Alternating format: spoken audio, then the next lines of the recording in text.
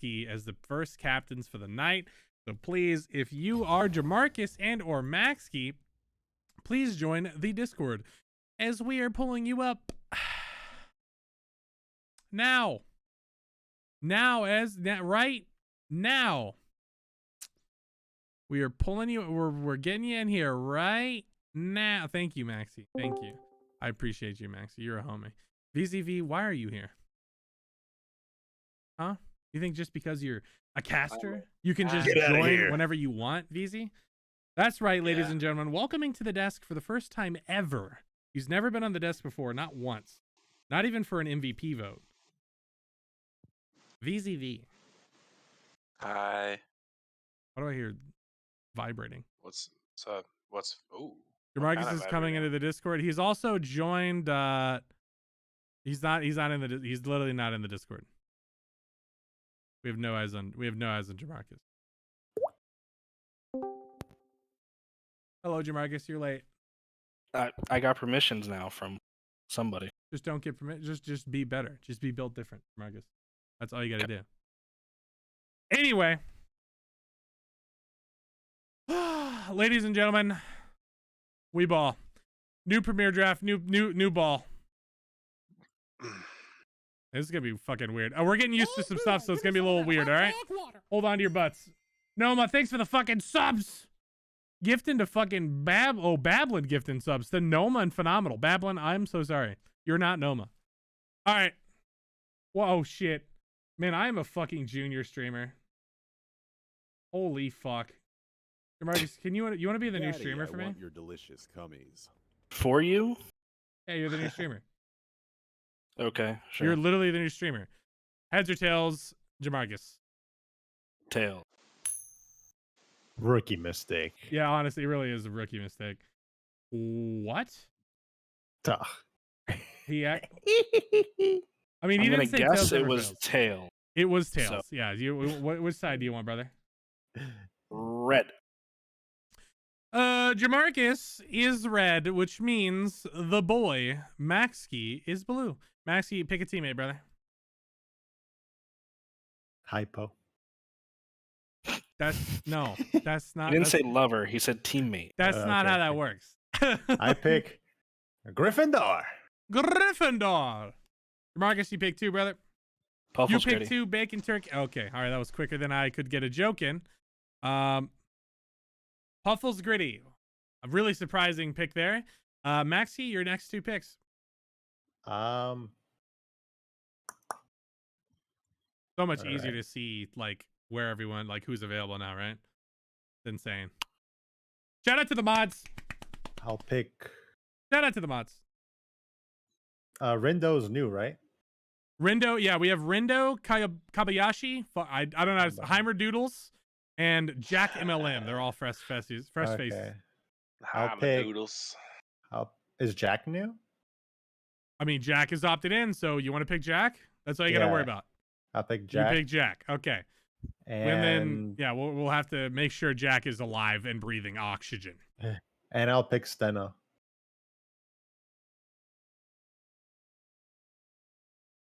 All right, and then Steno, which Steno's not a new face. Steno's a homie. Big Pog, Jamarcus, your last 2 teammates. Heimerdoodles. Heimerdoodles. Oh yeah, Heimerdoodles. All right, Heimerdoodles has been picked. Confirmed they hate you, Curls. They really do. Confirmed hate. All right, look. All right, Curls is also a fresh face. I apologize. Look, man, come on, dude. You popped in at the last last 20 minutes. Okay, give me a break. Who's your last one? Give me Seal. You sound really. I mean, you don't have to pick Seal. That was very. Yeah, you didn't sound very happy about that Seal pick. Just give me Seal. Give me Seal. Right, if I have to take. Right. Unfortunately, we have to pick up Sealed here. All right, your final teammate, brother.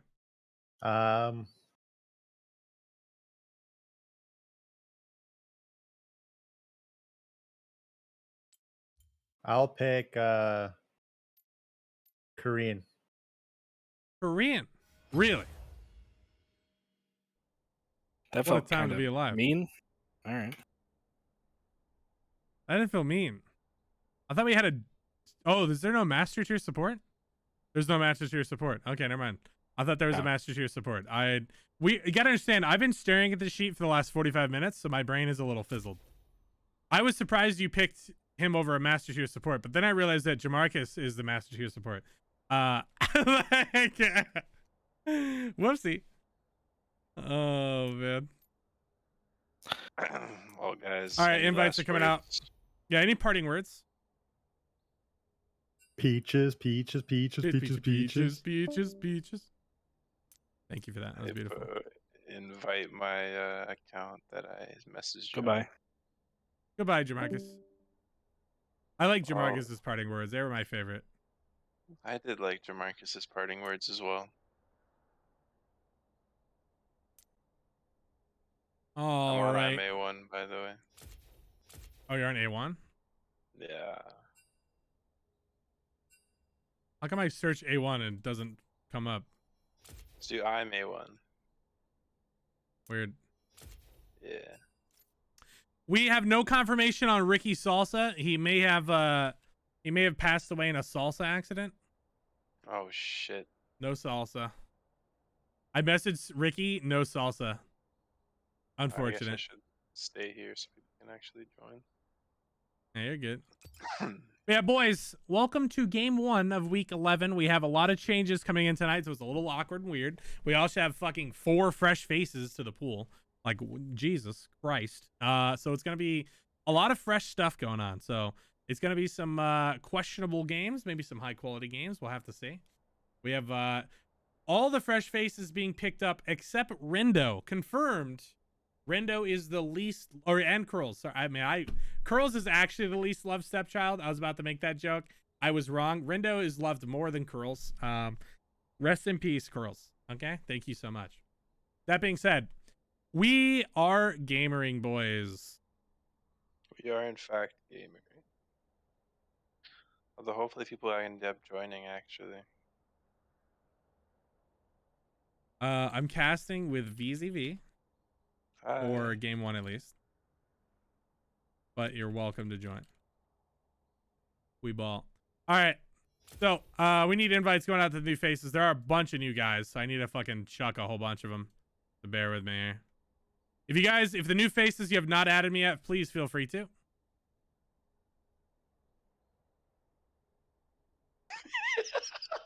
What are you laughing about? Jeremy's a funny guy, bro. Do I not have Steno World added? Funny guy. You and Steno World are already friends. Weird.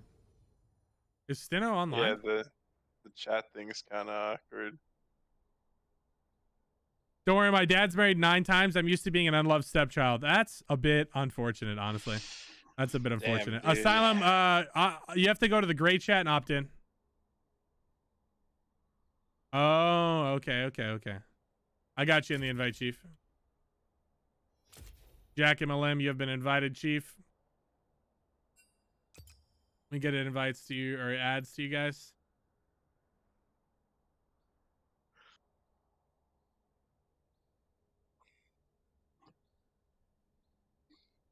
Okay. Bez is in a game. Whew. All right. Oh, Steno's already in the... Okay, I didn't realize.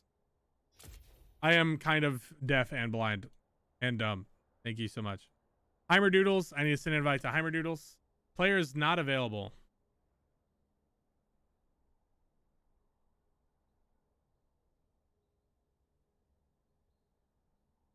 You were drafted game 1. I can't invite you.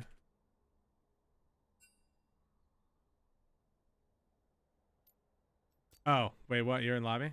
Heimerdoodles is Yo, he's fact in lobby, the bro. lobby. Dude, Oh, yeah. guys, I just want to... We're just going to restart stream real quick.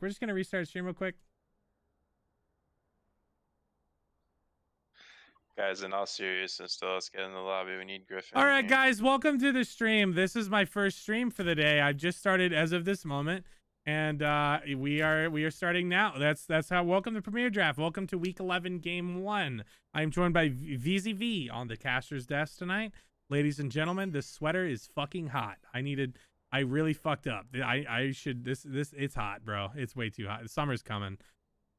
This Just is take it off, man. Get relaxed. ugh. It's premier draft, bro. Give co-host? Why would I give co-host?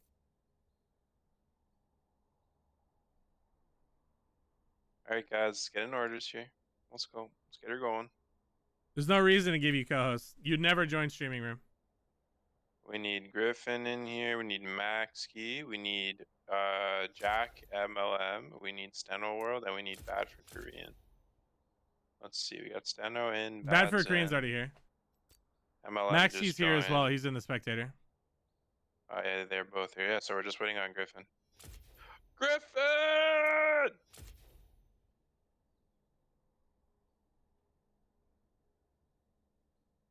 Ugh.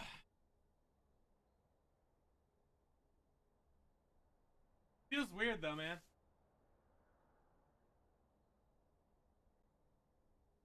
Oh, wrong person. Like, does this feel weird for me to cast? I guess the bow tie is what makes it. Like, is it the bow tie that makes it and not actually like the sweater? Am I overthinking the jacket? I don't know. It feels weird. Nah, you look fine, bro. It's not about looking fine, dude. Okay, it's like, but thank you. But it's it's about the jacket being premier draft. You know what I mean? Like that. That's what it is for me. Nah, I hear you. I hear you. Yeah, that's crazy, bro. Okay, we. All right. Unusual. I swear, if the fucking song I think is gonna come on after this comes on, I'm gonna be angry. Yo, how long are we giving Griffin till we kick him out? I mean, honestly, it seems like he's unprepared. So.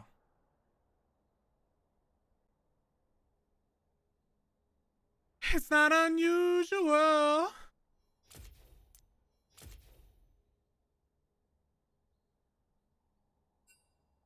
It's all the time. Love will never do what you wanna do.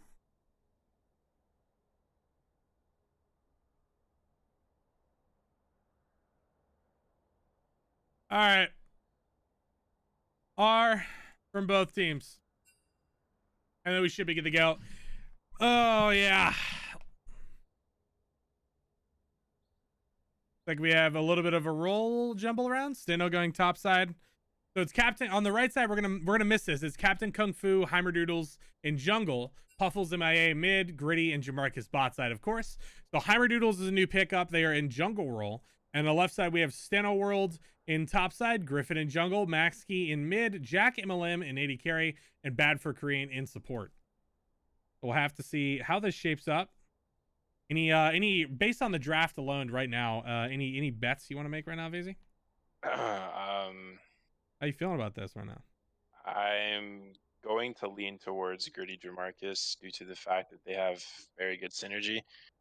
Admittedly, Jamarcus can troll, as we have seen multiple times. However, interesting. Can troll is the take. however, I don't really think he will troll this game since there's a lot of fresh faces. So I'm just going to give the win to Red Side here. You think it's just the team synergy? Yeah. See, I don't know. It's like we have to see what Heimerdoodles does. I mean, he is a good jungle. We've seen Griffin take over games pretty easily. So I'm curious to see how that's going to shape up. I will say Jack MLM is also an unknown. He's a new AD carry. So that is a fresh face. It's always enjoyable to see a mix up in the AD carry roles and have fresh faces appear kind of out of thin air. So I'm down for it. Yeah, 100%. My biggest issue is just going to be the early game for bot side. If red team wants to actually just take advantage, they should obviously play towards Gritty Jamarcus. But again, we'll have to see how Jack plays. I would opt for him to pick a safer AD carry due to that fact, and I would obviously assume Gritty Jamarcus are going to play like some Draven-esque or anything like super aggressive. Yeah, they've been playing a ton of Draven lately, so they kind of have no reason to respect in lane currently, at least. But again, we'll see what happens. Again, Griffin is also pretty talented, so I'm sure we'll figure something out. It should be a good game. Should be a good game indeed. I I don't see what would be wrong. Can we get a ready from both teams and get to the draft? Where's the draft, lol? I don't think you guys need draft law. And I don't think it would make a difference, to be honest. Alright, we got our R from red side. Can we get our R from blue Yeah, side? we need our a little quicker.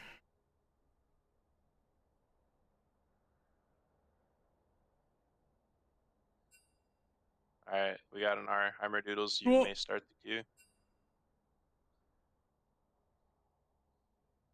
So what are we thinking for bans? Problem with that's the one thing I will give blue side actually is the element of surprise. No draft law, just go. No, bro. Just draft. I don't own Oh, champs. he doesn't own champs. God damn it. Okay, I mean, yeah, I guess. Oh, they just started it. They just Okay, went. whatever. Let's go. I have draft lol open for next one. Fuck it. We'll just fucking Yeah, that's fine. chuck it that's in. fine. How about having an account with all the champs, bro? Whew. Anyways, All right. to the draft. We are balling. Amazing. Duck, Like don't bully me. Like I was saying though, the one thing that blue side does have is the element of surprise. Because again, they don't know what Jack actually has been practicing. They don't know what Steno's been practicing. Like again, Griffin is kind of hard to ban out. He's really hard to ban out. Yeah, it's hard to say. I mean, the Diana ban is pretty much guaranteed. But and as much as I make jokes with Maxkey, he is actually pretty talented. So again, you never know. Red side going for, I guess, the standard approach, which is just banning out as much of Griffin's comfort as they can. I don't think it's going to work, though. So, this Griffin's probably just going to opt for, like, a Kindred. So, if they do want Kindred here, they might just want to ban Gragas, yeah. Ooh, Gragas ban picked up, yeah. Graggy's always good against Captain. And Echo, of course, we know that's from Maxkey. Maxkey getting big. Always I wouldn't be surprised if I see, like, Sejuani here flexed. And then Steno World plays Sedge. I don't know if he plays it Sedge top, but I wouldn't be surprised if blue side blind picks their solo lane here. Oh, Samira. My boy said we're pulling a blind Samira. I don't think that's that good the of a immediate Ziggs and a Nivea hover. What is going on? What's happening right now? Like, I don't necessarily. I mean, obviously on face value, we don't know this player, but Samira is not a good first pick, guys. Don't do it. secret strat, secret Samira mid lane. Okay, well, Grady said, I don't give a fuck. I'm going to counterpick myself, and we're going to play Draven. Okay, it's going to be a fun bot lane. I like that. Interesting. We have the Heimerdinger hover it as well. If they actually want to try hard here, they should go Annie. I don't think Jamarcus plays Annie, though. It's not about actually trying hard. It's just about the picks that they want. We've seen again and again in Premier Draft where, like, comfort overrides anything of like matchup, but Annie. Stop listening to the draft, guys. Come on. What is happening? Don't do that. I'm not gonna say that that's what they were doing, but Draven Annie. Draven Annie is a very good bot line. I mean, the obvious counter here. Problem is, you first pick Samira. Viego into the Viego. Yeah, we see the Viego pick here. I'm curious to see what we're gonna see. I mean, because they have to showcase one of their main picks. I mean, they may just go for the support. Do you think it'd be Annie support and all, or do you think it's probably just Annie mid lane? Annie is going support 100%. Korean should pick Nautilus here. He has no real other options. Nautilus would be pretty good. Yeah, that's kind of, they have to go Nautilus. It's the only champ that he plays that's aggressive.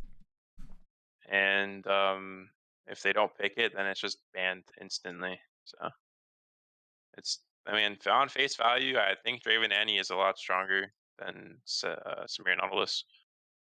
But if Korean can get that cheesy hook and a Samira with the E or something, we'll see though. It's gonna be a very dicey game. If I'm red side, I think they made a mistake here. I think they should have picked right pick here? A solo laner for sure. like you know who the Captain Kung Fu's jungling, right? Yeah, like banning out Captain is not even like you can't ban out the Captain. You know what I mean? Yeah, So understood. it's like, I mean, maybe he's just why really not? wanting the J4 here. Maybe he likes the Viego matchup. I can't say for sure that. I mean, he can lock him in. Yeah. Like, he has to ulti out, but I mean, I don't really like J4 here for the sense that you're literally pile driving a Samira into you. Like Samira is actually pretty good into J4. so it seems I don't like really like they first J4 picked pick. Samira and they were kind of rewarded in it in your eyes. Yeah, 100%. Gotcha. Okay. On paper, Draven loses to Samira, but Draven Annie, like having the Annie is really big. Ooh. So again, we'll have to see. I do like the bans. Malphite, pretty standard, pretty broken right now. If you're a top laner and you want to get LP, play Malphite. Oh, Sealed's top, not jungle. Well, whatever. Still, I don't think J4 is a good pick here. We ball. We ball.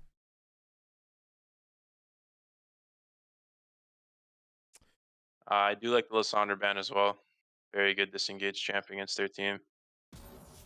Syndra, yeah, very Syndra, good yeah. bans. Solid Very ban. good bans. Last ban for blue team being Syndra. We will see one of the solo laners here. We'll have to see what exactly they go And for. this goes to why I wanted them to pick a solo lane as last pick, because now, like, imagine Syndra into Viego Samira already. Yeah, it would Who be do you amazing. like? What do you care about laning against? Lead. Right. I do like the Kled pick actually. This is a very strong pick. Red I side. haven't seen Kled in a while, so it's curious to. It's a super good pick because he's targeting Stenos like champ pool because he knows he plays mainly tanks. So he's like, okay, I dare you. You know what I mean? Mm-hmm. Gotcha. It's crazy. I Yeah. mean, It's a they really good removed the pick. Ornn and the Malphite in preparation for that Kled pick from the looks of it. Mm-hmm. Sejuani picked up. Very likely Sejuani top. Pretty safe bet. 100%. Bad for Korean, the final man of the hour. We're going to see their mid laner here. Unless I mean, it's Nautilus mid, new meta. he should just go. I mean, again, Victor. yeah, Yep. that's a pretty good pick into their Maxi on team. Victor. I don't know if we've seen that. We've seen him on Asol. I don't know if we've seen him on Victor yet. I think blue side hard one draft Blue side hard one draft. Okay. by themselves, like on accident. On accident. Yeah, I mean, they literally. picked Samira and then they were rewarded for it in your eyes. Well, it's again, Samira is pretty good into Draven, and if again I'm giving it this on pure face value, Nautilus hooking a Draven is usually a dead Draven. So Gotcha. yeah. Keep in And mind then in the players on their response, respective roles. Korean had some interesting hooks last week. He was going insane, to be honest with you. He was all over the place, but he was actually getting some huge hooks. We've seen him again and again get very aggressive. So with Jack picking up the Samira early, I'm curious how I can't help but think we're gonna see a lot of bloodshed bot side this game. I definitely am looking for it. I can't help but think top will be a little bit of a snores fest of them throwing and chucking yeah. shit at each other. I don't think either of them have great killing power unless the jungles are involved. But once the jungles get involved, that'll get very explosive. So Here's the thing though, that benefits the blue side. true. Yeah, they have the Like, scaling. They gives them the because time. now you have what you have. First of all, a Kled mid it's gonna get punished. I think this game, but That's a concerning look whenever you see in chat Maxkey at Yeremy saying, "What's best build?" Yeremy, the Hey, resident get Victor outta player. here. Oh man. Get out of the stream. Jesus Christ. But yeah, this game is going to be entirely reliant on who wins the 3v3 bot side. I guess that's why they wanted the J4, just to have a stronger 3v3, but like, I think Samir Nautilus just kind of wins. But we'll see. Again, they could just lead to outplay. It could go either way. But So your Kennen money's and on blue? Visage, Is that what I'm understanding? You're going in on blue. if I were to bet, I would say blue side wins just Blue off side? champs, just off champ draft. I don't know Gotcha. anything about the players, so. I mean, yeah, looking at the players, it's hard to say on Jack. Jack and we haven't seen too much of Steno, but we've seen enough to get a feel for the guy. I will say Jack is a giant question mark. On the enemy team as well. I mean, I think there's even a bigger question mark because I feel like with Seven or Heimerdoodles in the jungle role, With jungle having such a huge influence over the game, it's hard to say. Perhaps Heimer really prefers a lot of Jarvan. Maybe that's why we saw that early Jarvan pick, because he wanted to get it before it got taken away or something. Yeah.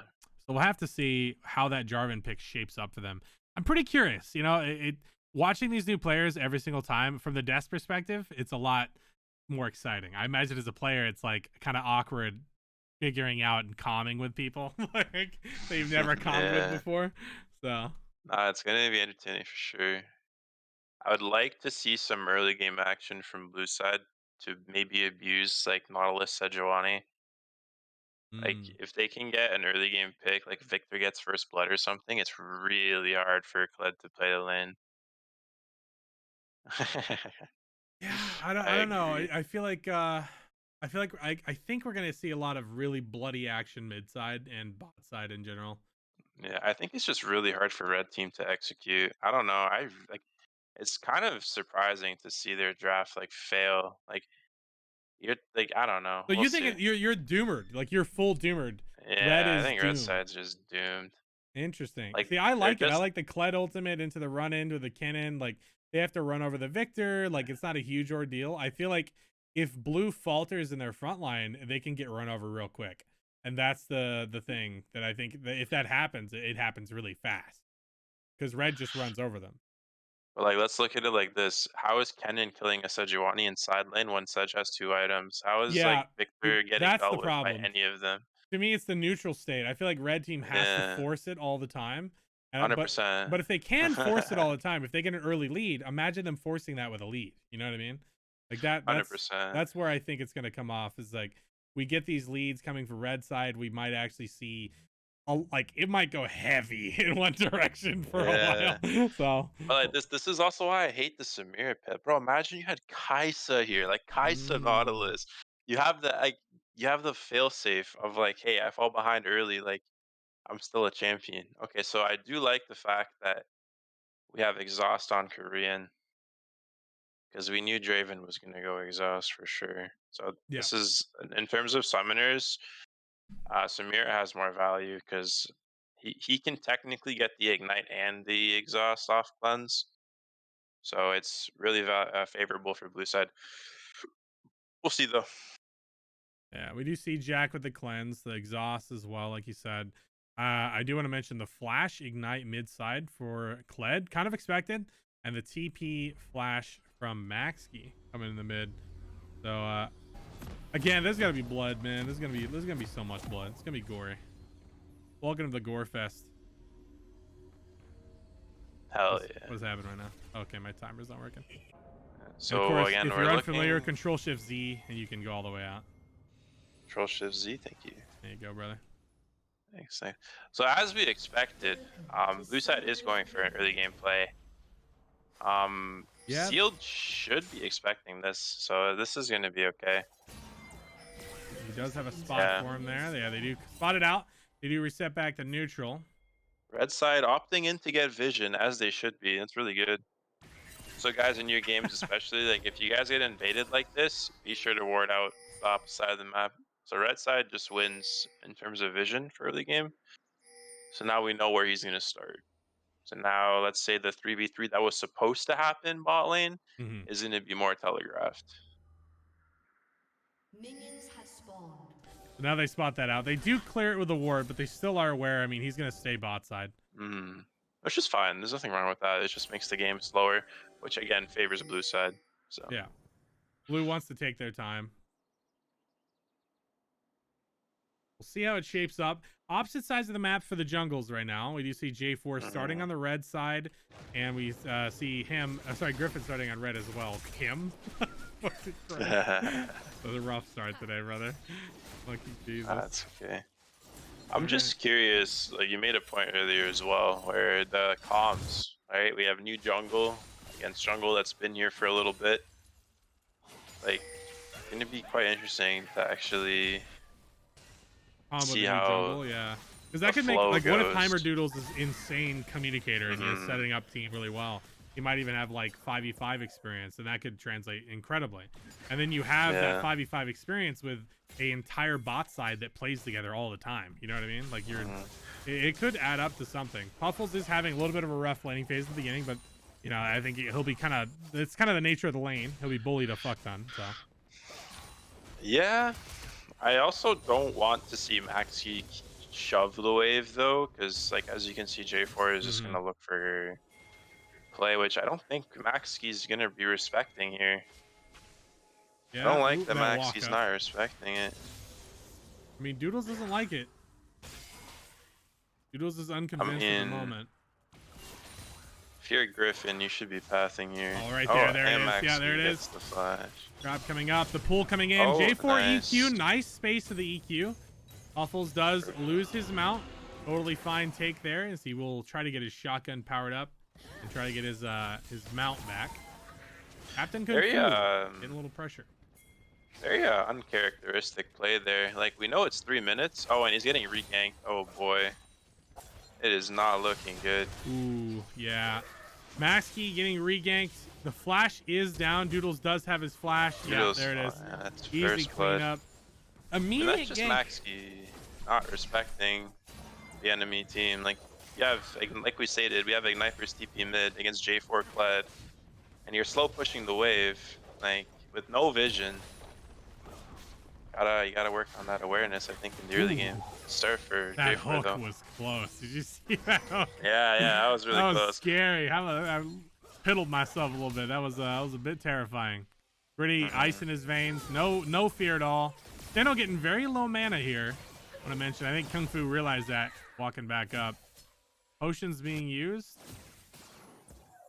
Again, Steno's kind of just like, he was doing totally fine until he took these trades. Like, he was really winning in farm. Like, the whole, oh, nice There you go, hook. coming up bad for Green. Getting that hook.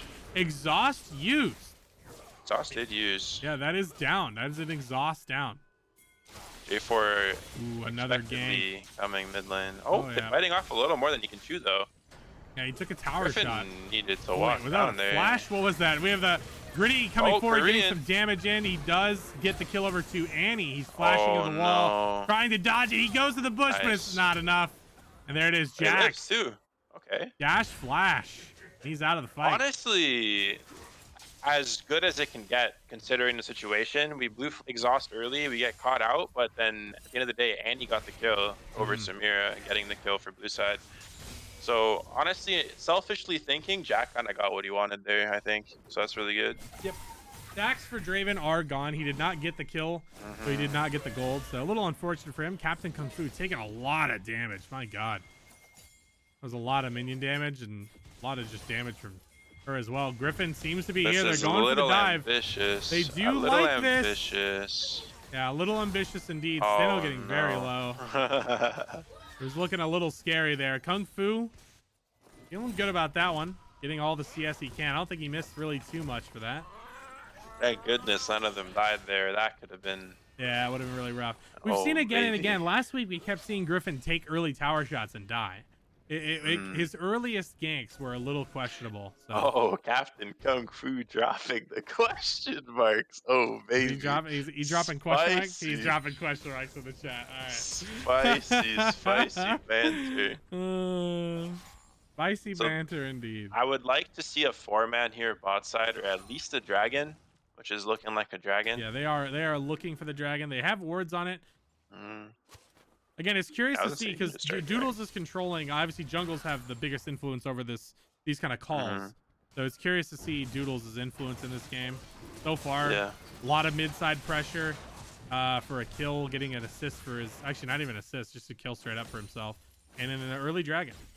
I mean, glass half... Pardon me, go ahead. Oh, go ahead. Like, honestly, glass half full moment I was going to say for blue side too, because, like, Viego is fully content with just farming in the early game. Yeah.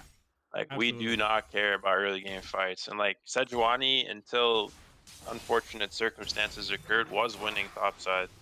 Ooh, nice side step So- from Maxi there. I would also like to note that Samira is down 40 CS. Oh, wow. I did not even see that. Yeah, That is the power of Annie. Just holding the stun. Oh, no. If they get dove here, it's a tragedy. Yeah, it's a lot of CS with Jack being down so much. It's hard to Yeah. say, you know. This may be, you know, bit of a rough lane experience. Jack is a new face, and bad for Korean, you know, is newer end, I'd say, support. We don't see him. We see him more jungle than support. So being him in the support role is kind of refreshing. I do also want to kind of call out Griffin here. We drafted Samir and Nautilus, yet we're perma topside with Sejuani and Tekenin. We really do need to play for. I mean, it's a little too late now if they get Dove here, but I feel like we have to play for Samir and Nautilus, especially no summoners on the Draven as we see. So it's a little. Not even a little, it's a really big misplay. That's the only thing I will say. Other than Interesting that, pathing. Griffin's just full clearing, going for all the gold he can, getting free gold along the way. So he's content with that. let's just hope it doesn't matter too much with Samira being again glass half full. He does have a kill, so some of that is shaved off. Yeah, I mean, we look at the gold. Hard to fight. It is substantial though. It's almost a 1K gold difference. Yeah. So definitely What a little button is spooky. gold again? Oh, it is G. Oh. Okay, it's not G. I don't know what it is. Yeah, if you look at the gold, it'll be 2.6K on Samira and 3.3K on Thank Draven. you, Tex. So Or thank you. substantial. X. Appreciate Okay. you. Yeah, thanks, Tex. We do see Sejuani Steno getting World. ganked too. Yeah, Steno World getting a little rough. J4 getting very early pressure. Oh, Ulti we're coming out. turning. We do see Sejuani returning that ult. And then Griffin getting aggro after. This The is cannon what- ult this coming is what out, but Viego Griffin's getting needs. very low.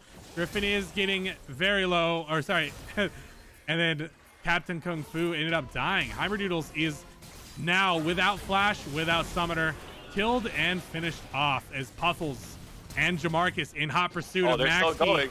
They do They're get still it. going. Puffles is back. He's remounted. He's back in the fight, and Griffin has no choice but to run away. Wow. Good roam from Jamarcus coming out. Puffles with that. I mean, that's the power of the Kled. Once he gets on him, there's no getting off. And Maxi has been without summoners for a good little bit. Just got his flash, and now it's gone again. I mean, honestly speaking, in terms of the win count for blue side, as the camera just pans to him, Griffin in fact got 2 kills there. That is going to be very big. He will be strong. I hope he goes glass cannon this game, because they're going to need it. I mean, he does have the pickaxe. I want to say that goes into the what's it called? The 80 carry item. No? Yeah, It's called. we can go into other stuff, but yeah, you're right. Again, Sejuani is just going to be a threat, like as we saw there in that 2v2 top side.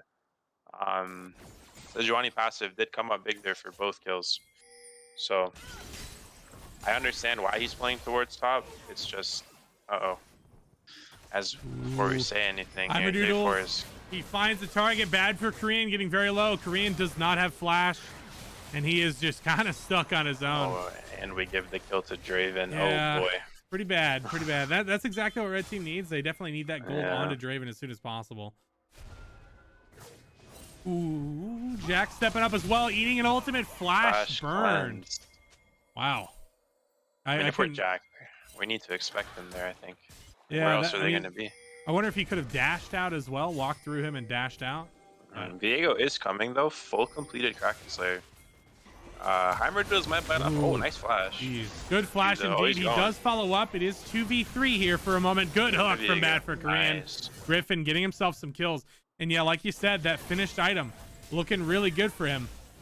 Steno World, again, continuing this aggression. Kung Fu responding in haste. Looking pretty good on these trades so far. Kung Fu's feeling pretty hot right now. And he still has 28 charges on his Cole. Well, they're getting very Why are aggressive. we panning out? Yeah, My this, camera just welcome to the panned. camera, yeah. Oh, come on. Alpha's going in 1v3. Griffin needs to chill out a little bit. He is dismounted. Yeah, they did get the mount. Now, at this point, the second dragon, they could pressure it. But J4 is on his way. They do know this, and Korean's rather low. They're going to have to show some restraint and some respect here. It's also big that the Nautilus is not level 6 yet. Yeah. So. Oh, maybe a little bit of a.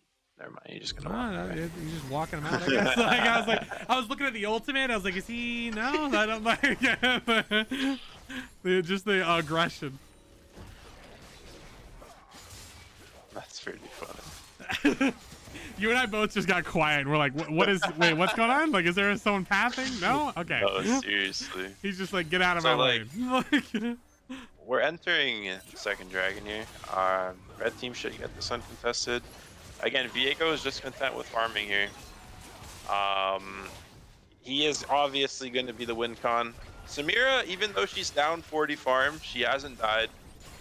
So she is doing what she's supposed to, isn't respecting the Draven Annie. Unfortunately, their lane did not go as it should have, which is the only thing that was wrong with Blue Side's draft. Is Viego wants to play towards the Sedge due to the fact that it's a melee, but then you have Samira Nautilus that requires attention. So that's the only. Oh, we get another J4 gank. going in. He does eat the hook now.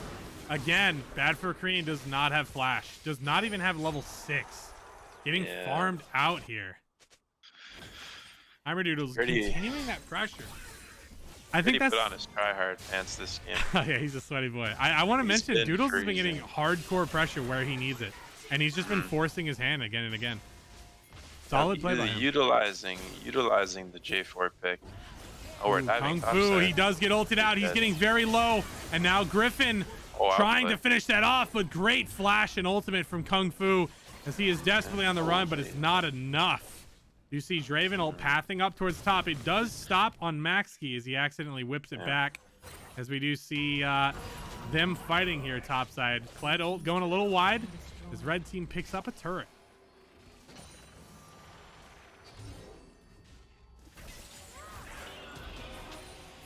Yeah, I can't help but think that this is not a good dive, even if they did dismount him. We'll see if he can actually get it. He does look pretty dead right now. Oh my god, that is 2 kills for Kled.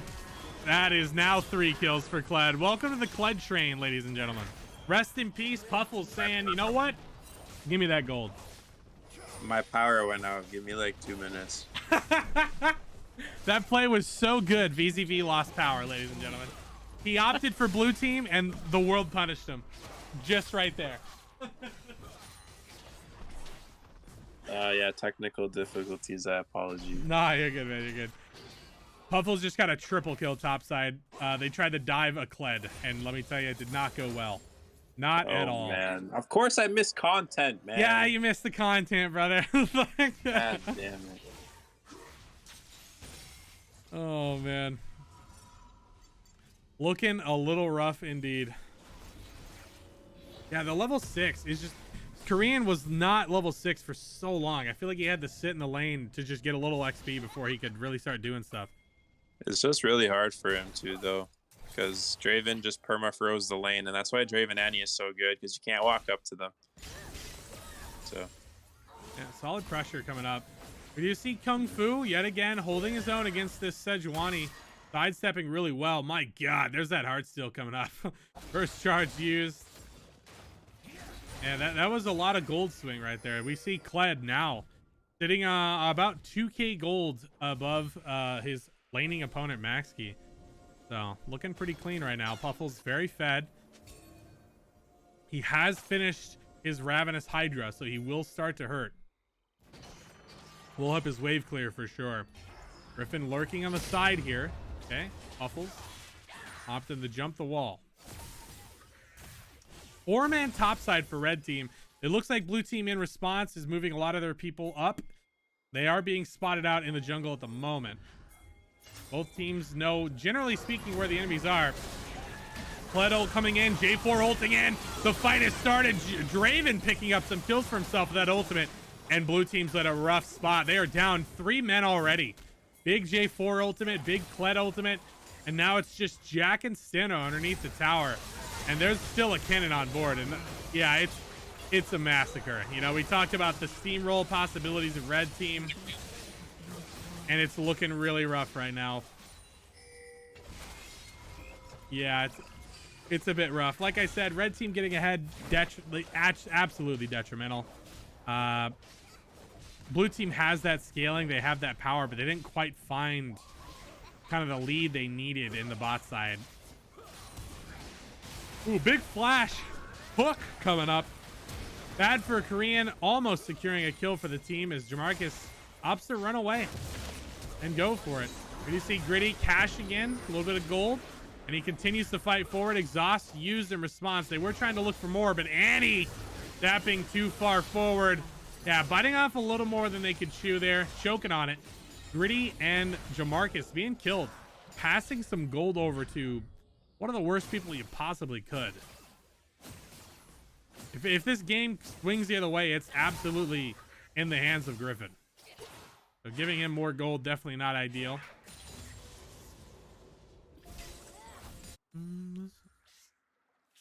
Whew, man, a little bit of a lull here. We do have Dragon up. Ocean Drake is up. Bad for Korean does spot out Puffles. Puffles opts to just jump the wall. Kung Fu does have a really good flank here from the side. But man, we see red team grouping up, blue team grouping up. It's a little bit awkward of exchanges, a little bit of mini trades going on here. Blue is a little more dominant position over the Dragon, but all it takes is just one J4 ultimate. Yeah, there it is. They're already in there. They're already in the fight. Draven showing up late, doesn't even matter. And blue team's looking really rough shape right now. They're an obese man at the Olympics, and you know, they're doing what they can, but it may not be enough. I'm coming back right now. I apologize. But you see Kung Blue Fu team picking up some chasing kills, down though. Maxkey. Ooh, he will die for that. This actually, the fight went a lot sloppier than I think it could have been. Puffles trying to get that angle, trying to get it. He does end up getting the mount finally. Misses the Q. Doesn't quite have the follow-up for the follow-up after. Follow-up. What's your time at? 1884 or 1845, 47, 48. Okay, we're at the same time. All right. Looking good so far. Red team has thrown about 1,000 gold back in the direction of blue, but it's still almost a 10k gold lead. So Yeah, I looking think it's a little pretty rough. too late. Not gonna lie. Unfortunately, the Draven Annie was not punished at all. Yeah, That we blue didn't side. see that much pressure bot side. It's hard because Korean, on the flip side, Doodles put a lot of pressure bot side. Oh yeah, no, 100%. So He Not played looking pretty good. well this game. Doodles had a lot of good pressure, that's for sure. He does still have that Herald. They do spot out Korean. Korean has to burn his flash to get out. Korean overstaying a little bit.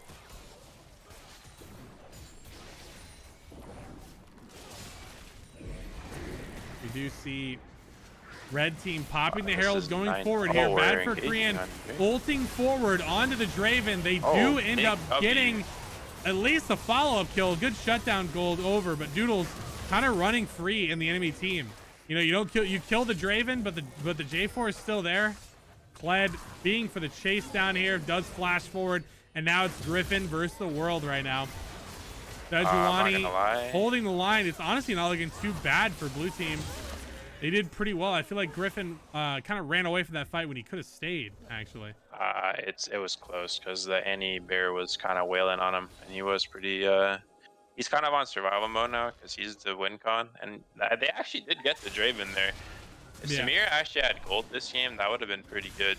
I still think it's winnable for blue side. They just need to try their best to slow the game down because the one thing that they do have is good siege. Right? Red team, how are they sieging without Baron, right? Like, Kled is, okay, well, I mean, he just can't be doing this, though. Maybe this works out, though. We do have TP coming in. Bad for Korean getting taken out, and Griffin also Yeah. being taken out. Deno World TPing in, but, you know, he's just a tank Sejuani, and that's really, you know, it's not enough at that point. Blue team, Well, forget everything I said. yeah, rest in peace. Yeah. We really can't be getting caught like that there, especially when we're behind. We can't really contest Baron. So, Yeah, looking very rough indeed.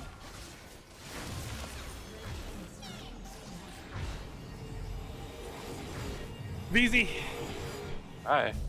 tell me it's not over. No, it's over. I'm sorry. This game's over.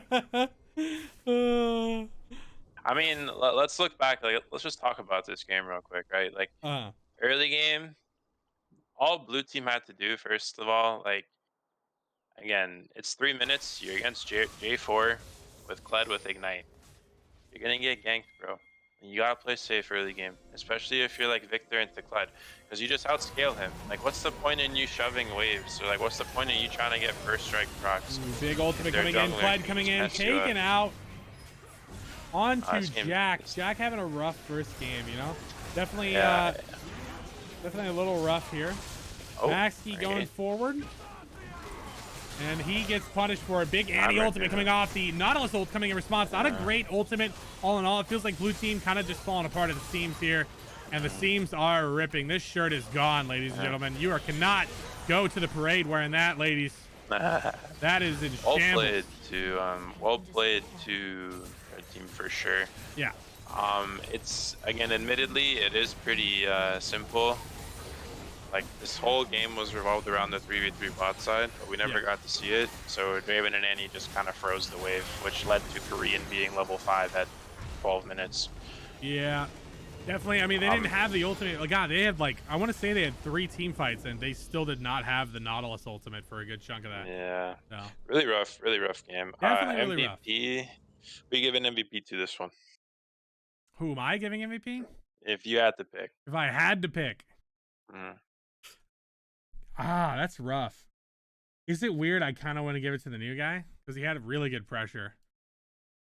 I want to say Doodles had a lot of good pressure. He pressured where he needed to. He didn't waste any time, and he re-ganked again and again where he needed to be. But Yeah, I'm gonna actually give it to Puffles due to the fact that, again, his laning phase, like, yeah, it looked like he was getting kind of railed, but he kind of just set up free ganks, and he kind of played his lane pretty well. His roaming was well done, well executed. He knew where to be, and apparently he had a pretty cool 1v3 that my power decided to crash on site. So, yeah. we have a highlight of the game sponsored by Unlucky. Kled Gaming here. Yeah, let's talk about this fucking. This was this 3-man dive. Yeah, I can't help but think that this is not a good dive, even if they did dismount him. We'll see if he can actually. Because it's Kled. He does look. You're diving at Kled. Look how low he got too. Oh my God, that is 2 kills for Kled. Oh, Griffin was tanking. Oh no. Yeah. I can already hear the comms. How am I tanking? How am I tanking? Duh. Oh man, definitely. Yeah, thank you for the play of the game, Juke. Definitely was the play of the game. That kind of. I do appreciate the clip, actually. Thank you very much. Yeah, that was when you DC'd. Actually, that was that time. It goes like right whenever you DC'd, blue team just kind of fell into shambles. Like right when that happened. It's like I was their rock, bro, and I just crumbled into the abyss. Oh, jeez. All right, MVP vote is MVP, ladies and gentlemen. Going over to surprise. It's the boy. Puffles, MIA. It's the boy. Puffles getting himself a solid MVP. I guess shit, Puffles. Good shit indeed, Puffles. I have to drag through. There's so many more chat rooms now. I have to drag so much further. Oh God, where did Puffles go? Oh, Puffles did not go all the way. Okay, welcome aboard. Puffles! Hello? Why, hello there, Puffles. You had a wonderful game of League of Legends that last game. Kled, the new... We did not expect that. We saw the Kled and we're like, what the fuck? Has this been a practice pick for you? Have you been working on this the last few weeks, or has this always been a pocket pick for you and we just didn't know? Oh, well, yeah, a lot of people play a lot of cringe shit mid, so, you know, I got to give them a little yeehaw. So, A little yeehaw. I like that. Yeehaw, you did give them, that's for sure. There was a lot of yeehaw. We saw that questionable dive topside. You turned that, got the triple kill. Looked pretty clean all game. You set up you set up the wave really nicely mid side for that J4 gank. Did it just kind of fall into your hands, or like the whole game just felt like it was Kled gaming kind of the whole way through? Talk me through your like the early laning phase and the plans for this Kled. well, I've been in contact with some EU Kled enthusiasts, and they basically told me at level 3, if you hit the bear trap on a rope, it's a kill. So Okay. that's basically all there is to it. Bear trap on a rope, it's a kill, guaranteed. You heard it from European Kled mastermind, unknown secret source, ladies and gentlemen. Puffles, great game. VZ, you have any questions for the man? How did it feel being gifted the freest laning phase of your Premier League debut? Debut. This is the second week. I don't know. The one last week with Jeremy where he wanted to play Morgana was pretty free, but Oh, Ooh, But I mean- oh. spice. unfortunately, control Okay. mages are literally dog shit. So I mean, every control mage is a free matchup for any melee champ because You second heard it win here Thorn's Guild is first. unfair. Heard it here first. Mage players are dog shits. Confirmed No, it's live not on the players; stream. it's the champs. No, Puffles, that's what you Champs. said, word for word. You said players. You said the play. Can we mark that down as a quote that Puffles said all control mage players are garbage? No. Thank you very much. People that are willing to play so- control mages are connoisseurs. The champs just suck, unfortunately. Anyway. You hear that? He anyways, said you're kind of sewers. He said you stink. That's what he said. Word for word. True facts. Nothing but the truth on this stream. Like, comment, subscribe for more. All right. Puffles, great shit, Let's man. get game 2. Any shout outs? going. Any shout outs or homies you wanna kiss back at home? Yeah, let me shout out old Verbal GC in the chat. Who's He's verbal in there juice? somewhere. He was saying Korean should be investigated. Korean That's should be investigated. Perhaps. very- Is this a reference to Yeah. 9/11? Thank you for watching, ladies and gentlemen. Puffles MIA MVP. Fucking Christ. All right, captains for game 2, Sealed Oh. and Tex. Get the frackety frick in here. Tex and Seal. That's a good one, actually. That's a banger. It's gonna be a great game, Man, I'm not gonna lie. guys. That was actually a banger interview. that was actually pretty sick. I'm not gonna lie. That was dope. Oh man, and we do have I draft respect roll. it. We have draft rolls hooked up for game 2 as well. I can go ahead and link you for the spectate link as well for my boy VZ here. I think Tex Man, went Misty's AFK for the Misty's popping moment. off today, dude. God damn. Yeah, Misty, what the frick, He's man? Why are you being optimizing a all good this shit mod? like crazy. And then Adam Jukeface is clipping is like crazy. typing. Oh shit, haven't seen Adam in a while. Yo, Adam, do be typing? Investigated Oh. and Unfortunate. Oh, I had to get low. Yeah, you can remove your own rolls, by the way, Alright. boys. You don't have to ask Sealed. for permission. What's up, butter? So, how did it feel playing Kennen and getting ganked for the 50th time? Top said. Listen, man, I bought a cull. I knew what I was doing that game. We had strong side fucking Draven Annie. I was like, alright. Yeah, it you looked wanna be it, up here again? it I'll looked just pretty rough. sit under my tower. You were trading Oh, really well with right. Steno the whole game too. We were talking about your I trades mean, going really well. unplayable unless you land the. Can I only call the ways that Johnny coin? can play that is Q auto, hit both parts of W, auto, E auto. Like you have to hit every single thing. If you miss anything, you're fucked. Mm. Can I call the coin? That's not how that works. Yeah, They I don't give a call, fuck. No, What? I'm saying Tex, heads or tails. Well, I'm gonna call tails never fails, so Seal gets first pick. What the? Damn. you heard the man. What the? Yeah, there it is, dude. It Just literally wants never. to- Why does it never? Whenever someone I says told the you. phrase, dude, I don't get it. They say tails never fails. It always goes heads. I don't get it. Is this all that's available, by the way? Yes. Yes, it is. okay. The So mods. would you like blue side or red The side? mods are optimizing all this shit. Asylum is the only fresh face I see, at least sooner one through. Rindo still hasn't been picked up. They are a fresh face, as well as Curls. Moon Cream is also fresh. But yes, we that is the current roster. You want still do you want first pick or second pick? Yeah, I'm trying to figure that out right now.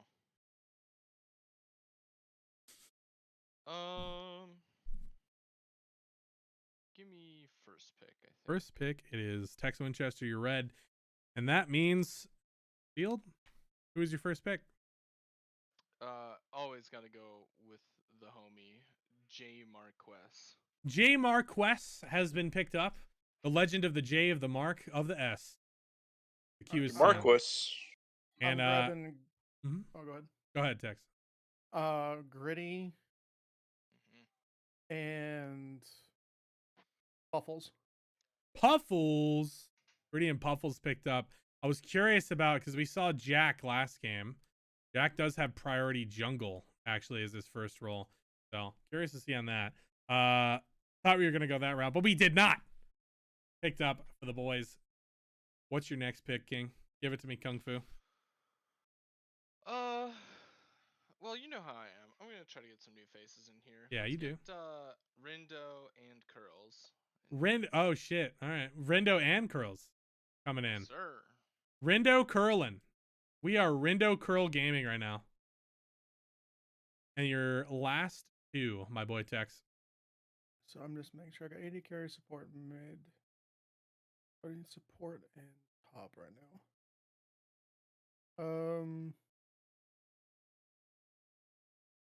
gonna grab Asylum. And you took Rindo, you said, right, Sealed? Yep. Okay.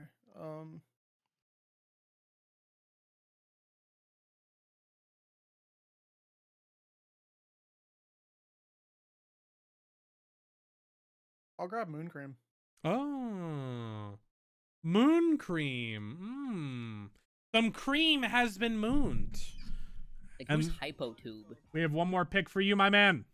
Dirty Mobs. Jesus Christ. Welcome to the stream. Fuck. Let's give round 2 of my boy Heimerdoodles. Let's get him back in Heimerdoodles. here.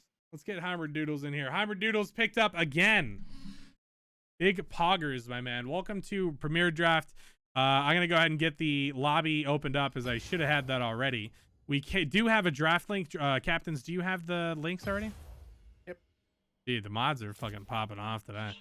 I'm going to go ahead and invite Sealed and Tex here. And if you guys could start inviting your team, I need to explain to all the fresh faces what the fuck is going on here. Welcome aboard. My name is Hypo, Chad, aka guy that wears bow ties on Saturdays. Wow. We play Premier Draft. It is Saturday weekly in houses where it's basically like pickup games where two captains kind of draft from a pool of available players, and it's plat and above, and you can get involved, play some games, have fun, compete. Every single Saturday you can opt in, opt out. You know, say you have to leave early, go, I don't know, barbecue or something. Opt out, come back later when you're done and filled up with hot dogs. Opt in, play some games with the boys, have a good competitive time.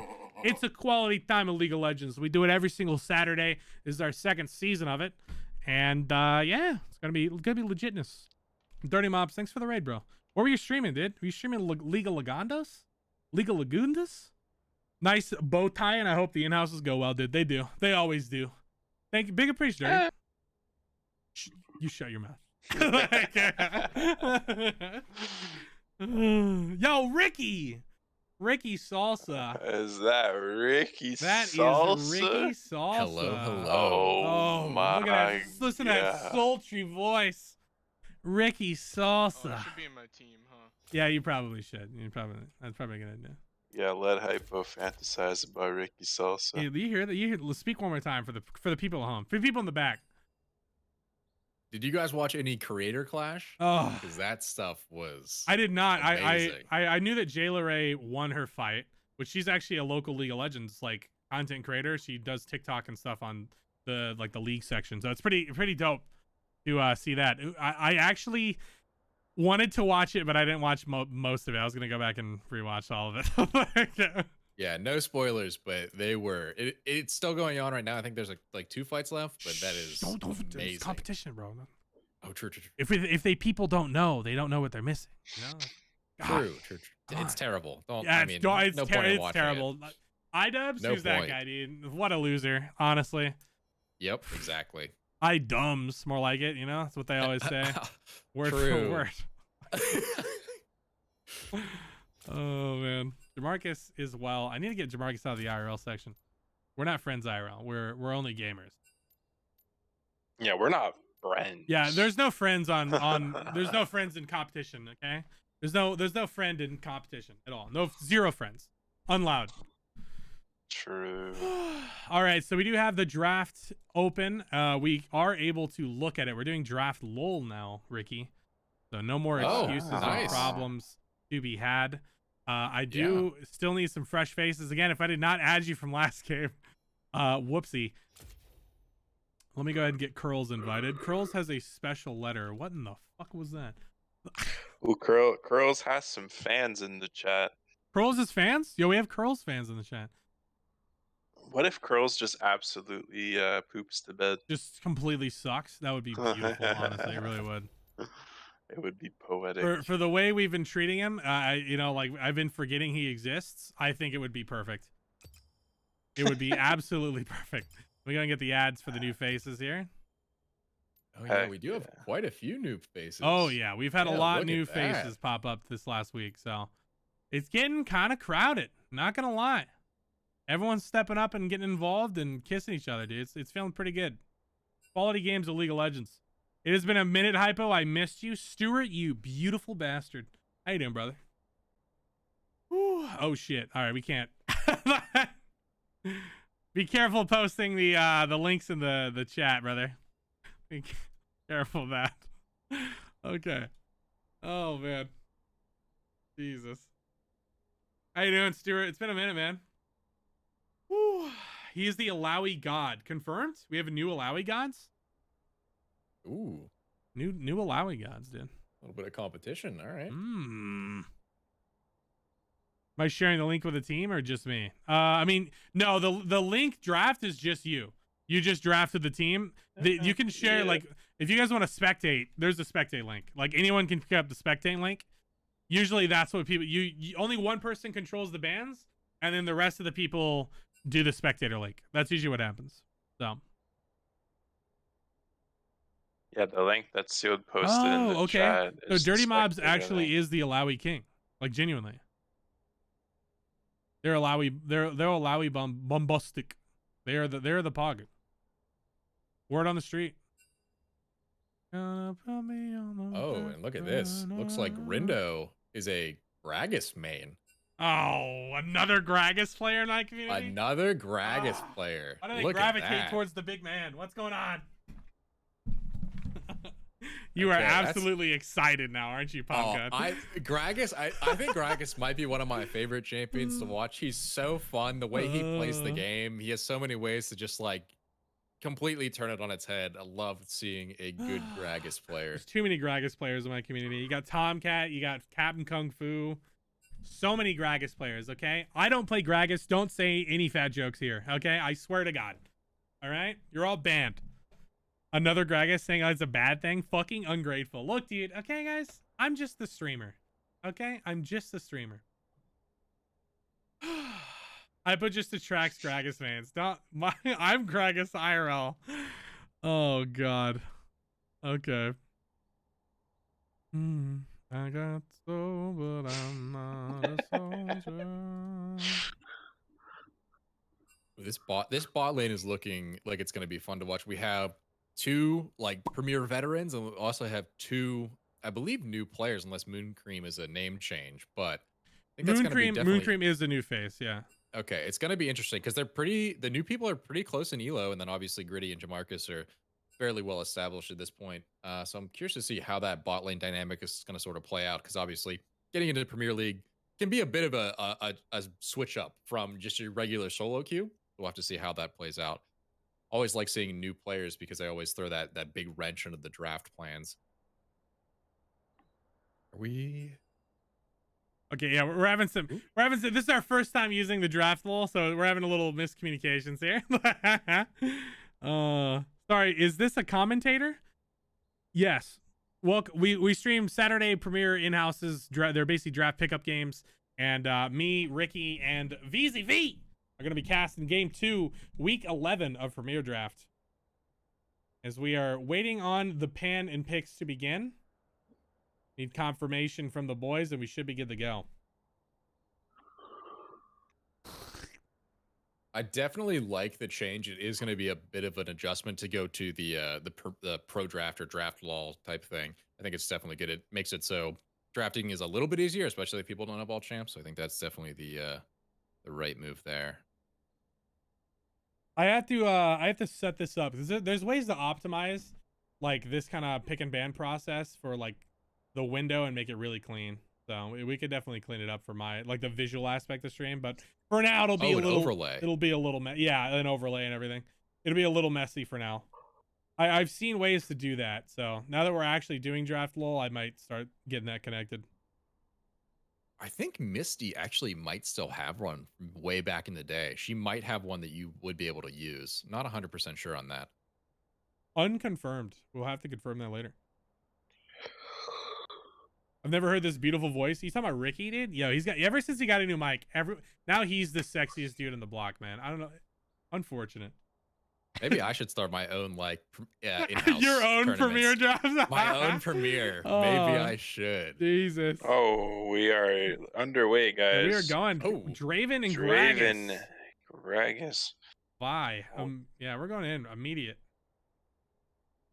Knowing that Draven and Vi are both banned, I'm thinking Zeri is like a really, really nice pick this game, just overall. I think that Draven is a good matchup into the Zeri, and then Vi obviously shuts her down quite a bit. But yeah, a lot of powerful picks banned out here. But you see the Blitzcrank and the J4 as well, so that's just going to maybe solidify. Maybe we could see another hyper carry pick in this game. I'm hoping to see, both sides. Jinx, obviously, a fairly solid pick. If they're comfortable into that matchup going into Zeri, I think that that's definitely a pretty powerful pick. Obviously, the range advantage early game, especially, goes to the Jinx. So that's a great pick coming out, especially when you have, Curls, new player. So having a champ that's relatively easy to pilot, I think, especially in the laning phase, can be a strong asset to your team. Ooh, there's the Jinx. Yeah. Incoming Ezreal pick. Curls, Jinx, Kites. Apparently Curls with the legend Jinx Kite. We'll have to see. I would never kite. Confirmed 0 kiting in the chat. Ooh, Ezreal. Ezreal. Caitlyn. Okay, Caitlyn. Either's fine. Ezreal would have been better. We definitely have seen Gritty on Ezreal. That's for sure. I don't like Caitlyn. Wait, why are we apologizing? What happened? I was being bullied in chat. We do see Caitlyn locked in at the moment. Hecarim picked up. At least it's hovered right now. We'll see if they secure it. I don't know how big of a fan I am of Hecarim blind. I think that it's okay. I was about to say is really true. Sejuani is definitely, I think, a better pick. It is a little bit flexible. We did see it in the last game here, and I think it's a little bit safer knowing that you're probably going to get countered here in the second rotation of picks in the first round from blue side. So definitely a good pick. It sets up fairly well for Caitlyn. Obviously, you can combo off of it with your traps, but we'll have to see how blue side responds here. I'm curious to see. Yeah, the Kindred, I was going to say, goes fairly well into most things, but again, I think it's sort of a feast or famine champ. If you end up getting behind, not getting any stacks, it can be a little bit rough. Mom joke. Oh man, I hate my chat. What happened in chat? I'm just being memed by fucking memers. Ah, I see. Quality memers. And the Cassante locked in. I think that matchup is fine if the Sejuani does end up going topside regardless. But I'm not 100% sure. Hypo, do you know how that matchup goes in the top lane, Sejuani into Cassante? Wait, timeout. Whoa. Asylum's top? Yes. Yes. Yeah, it looks like Asylum's top. Asylum has been swapping to topside, so it's not incredibly weird. We've seen him swap to topside and been playing top quite a bit over the last few weeks. So he's gonna have to put his carry pants on this game. I mean, he did kind of do it that last game, so we're gonna need a carry pants from the bot side. Caitlyn Nami is dumb. Yeah. I don't really know how I feel about Caitlyn Nami. The Cassante, I mean, I like seeing the Cassante. Caitlyn Nami is definitely a little weird. I mean, we'll have nice, reliable poking, but it's not crazy. Jamarcus and Gritty are on that side. Keep that in mind. That is you, Jamarcus and Gritty on red. So they might have experience. No, it's not. Oh, it's not? Okay, fuck. Yeah, you're right. Jamarcus It's is on Gritty blue and team. Moon Cream. This is the one issue I have with this is I have to look in here to see who's on the teams. And we did see the Ornn ban. Junior I think caster. Asylum has been playing Technically, Ornn quite a we're bit. not supposed to even cast the draft law. They're supposed to have this done already, and then we cast the actual in-game because we have to wait 3 minutes anyway. True. Draft law just takes too long. Yeah, it does slow down the process. Because now you have to do this and then go into draft, do the draft, and then after the draft, wait. And then we have to wait minutes. an extra 3 minutes. Yeah. Yeah, draft law is just stupid. That's why I was about it. Yeah. Because it just elongates the process for the stream.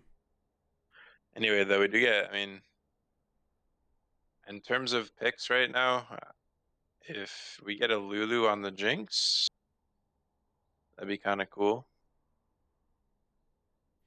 Cassante mid. Who's that mid Mordekaiser laner?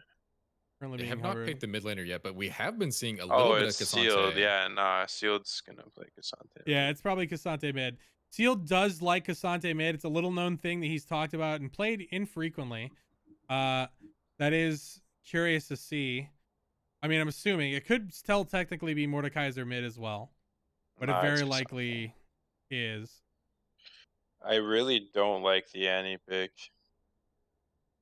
Jinx kind of needs an enchanter to pop the fuck off. Like, I think maybe- understand it's to match like Kalen's range, but like Jinx already does that. So like, imagine we had like a Lulu. That'd be kind of cool. Like Lulu with Kindred too. Lulu with Cassante. All like, how crazy value is Lulu this game?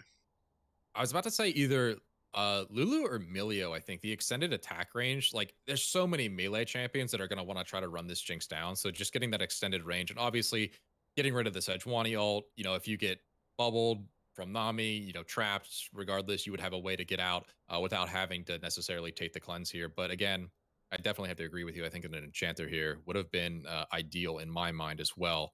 Yeah. Hypo, what we could do here is instead of doing tournament draft, just do blind since we've already drafted, and it kind of eliminates the banning phase, and we don't have to like everyone can just log in at the same time. Till I get a VZ mom True. joke, so if you're doing this in purpose, Do you want to it's speed it up working. just a little bit? Nah, it's fine. Just get it going. It's chill. I'm just trying to ignore it as much as possible. Thank you for the donos, brother. I appreciate it. KFC's been trying to remove you from the caster's desk, Feezy. Like the entire time. He's been giving me money to do it. Oh man. He should use that money to get some coaching. Oh, my god. He has a family. I mean, there's VODs, man. That's all I'm gonna say. Ah, Jesus. I think that was a good one. You kind of set me up for that one. Those guy threw an alley-oop, bro. That was a good one. That was a good one. This man threw an alley-oop. Someone clipped that, bro. That was a goated roast. All right. Now, I want to think more about this. The Gragas band. Yeah, I know you're looking for the Gragas, but I wanted to think about it more, like the immediate sadness you must have felt seeing that Gragas band, knowing we're not going to see any Gragas. The fact that there's 2 Gragas players now, like, that are actively in the pool really does make Graggy more of a common band nowadays. Yeah, and I mean, I think he's just a powerful champ regardless. Like in this state of the game where, you know, ADCs, you get to 3-4 items, they're going to be dishing out enough damage to kill your whole team and a couple autos. Being able to interrupt that, I think just makes Gragas such like an important champ to have and an important asset to ban out. So I definitely agree that it's maybe it's a little too common right now in Premier. We do have a couple Gragas players, but I think banning out is a smart play here. Yeah, overall, this draft is a little bit, I think it's just a little bit strange from both sides. I don't love the Nami. I was gonna on say, red. I hate both drafts. Yeah, I don't. First Like, draft there's no full other way. experience. I think There's it's- no way to really say it aside. I just hate, like, what, where's the synergy? I was literally gonna ask, which draft do you hate less? Oh Because they're both terrible. Yeah, I think it's just really rough. I'm not really sure I'm why glad we're we on the same page. I'm glad we we're opted on for the same Mordekaiser page. instead of like a Silas counter pick. You literally just get a free Mordekaiser ult. We drafted Annie, which is anti-engage, but they have like an Olaf and a Malphite, which are just gonna dive on top of you regardless. So just picking Exactly. another Oh, yeah. enchanter would be There's no the point. better option in like every scenario. So yeah, both teams I think could have had some better picks. The synergy is just off on both sides as well. Like the win con for red side is just you try to all in, but I feel like the engage is really far away and it's hard for Caitlyn to really set up super well before these team fights end up happening. And on blue side, I don't even know how they're like how do they even like play this? Like they're just playing for Kindred ult once they get engaged on. Like I just don't know how they plan to Oh, whoa. really Is this Olaf? tackle. This is Olaf mid. Oh, it is. It's Olaf mid versus Yeah. Cassante. Yeah, I didn't think about that.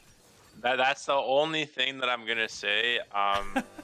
What I is know happening? I have the call curse in terms of which side Daddy, I wins want your this. delicious But cummies. if I was a Fix. gambling man, can you open up the predictions? I'm putting all my money on red team. Predictions. I believe they are actually. Are they open? It's just so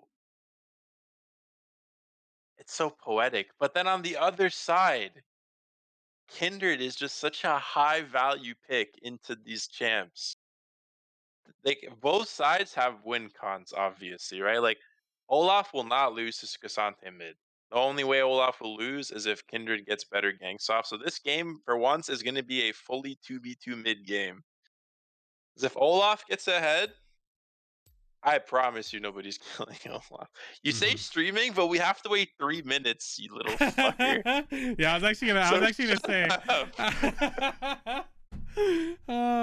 Would you Yeah, rather us sit in welcome to the next silence? 3 minutes, ladies and gentlemen, as we continue to fill the air from words that are coming out of our mouth that is purely not to fill the air. We're discussing serious topics here. Like, Yeah. yeah. Hit you with the streaming, bro. I mean, hey, Man. this is gonna be how it is. You know, we're playing around with new things today. We're trying out some new formulas. It is, some are working and some we're figuring them out, but overall, massive changes come today. Okay, I'll give you a decisive rundown of this game. So what's blue side's win con is just going to be winning top and side. So yeah, winning side lanes really, and just Casante just being that base tank for the Jinx and the Kindred. The win con for the red team obviously is Sejuani needs to deny the Kindred invades. So bot lane needs to get prio. Like they need to get prio, or the Kindred will have free reign in the bot side because any Kindred beat Nami Sejuani 2v2. So for red team to win, they need to play slower, which is kind of counterproductive. So again, like we have already stated, both of these drafts are just wild. So I don't know. We'll see. Ricky, I mean, I think you kind of nailed it. I mean, I think in terms of access to their win conditions, I think that red side definitely has an easier way to win the game. I think that, you know, you're hitting Malphite ult, you're hitting Sejuani ult, and then Olaf's just running at your carries, and there's not a ton you can really do aside from just Kindred ulting or maybe just killing him or trying to peel away from his ultimate or something like that.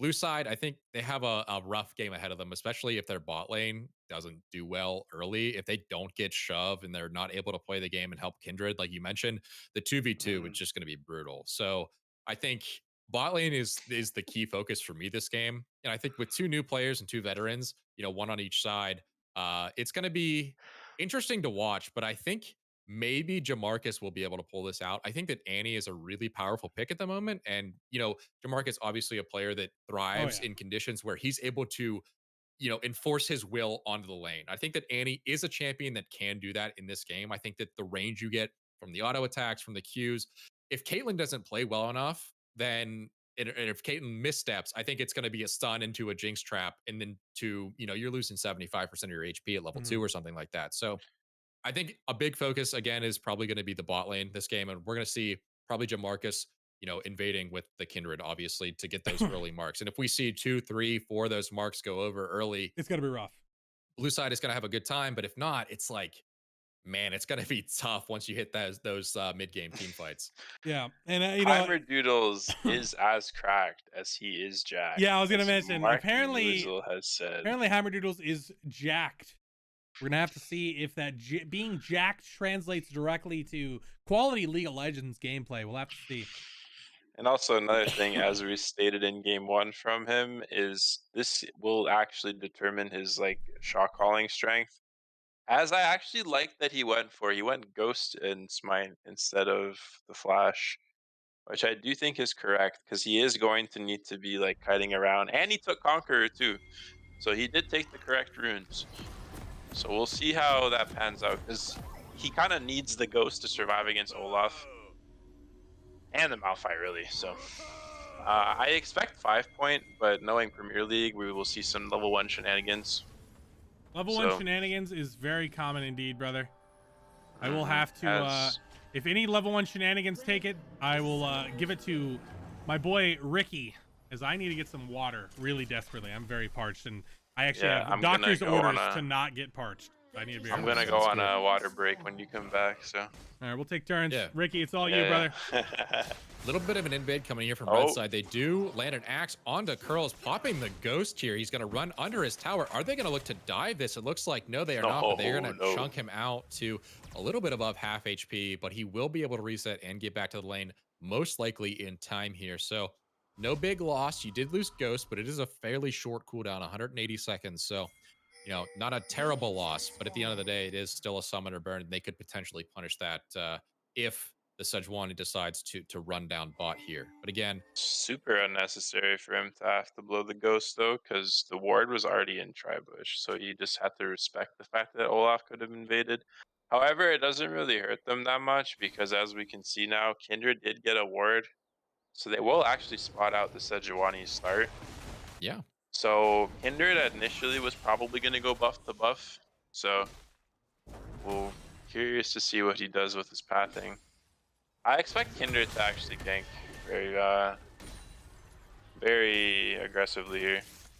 Yeah, I would hope to see something happen because I think if they just sit still and let this game sort of like stall out and scale, I don't think it goes super well for them. So yeah, I think we are definitely probably going to see some early action in the mid and bot lane, most likely, probably bot lane here. But we do see, looks like Gritty and Mooncream trying to take some decent trades here. We did see a call start from the Jinx. I actually like that quite a bit. Call start, you know, you are healing more Ricky just on the scared call shit auto or attacks than you Dusek would just get. scared the shit out of me. Go ahead. Oh, sorry. Oh, what? Dusek just scared the shit out of me as I came back to my desk. I didn't know he was home. That's crazy. Big fight breaking out. Rendo. We also do see the pathing. Kindred opting for the full clear and Tex opting for the 3 camp. I don't know if that ward actually saw the Kindred on the Raptors. I would like to assume it did though, as Tex is going to invade the Raptors, so maybe not actually. Yeah, it looks like they didn't spot him out. No pings or anything like that. So I don't even know if they know he's on those Raptors at this point. But Kindred looking to maybe Kindred gank is bot going here. to run into him right here. Oh no. They Kindred barely going to the miss bot. each other. Yeah, pathing right by each other. This is gonna be so doomed because Olaf's gonna get there first. X is Good spotted. ghost. Good dodge. Heimerdoodles getting a good trading exchange. Tex Big flashing. flash. Is there comes Spot for the Olaf. Kindred. Olaf's in hot pursuit. Axe does connect. And there it is. Trade over double buff. Going over to Puffles. Honestly, not bad. Ghost used. Flash burned on Sejuani. Good positioning by Heimerdoodles to continue that even after the flash. I do think both teams love that exchange because again, Kindred got first blood and a mark, but now Puffles has double buffs into a counter matchup. So both teams are fairly happy with the outcome there, I would like to say. Olaf getting a little bit of a recall there. He was looking for something, but it didn't look too clean or too great. Jamarcus and Curls showing some respect. It's interesting seeing Jamarcus and Gritty versing each other in this lane matchup, and then with 2 new AD carry and support. So it's interesting to see. Curl's actually having no ghost here. I would really like to see that he is holding the wave. Oh, as I say that, he broke the wave. Oh, never mind. I guess I'm just not going to speak. I apologize. Well, initially, what he was doing there was totally okay. Like, he's, again, pretty fixed the wave anyway. But even being here, he's kind of just ungankable. So Jinx gets to just free scale, and he gets free stacks. So the Nami pick, as we are seeing, not really doing anything right now. Oh wow, that damage. Jeez. Yeah. Malphite getting a big trade there. Rindo does try to equalize a little bit. Malphite gaming still a very common problem right now. Mordekaiser is happy to do this though, because Kindred is here and he picks up the whole wave. So Malphite opting for the tier. I don't really like that. You kind of need to get your Jack Joe as fast as possible this game. Mordekaiser kind of Ganking just pathing. outskills He you. is coming towards mid side right now. Puffles does feel him out there. Kung Fu looking to get aggressive here. Kind of a lull. We do see both jungles positioned around the mid side here.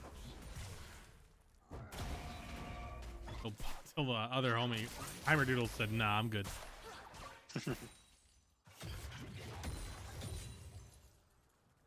So far, pretty resident sleeper early game, but this Yeah. is to be expected. I think level 6 will probably change things. Like, so- Yeah. I would like to see red team go for a dragon here. Tex usually likes to get these early dragons, so any minute now, really. I feel like red team will secure this drag. Yeah, Sedge has been sitting a lot on that bottom side mid, and it's not really going anywhere. Captain Kung Fu playing very safe, very respectful. Ultimately, it's not being too much. He's getting aggressive now. Ulti used from Olaf. No knock up and knock back happening. As Puffles does escape any possibility of danger.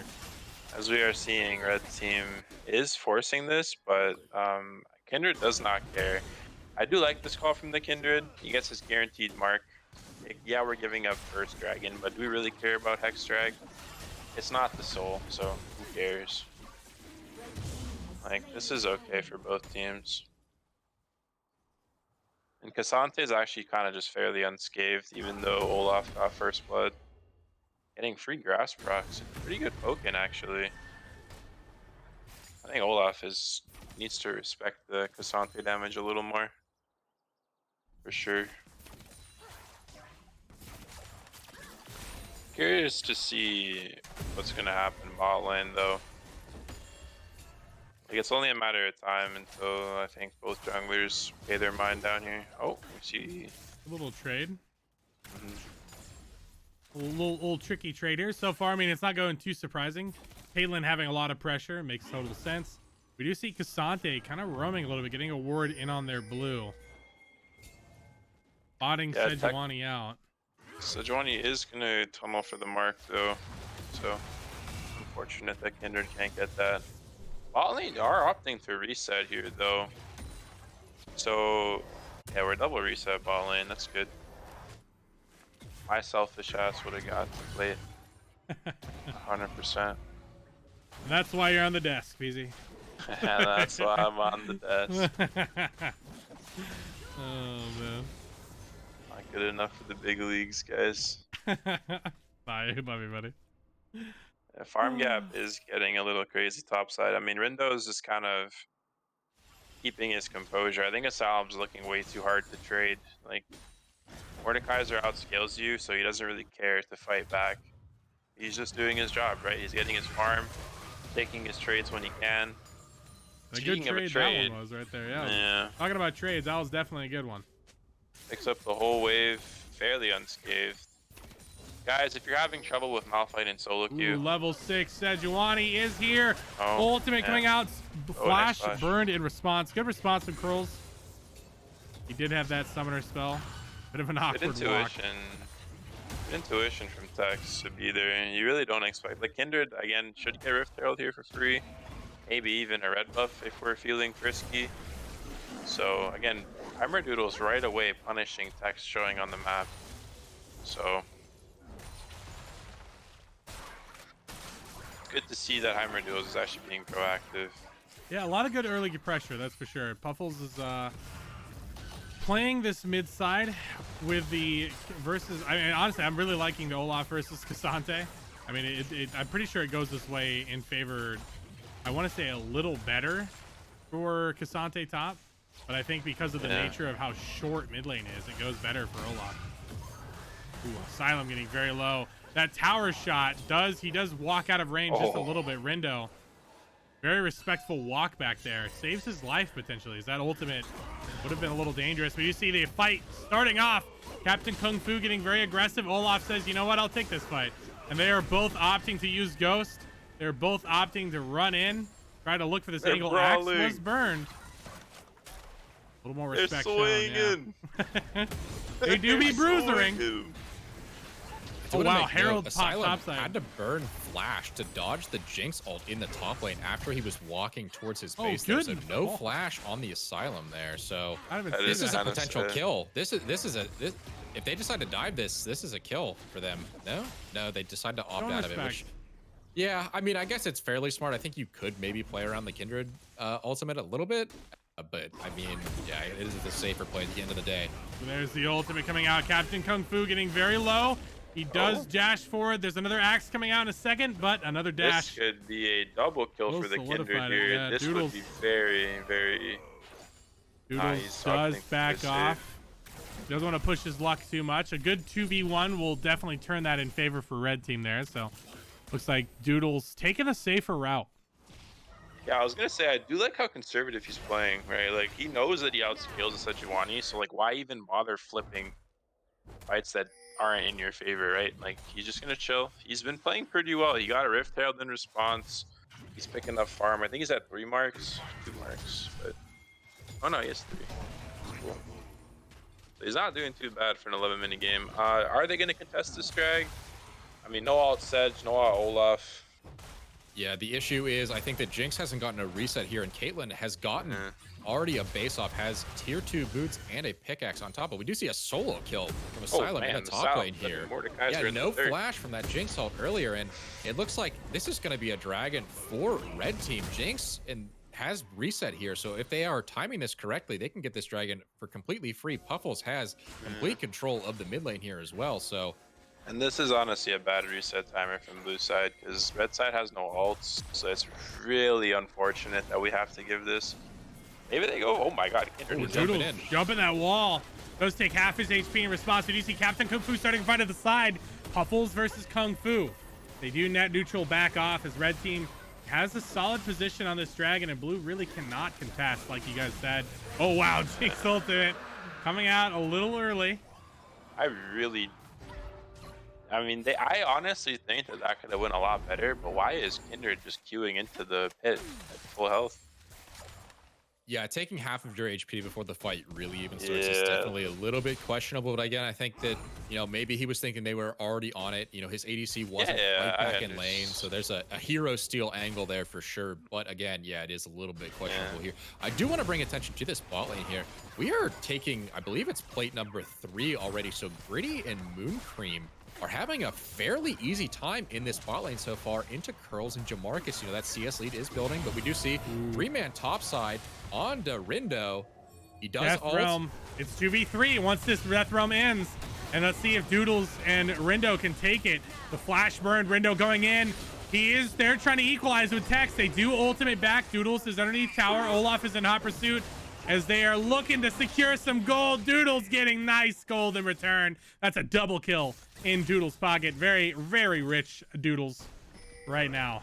Looking clean. A bit selfish usage of the ultimate there. I do like that, though. He did opt to sacrifice his Mordekaiser to pick up 2 free kills because he knows he is one of the win cons. Oh, blue side here. Oh, that Micro panning. Kills the blood. He cuts to the blood. Ultimate coming out from Caitlyn. Successful body block from Jamarcus. Man, both one sides here. Not the...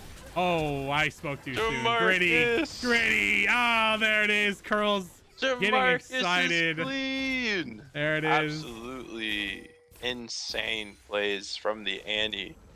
And here we go. We see Sejuani showing up now. Sejuani, she does not have ultimate. She potentially can finish off Curls. Ooh, good dodge from Curls. There it is. The smite coming out. That's all it took. Big damage. Regardless of Curls dying there, I have to give Jamarcus credit there. He was fighting. Oh man. He certainly was. I was a little bit worried about the Annie here, but it seems to be he is now applying a lot of pressure in this lane. Obviously, getting that stun onto Moon Cream started off that fight there in the bot lane for them. But yeah, I think you're right. They're pretty happy with the outcome of that fight in the bot lane. Your Jinx getting kills definitely feels really, really good. And you know, all the kills on their team, on Kindred and on the Jinx, those are your win conditions. So if you're blue side, you're very, very happy with where your gold is situated on your team so far. But again, we are 2 dragons up for red team. So starting with this next dragon, they're going to have to really think about like setting up early and making sure that they can't get the soul point. They can't get this air soul, which I think Olaf really, really loves having that air soul. So yeah, you definitely going to want to try to deny that. Yeah, it's going to be tough. Especially for, you know, any squishies on the side of blue side. So Jinx, you know, Jamarcus, and even, you know, Heimerdoodles a little bit are gonna have to really be wary. Wow, of that. But big again, ultimate big coming fight out from mid. Kung Fu, dodging the Sejuani ult response. He is in hot pursuit. He's looking to finish, and he does. Captain Kung Fu getting a nice kill for himself, and he wants some more. Moon Cream is on the menu. What a delicious meal this has been, and Kung Fu is continuing his fight. He is chopping blocks right now, and Tex is looking like a fine piece of wood, a fine piece of furniture. Ladies and gentlemen, that is 3 kills chalked up. Pass it over a good kill to your Jinx. That is a solid gold pass. Rindo with a great last-second ultimate as well, but getting a little too low. Great turn from Asylum. Looking clean. Asylum, 2 solo kills in a counter matchup. Malphite just can't be stopped. Forget what I said earlier. Malphite's He does lose his OP. life. Yeah, looking clean so far. Asylum top, dude. We questioned the top swap up from him, but he's been really fucking good. We've seen him on the, I believe last week, Ricky, we saw him on the Ornn, and his Ornn was a menace. The same thing is actually happening in this game. We saw Asylum on both champions solo killing in the counter matchup. So I don't know. He's just a weak side warrior in the top lane. Oh no, Kindred. Kindred getting very low. The ulti is popped, and this is going to be, yeah, just kind of served on a dish to Gritty. That's exactly who you want to give it to. Giving some free gold over. Ugh. Kind of falling asleep at the wheel here. We got 30 seconds on Cloud. Jinx was already getting mid tower. This game might have just went from very good to very bad for blue team. I mean that's soul point after this. They are almost on that soul point. And that is a Cloud Drake. We've talked about the secret hidden power of Cloud Drake. So we'll see if it really adds up here. Unless for some grace of God, Sealed does ungodly things here. Captain Kung Fu, I mean, he is doing some ungodly damage right now. We'll see if he can continue. He's opting for a 4v1 right now. He's looking at a little bit of a rough spot. He's jumping forward. He eats the Sejuani ultimate. He is by himself. The TP coming out a little late. Yeah, Mordekaiser does show up.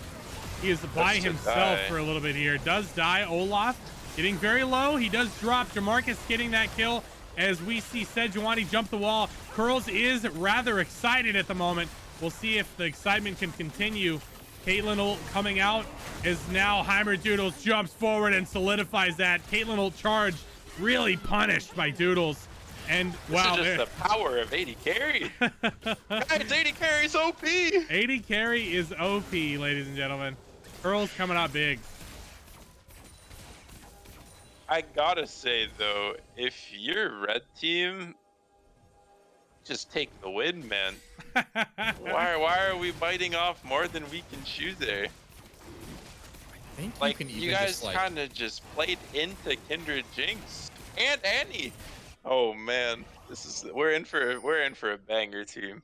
We are in for a banger. I don't even think you have to kill Cassante there. I think you can make him burn his ult, chunk him down, and then just go take the dragon for free. If he has no ult and he's half HP, it's really hard for him to even fight. So you're almost fighting a 4v5 regardless, and you have big team fight ults that you burned on a single person. So I think that definitely could have been played a little bit differently. You know, again, from both sides, I think it was a little bit iffy. You know, we did see the Mordekaiser TP into an already sort of over fight at that point. So yeah, it's tough. And you know, if you're red team, it really, really sucks that you're gonna lose that dragon. Getting that soul is so key to you winning this game. And now that Jinx is like almost completely online at this point, I'd imagine she's gonna go back with nearly 2,000 gold as well. So it's just gonna get even tougher. Both Kindred and Jinx, these range carries are gonna tear apart this Olaf and the Sejuani as soon as they burn their engage tools. So it's gonna get a little tough here. Oh no. Ooh, they are opting for it. Rindo does for the flash. No. He does find the Nami. No. But they burned a lot. Jamarcus getting rushed over. Olaf says, you know what? I'll take it. As Olaf says, I'm going to try to go for more. But Curls says, I lift. That was a deadlift, and you're a dead man.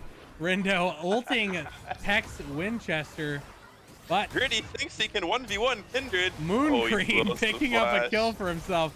Kindred getting ult burned here as we do see Heimerdoodles desperately on the run. Sejuani ult will secure that one as red team looks to secure this Baron now. Walking over to the Baron, they are looking very clean.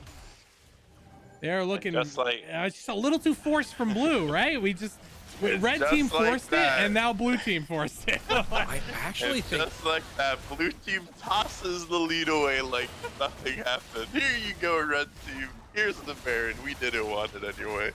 you say Oh, that, but I man. think Oh, actually wait there a might minute. have. Wait a minute. Uh-oh. I Ooh, take that it is- back, guys. Whoa. Oh, Kung Fu Kung Fu's opting for in. the 4v1. He does find takes him one. out. Can he find two? He does maybe find two. And Captain Kung Fu, he's insane. Wow, And that's just not even like bragging. that, and just like that, red team has blown the lead. Blue team, here is Baron. I don't. Oh, Ricky I man. don't even know what's like. That is just like I don't. What? Well played. All right, sorry for getting a little out of character there, guys. But that's peak Premier League, guys. Expect this every game. I love that you said it the exact same way. I just Oh. I'm speechless. I have no words for what just happened. I was about to say that I think that mid lane fight could have gone a little differently, and then I guess Cassante just got angry and just decided to win the game. That was crazy. Yeah, I don't know how that Cassante ever got works. pissed, bro. I don't know how that ever happens in a million years. Did we miss all the CC that we had? Like, what happened? Like, I don't know. I mean, that was crazy. Holy But, fuck. I mean, it's just wow. Okay, that was something. That was something. That was something, guys. That was, I'm just going to say it. Captain Kung Fu diff. Plat player diff. True. Ladies and gentlemen. Very true. That was a plat player that just set up a complete Baron wipe right there. Cassante diff. We do see Kung Fu once again opting for a little bit of a 3v1. On the flip side, Sejuani opting for a 1v4. They're trying to do what they can with this Baron buff. They are going to get this tower here. Looks like no response from red team quite yet. But you see Malphite and Sejuani. They traded outer towers there. Olaf in the top lane also managed to secure a tower. So really, it's like almost negligible. But the dragon is up in 1 minute here. And this is, you know, again, red already has 2 dragons. So if they get a third, you know, they're on like a blue side is on like a 5-minute timer until this Olaf gets a Cloud Soul. It's just going to be even harder. You know, he still is strong. While he may not be the strongest in the game, this Olaf can still kill your carries by himself. So, you know, again, while they do have a decent gold lead at this point, it is really important to, you know, check all those boxes and make sure that you're not giving too much. But again, we did see, obviously, Captain Kung Fu making a big difference in that last Baron fight. So maybe we'll see another big fight like that for this dragon here spawning in 20 seconds. Pardon me, I just don't think red team have enough damage. Unless they get a pick with like Sedge ult. How is red team dealing with Kindred? It's going to be hard. Caitlyn does have her IE spike at this point in the game, so there is a little bit of stumping, but we do see Asylum opting to go forward. Sejuani is in neck deep. We do see Kindred ult used. Everyone is getting low, but they cannot die, and the ult is coming to an end. We'll see how this shapes up. Gritty being pulled in, and Curls is lifting. He is powerful, and he is excited. Ultimate coming out. That is triple kill over to Curls. That is 3 melee champions into 280 carries. Man, lift! Jinx Giga trying to Jack! just free hit that whole fight. And that, ladies and gentlemen, is likely GG blue team. It was blue team's game. It was red team's game. It was blue team's game. It was red team's game. It was blue team's that was a game, again. guys. That was a game. That was a game. So, oh, yeah. Yeah, it's true. Who you guys giving the MVP to? No one gets MVP. No one gets that. We're gonna have no MVP vote this game. I don't think anybody gets MVP. Not a single. There's 0 MVPs this game. I'm not gonna lie. That is a game that you guys should VOD review. That's a VOD review. Actually, That's you know a what? VOD review.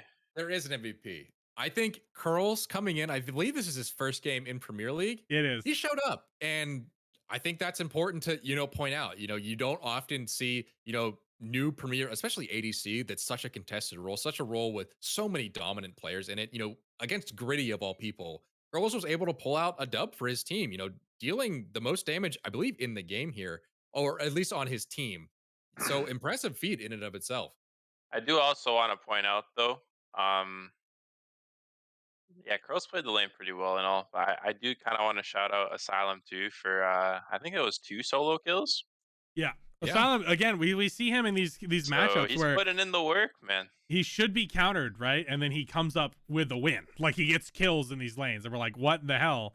Like, yeah, like Jesus Christ. Yeah, but I do agree with what Weiserman said. The play of the game is definitely Kung Fu TPing and ulting into 5 people and somehow killing 2 and surviving. But yeah, Cassante is not broken, guys. Kasane is not broken, and not broken indeed. We have the That one. juke face play of the game being, of course, Actually, there might have- Kasante opting in Whoa. Kung Fu for the 3v4. He does find one. Can he find two? He does. That's a highlight reel, guys. And Captain Kung Fu, he's insane. Anyway, I will be taking a little 2-minute break, and I will be back. Oh, by the I was time. actually, we're actually gonna be. I was gonna call up Ricky. We're just gonna 2v2. I appreciate it, brother. Ricky's my main squeeze. You gotta understand, okay, VZ? Oh, so I'm not casting? Okay, I'll play then. VZV's great on grade. Oh man. Alright, thanks for having me. Bye. Yeah, we'll get you some other. Oh, he already left. Okay, all right. Yep, he's gone. VZ David. Okay, all right. Ricky, Yes. that was a game of League of Legends if I've ever seen one. I say It certainly was a game of League of Legends. That was a game. Yeah. that was a game, and ladies and gentlemen, a game it was. Surely, I would say that was quite exciting. I will say. We're going to go ahead and bring on the MVP, ladies and gentlemen, from the game that was a League of Legends game. Captain Kung Fu, Mr. Cassante, the king of top. Sorry, forgive me. The king of mid, Cassante. We do see that picked up. I got to say, we were a little worried about the Olaf matchup. How did that matchup go as expected? Did you, was it? No, Puffles is supposed to win that.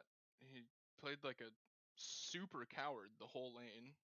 Granted, Confirmed? I didn't give him a lot of space to like beat me up because that's what I have to do, but he should have been zoning instead of like just slamming every wave into my tower because then I get to farm for free. Understood. I mean, hey, some pointers over to your enemy. I will say, the Cassante coming up big. We talked a little bit about your massive brain 3v4 on the Baron, looking really clean. You got very low, but you ended up finishing that up. And we kept seeing you take over this game again and again. We talked a little bit about the damage on blue team or on red team. Sorry, they didn't really have that much damage. What was your thought going for the Cassante pick? Because I believe you picked it relatively early on. Your reasoning. I picked it third pick blind. I don't know if our top laner plays it. I just know that it like is something to worry about. Where it's like, okay, where is this pick going? Is this top or is this mid? And I think that gave us some. We wanted some flexibility on our support pick. We knew what their bot lane was, but like, we didn't want to all in on like Jinx Annie until we saw that we could actually protect it. And when they picked like Olaf, Sedge, Malphite, like all these divers, but no real protection for their only damage threat, Caitlyn, it's like, okay, yeah, we can go all in. We get some magic damage from Annie, we get some magic damage from Mord. Fuck it. We have 2 huge carries in Jinx and Kindred, like just insane hyper carries. So as long as we could keep them safe and take out the one threat from the enemies, like whatever. I mean, and it looked good. Cassante, Yeah, we can definitely tell. I was just gonna say, like, if you're not able to pick anti-tank something or other, anti-tank mages into Cassante, then that's like really problematic. You can't take top lane counter picks into him in mid lane because the lane isn't long enough to actually punish him, which is like where Garen and Olaf and a few others are like his hardest counter picks in top lane. They don't work in mid just because you don't give a fuck. You're like, all right, I'm 2 feet from my tower. See ya. Yeah, I actually said the reverse of what you just said on the caster's desk, but I realized after I said it, it's actually in your favor, like because it's better for you. So yeah, funny enough, definitely did not go as planned. I want to say, Ricky, you had something to say?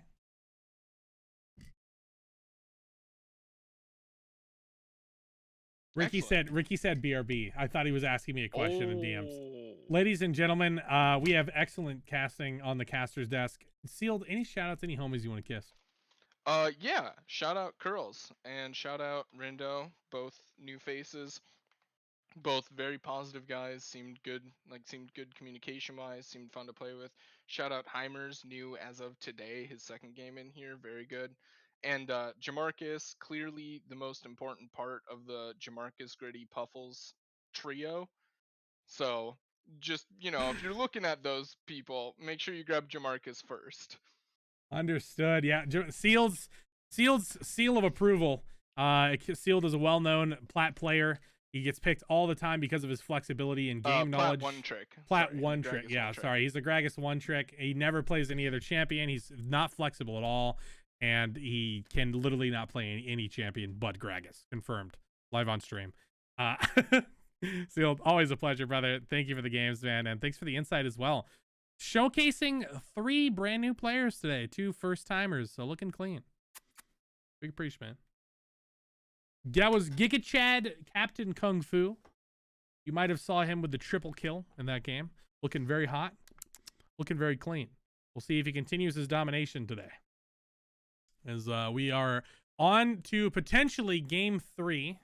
We'll have to see the captains. Bad for a Korean and feed more than KFC are the captains. We do have yellows happening. If you're unfamiliar, if you're new here, yellows happen whenever there are an excess amount of plays or people that have played 2 games in a row. So you have been 2 games in a row. That means you're taking a break. If you would like to play some more, feel free to stick around. You'll be ungraded right after. If you're heading out for the night and you're yellowed currently, make sure you let a mod know that you're going to be done for the night, all right? But we're going to the game 3, and there are a lot of active yellowings at the moment. You guys can get some games going if you'd like in drafts in the meantime. A lot of homies hang out in the Discord after, but we have KFC and Bad for a Korean as the captains at the moment.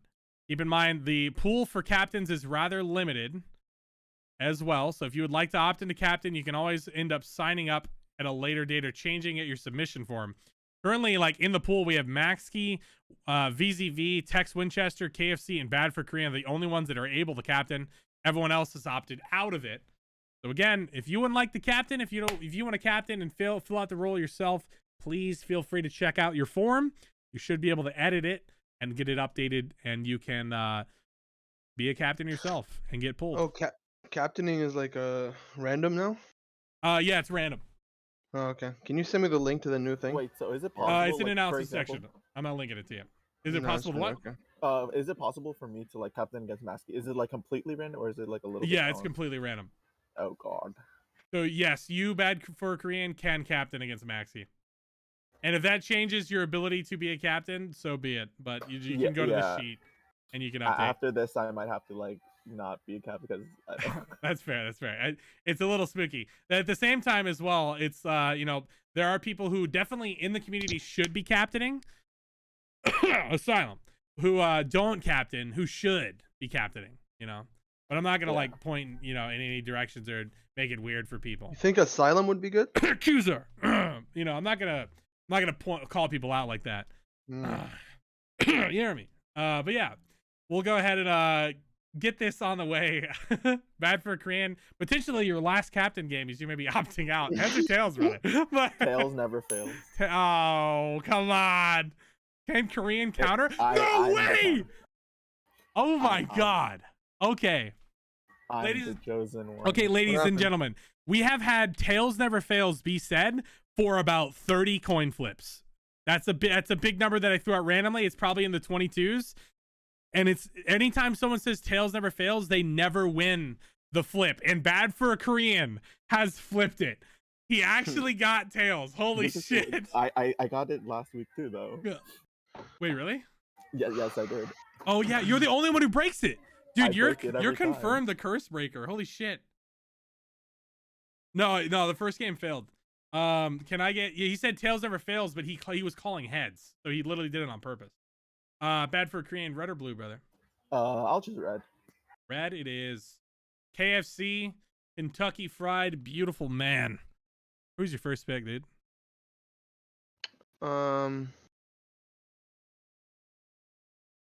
Give me. We're gonna bump some brandy.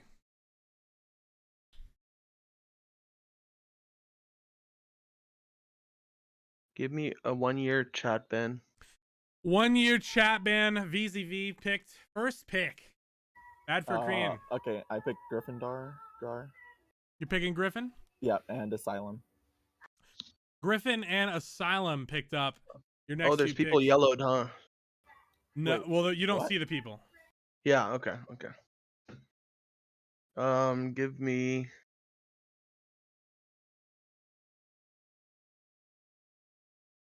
Heimerdoodles. Is that the kindred from last game, by the way? Yes, it is. I think. Okay, give me that person. And give me. Oh, what's going on here? What happened? Okay. You wanted Heimerdoodles? Yeah. Okay.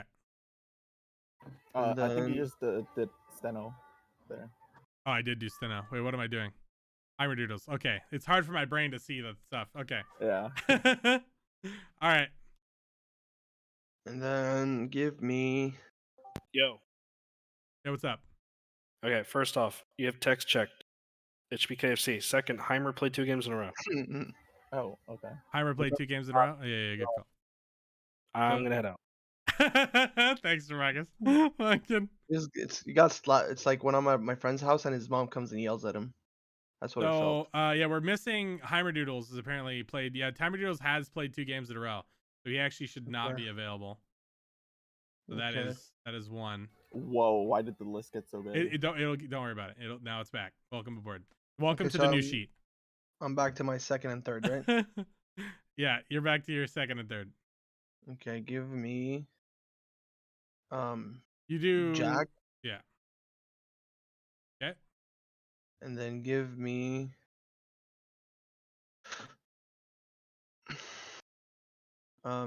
Steno or Steno or Steno. Steno. Steno World picked up as well. Your last 2 picks, Korean. Maskey and Dusik. Maxkey and Dusik. Your final pick, Alright. KFC? Asylum support, right? Okay, No, Asylum is the top laner. Did he pick him? Well, actually, he's I picked support. him. Oh, he's support main and top. Yeah, okay, sorry. He's support Okay, and then top. I'll take Moon Cream. Moon Cream. The Creamy Moon has been taken up. Moon Honestly, Cream's second game. This is way better. The format, I like it. Simple. Yeah. Suggestion: maybe move the team 1 and team 2 like next to the name, so it's like easier for you to see. What do you mean it's Come easier on. for me to see? What do you think I have Because, like, problems seeing things? Huh? Is that what it is, Korean? 2 centimeters Huh? more, man. How about Just you? I suggest you keep your mouth shut. How about that, Korean? I'm huh? just suggesting it because you. I'm not blind, like, 4 okay? times, Why you do know? I didn't miss it 4 times? I missed it. I was testing if you guys were paying attention. Okay. True. And good true. job, you guys were. Okay. If you guys like lies, please consider following the stream for more lies and more lie-based content. We'll go ahead. Any parting words, captains? Good luck, have fun. You took away co-host from me. I hate you. I took away co-host from everyone. No one. He already left. All right. Well, Korean, good luck in your game, brother. Yeah. Shout out to Juke as well. If you guys are missing some of the big names and games, feel free to check stream clips and you can see some of the big plays from the previous game, some of the highlights, you might say, as Juke is clipping tonight. He's popping off, ladies and gentlemen. We are back to the OGs on the caster's desk. The one, the man, the myth, the legend. HypoTube, welcome. Shut up, Okay. Ricky. God. It's me on the caster's desk, and Ricky's here too. So Yeah, it's whatever. Fuck it. No, whatever. But now, I do want to say This is a game I'm excited for. I'm Mm. hyped. There's a couple players in here that I'm keeping an eye on. Okay. And who are these eyes you were keeping eyes on? Of eyes? Bad for a Korean. Probably going to be the first. Oh, the one, the only. How surprising of you to be a bad for a Korean supporter and or fan. That is really weird. Also, Steno World. I think he's a player, he's been coming, he's a little less, he's a little more infrequent than I'd like to see. Like, I believe he was out last week. Not 100% sure. I think he was. But I love watching this guy play. It seems like maybe he has a little bit of comp experience. Maybe just a little bit. I can kind of tell with the gameplay. Or either that or he's just like a really solid solo queue player. So either way, love to watch him play. And yeah, I think, again, good to see that we're seeing some new players back at it again. I think Moon Cream's in this game as well. Last game, I think, yeah, just the bot lane synergy's not quite there. Caitlyn, Nami, not a super fantastic lane at the end of the day. But again, I think that this game, maybe we'll see a better performance out of the new support player. So hopefully we'll get to see a good performance. Yeah, we'll have to see. I'm realizing that I still don't think I have everyone added that are the fresh players. So I'm having to figure out this. Have you seen the new Google Sheet and format? I have. I was taking a look at it a little bit. Yeah, it seems like you maybe streamlined it just a little bit. Yeah, it was me. I streamlined it actually. I put a lot of work and effort in. The mods, I see. They gave me some pointers, but I didn't really do too much. It was pretty much all me. Don't let them tell you anything Misty else. is having a little bit of trouble with my OPGG for the yeah, Misty spreadsheet. It's Misty's actually a big part of this process, as well as Duck. Misty and Duck have been putting a lot of work. That's what this new optimization is. Again, it's gonna be a little rough around the edges. This is our first time running a lot of this stuff tonight. We've optimized it, we've changed it up, so it's gonna be a little bit rough. And I think it's showcasing a little bit, but the new systems they're pretty good, and we're feeling pretty good about them so far. We're definitely gonna figure out the balances and the changes a little bit, maybe the draft lulls. I think the draft lulls will be going out now more, and we will be basically sitting here for you and me. I don't think we're going to watch the draft lull. I think we're just going to talk about the matchup more so until we get them going here. Oh, Jack MLM. Forgot about that. Jack MLM, if you can just add me, guys, again, that would help me out a fuck ton. If we can just get ads, I would really appreciate that. I understand, okay? This is my secret strategy to get friends on League of Legends, okay? My secret strategy to make friends. Yeah. Whew, all right. Well, I mean, looking at this so far, if this is the rules, or this is the rules they're lining up for, Steno World versus Asylum. We saw that last game before, right? Where we saw the Steno World versus Asylum, and it should have gone in the favor of Steno, but it went kind of sideways, and Asylum was doing pretty well for himself for a while. So yeah, I'm curious to see how that'll go.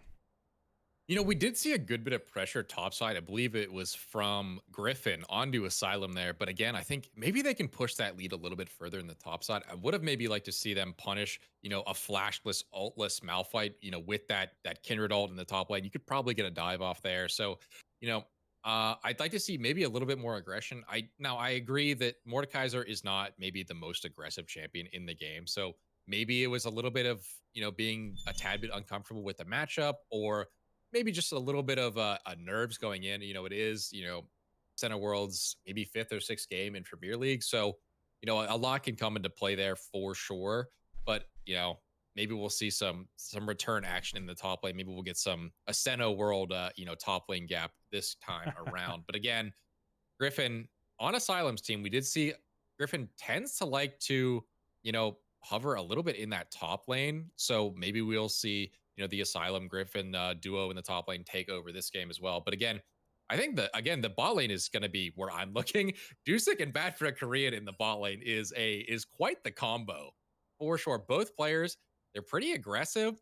Bad for a Korean, we've seen his Nautilus quite a bit. He's very aggressive. I believe game 1, he might have had a bit of a rough start in support. Can you fill me in on what happened exactly in game 1 for Bad for a Korean? Bad for Korean, it was Nautilus. He was on the Nautilus yet again. And he was versing Jamarcus and Gritty, and he was playing with, I think, one of the new 80 carries.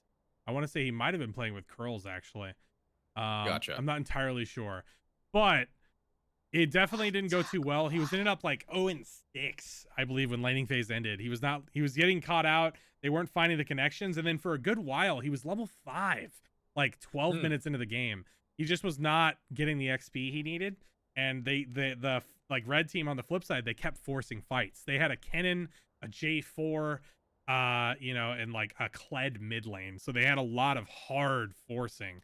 We saw Puffles show some flexibility with the Kled pick in the first game. So all that rush in mixed in with the fact that blue team was so far behind and Bad for a Korean did not have great XP. It was looking really rough that first game for Korean. Now, I have some thoughts on that a little bit. So Dusik is a player that I think is fairly vocal, and he's able to express what he wants to do in this game, I think, in a way that is easy to understand, as well as, it's fairly commanding. Like, he has a good idea of how he wants to play the game. I think that synergy with the aggression that we see from Bad for a Korean mixed with the shot calling and decision-making of Dusik could be a great combo for this bot lane. Again, together, I think that they can have a commanding lead in this bot side if they choose champions that can, take advantage of that. So I'm not 100% sure what Dusik's ADC champ pool looks like, but maybe when we see like a Tristana, a Draven, a Samira, something like that, that it's going to enable Bad for a Korean to make those aggressive plays. I'm excited to see it. But again, we do have KFC and Mooncream in the bot lane. KFC, obviously a pretty staple player, but Mooncream can throw a wrench in the plan. It looks like they're an enchanter player. Mostly they like those disengaged champions quite a bit. So if we they've been sitting here with not doing anything. Oh no. Oh, Jesus Christ. No, keep going. We're good. I completely lost my train of thought. But what was I saying? Oh, I was saying Mooncream, a new player, a player that loves like this disengaged enchanter style players. Some of you could almost call it like a guardian style champion, like a Karma, a Lulu, things like that just enable your ADC to play aggressively and also not get dove on quite a bit. So it's an interesting, back and forth we see in this bot lane. We do see Maxki in the mid lane against I'm A1. Do I know who I'm A1 is? VZV. That is VZV. Oh, that's changed his name again, I think. Yeah, he has a lot of different accounts, and I think he has a habit of getting punished on them. He's trying to be reformed. That is my understanding. We work with him on it. We yell at him. We tap him and we say, "Be better, brother." But he's made some big changes over the last year. The thing is that how he is in solo queue and how he is in team 5v5 atmospheres are day and night. It's completely different. Usually when you play 5v5s with him, he's like, "Hey man, it's okay, it's all good, like we just got to do this, we got to do that." He's never that guy, so it's weird to have such a day and night difference between solo queue with him. But he's a great dude to play with in 5v5s for sure. I know KFC and VZV they always have that rivalry, but it's really built on a solid foundation of like brotherly love, I think. So it's exciting to see KFC and VZV for once in the same team. So interesting to see. I mean, it definitely can be. I think you brought up a good point though. Like Premier League is a great outlet to just like get out that competitiveness and also have like a great, like community around it. They can sort of help and support you. If you need to learn a little bit, there's plenty of people that'll be able to like help you show the way if you're not like a competitive player already. So if you're just a solo queue player and you're a little bit scared about coming in, you shouldn't be. I mean, this is the place to learn and grow and get that competitive, drive going. So yeah, definitely good to see here. All great players all around on both sides here. But as we get into the draft, we do see the Echo ban. I mean, it's fairly expected at this point. Yeah. When you're going against someone who's as good at Echo as like Maxi is, definitely got to ban out. We saw Maxi against, I believe it was Iowa a couple days ago. We saw some crazy stuff coming out from the Echo in the mid lane here. So yeah, good to see that the Echo is banned out. The Malphite in response, again, a solid pick in Premier all around. I would maybe like to see them leave it up a little bit. They could counter pick it with the Silas here, which I think is a decent matchup all around here. But Diana and Yone, a lot of engage tools being banned out really, really early. It looks like both sides definitely want to make sure that the enemy team does not have tools to get on their backline early on in these team fights. Yasuo banned out as well. They don't like the Wind Wanderers from red side. Yeah, no win bros. I mean, we definitely have seen VZV pick up multiple win bros. So it's definitely a safe ban to throw out because he plays Yone, he plays Yasuo, and he can play either, and they can even lane swap things around if they really want. Kaisa, first picked. Yeah, it's an interesting pick for sure. I think that picking Kaisa right now is a little bit grief in my mind. She's sort of like a low-ranged ADC. Things sort of like in a similar vein as Vayne. I want to say it's punished with that. I mean, Zach already, he goes real deep into them, and then you got the Viego as well, potentially being locked in. We'll see if they I would like to see an ADC response pick, unless they think it's like a Kaisa mid flex here. I kind of doubt it, but we do see the Zach and the Viego locked in. So while I do think that Viego is jungle, Zach has a couple options. He can go support and he can go top. And we have seen Bad for a Korean play Zach jungle. So will we see Zach in the support role for Bad for a Korean in this game? I think it's a possibility. It's a good chance, actually. Yeah. Ooh, yeah, and we do see the Lilia locked in response, as well as Soraka.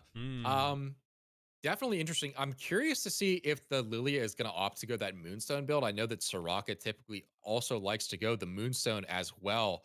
I don't know if I really love the double Moonstone comp, so maybe we will see a more damage-oriented Lilia build. But the Varus is locked in as a response to the Kaisa here. I definitely like that. I think Varus can lane fairly safely into the Kaisa. You're going to have more range, more poke tools, but into a Soraka, it's a little bit questionable for me. It sort of negates that poke that you would typically see with a Varus, especially early on.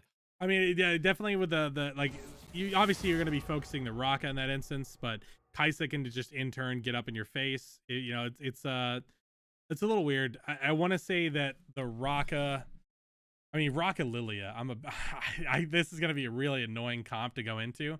Zach dives into their comp. Lilia can easily turn that. A good seed, a good little, she's going to be running incredibly fast.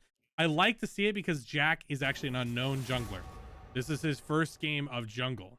He played one game earlier today, which was support, which is a secondary role. So this is Jack's first time on primary jungle role, which is his main. So we'll have to see how he performs for this. We did see Heimerdoodles, another fresh jungler, and he came up real big, looking really clean these last few games. So we'll see if Jack can also showcase himself. Alawi ban. What's up with the Alawies? The boys love Alawi. I think if you're planning on drafting like more melee oriented, I think Alawi is a great ban. But I mean, Lilia is like borderline a ranged champion because she hits a lot with her Q, and then obviously Soraka and Kaisa are both ranged as well. So an interesting ban. Maybe they're just worried about the top side matchup here. But oh no, we do see the Thresh locked in for the bot lane here. I definitely like that matchup a little bit better into the Raka for sure. You're able to, grab her, make sure she's going to be CC'd enough for the Varus to kill her there. So definitely like the Thresh. It also gives a little bit of safety to this Varus, get him out of harm's way if blue side ends up drafting some big engage tools, which they most likely will, because as of right now, they almost have nothing.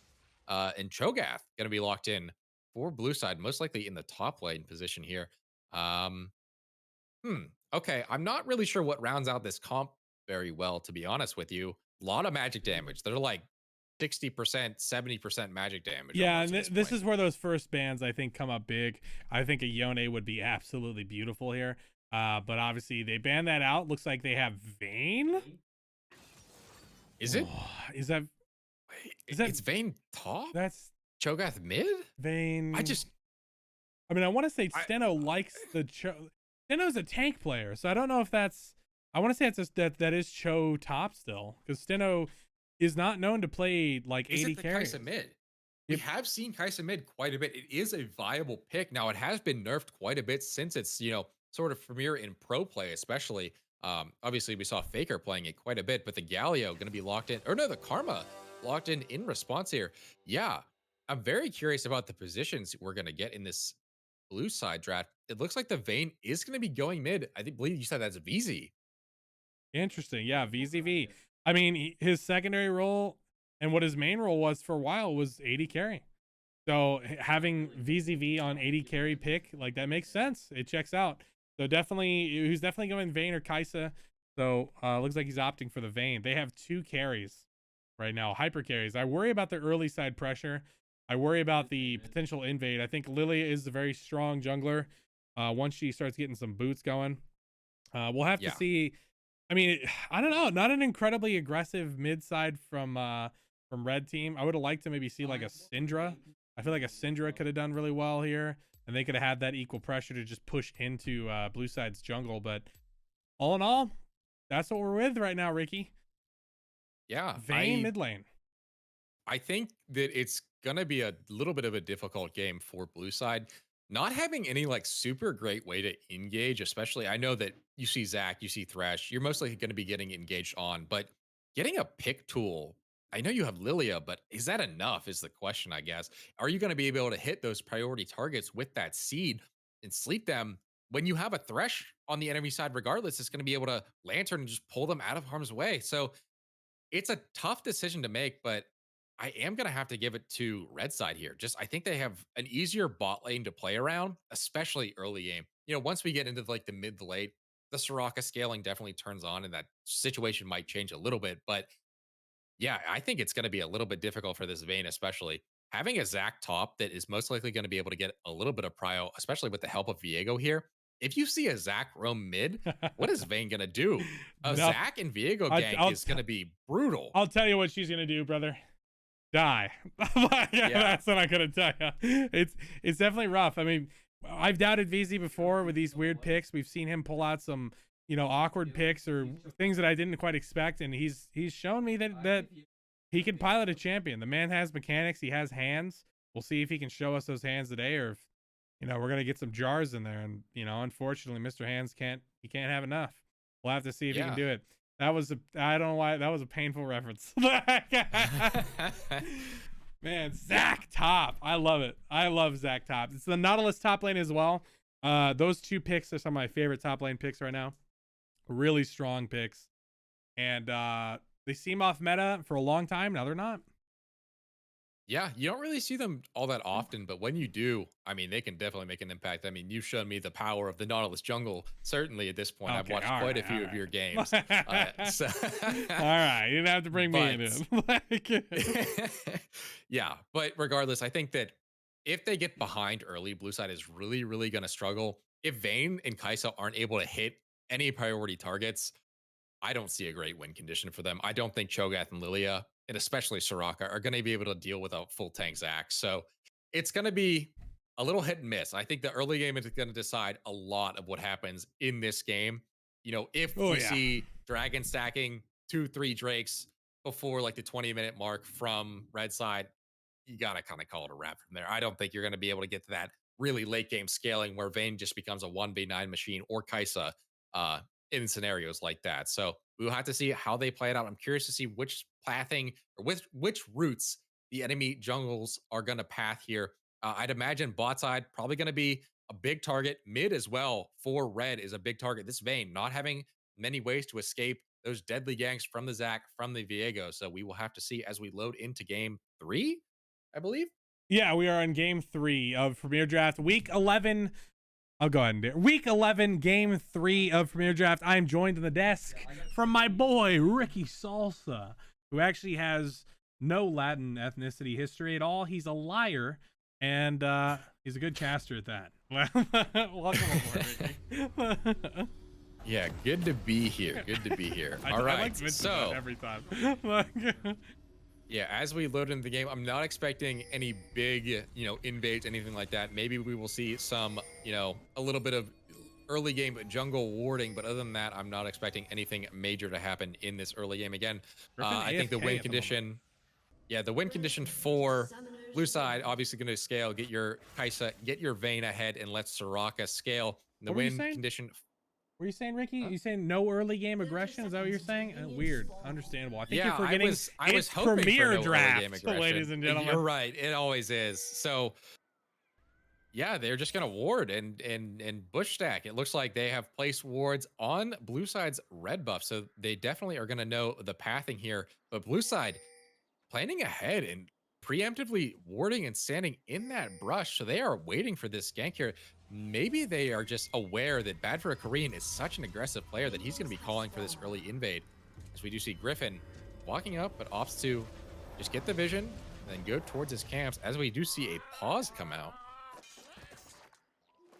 Yeah, we apparently do have some comms issues. I mean, we did see Griffin sitting in base for a little long. Apparently, he spilled his drink, and that caused a lot of the early game issues.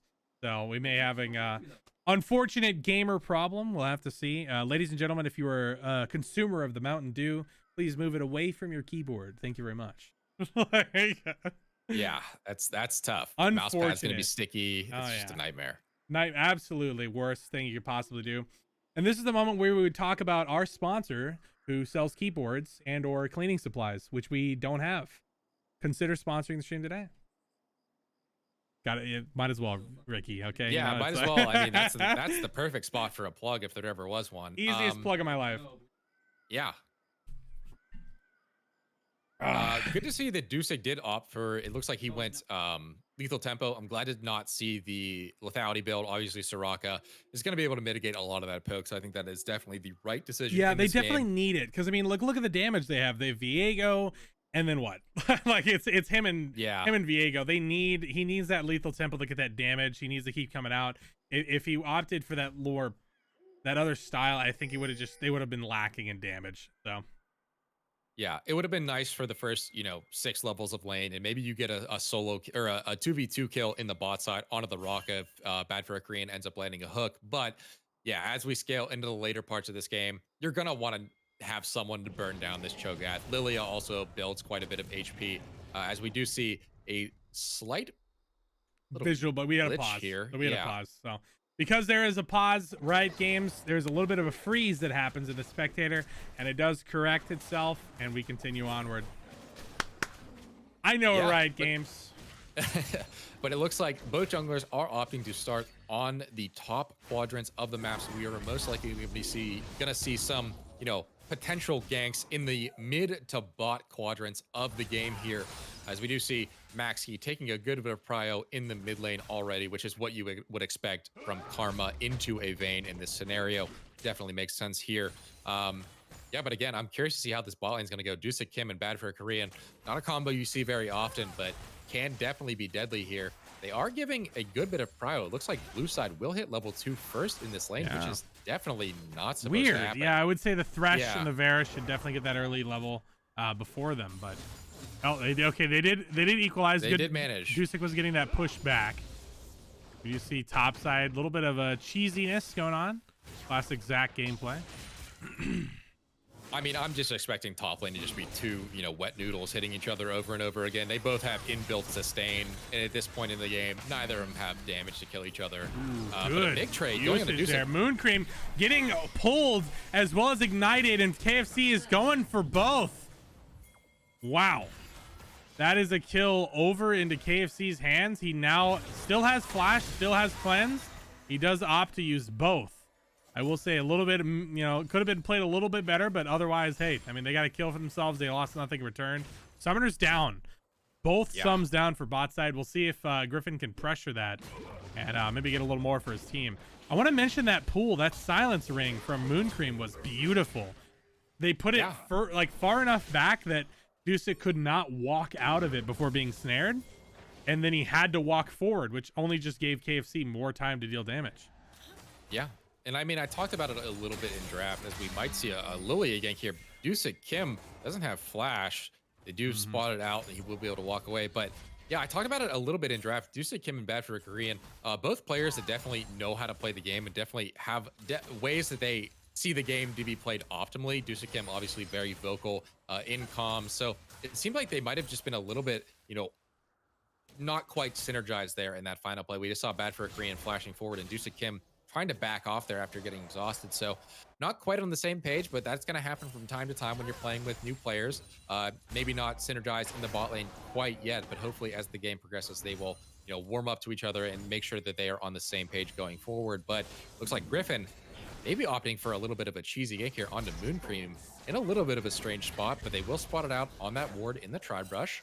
Yeah, they will spot back it. Good off warding. their tower. And this is only the second game we've seen for Moon Cream. So I know we saw the Nami game before. You weren't there for that. It was a Nami Caitlyn game. Gritty on Caitlyn and Moon Cream on the Nami. Bit of a weird combo in the bot side. But Wasn't great for them. I will say they play a unique pool of supports. So. Yeah, I think Moon Cream, you know, spicing up the bot lane, you know, we don't have a lot of like super dedicated enchanter players specifically. And I think that if you're playing a comp that has two, you know, late game scaling hyper carries like the Kai'Sa, like the Vayne, you want to have an enchanter main, an experienced enchanter main at that, like Moon Cream here. So the Soraka, I think definitely a valuable pick, you know, being able to peel. Here comes the gank. Jack coming in from behind. Maxi, he does opt to run up. He's running towards Griffin currently in the jungle. Let's see if they can turn this into a good 2v2 for themselves. Flash used by Maxi as he does opt to run away, but Griffin wants more. Jack is getting very low. He does flash forward. He doesn't get the kill, and he's stealing his soul now, and now he's looking for more. Good damage, good kill by Griffin. Securing himself some gold for the team.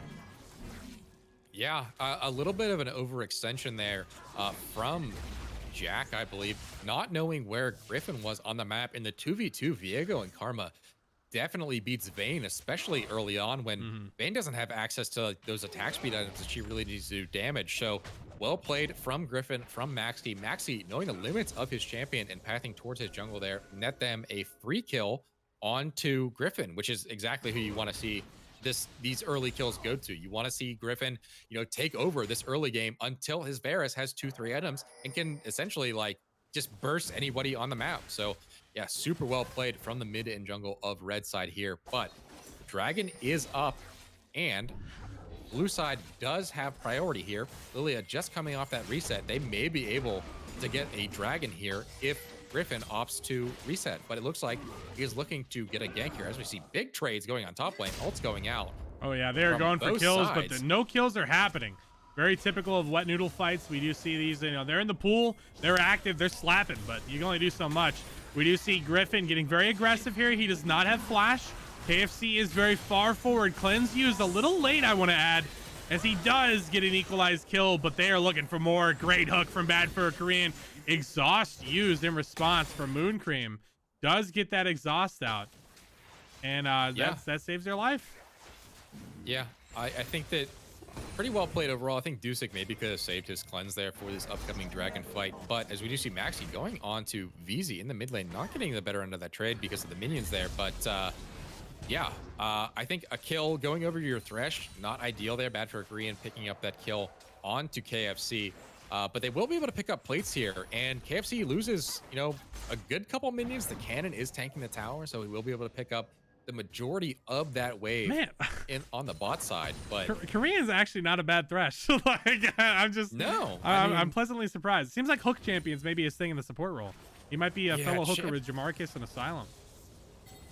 Yeah, I noticed it kind of synergizes with his jungle pool as well. He likes champs that have like their own authority and the ability to do things by themselves. So when you think Korean, you think like Diana, you think Zac, you know, Nautilus comes to mind, and Thresh is right in that, you know, pocket of champions, the ability to do a lot by yourself. So definitely good to see. We do see Griffin and Bad for a Korean rotating up.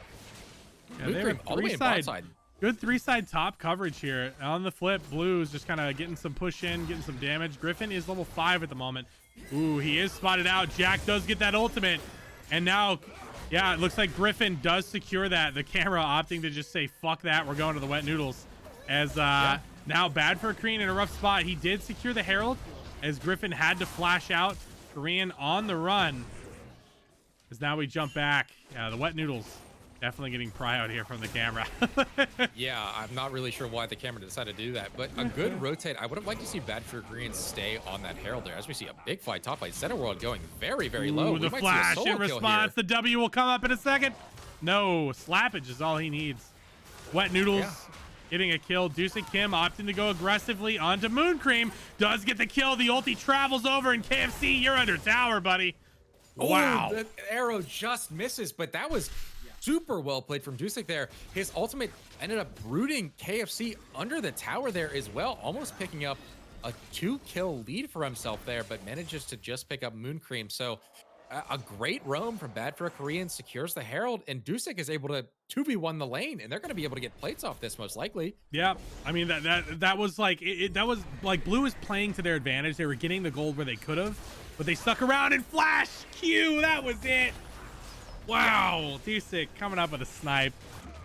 This is not what you need when you're blue team. This is the lane that needs to not do well. So definitely rough to see. As T-Sick getting some gold in his pocket, and red team on the flip punishing, or sorry, also getting the dragon. It's a little rough as this is flipped in the bot side, the kind of script.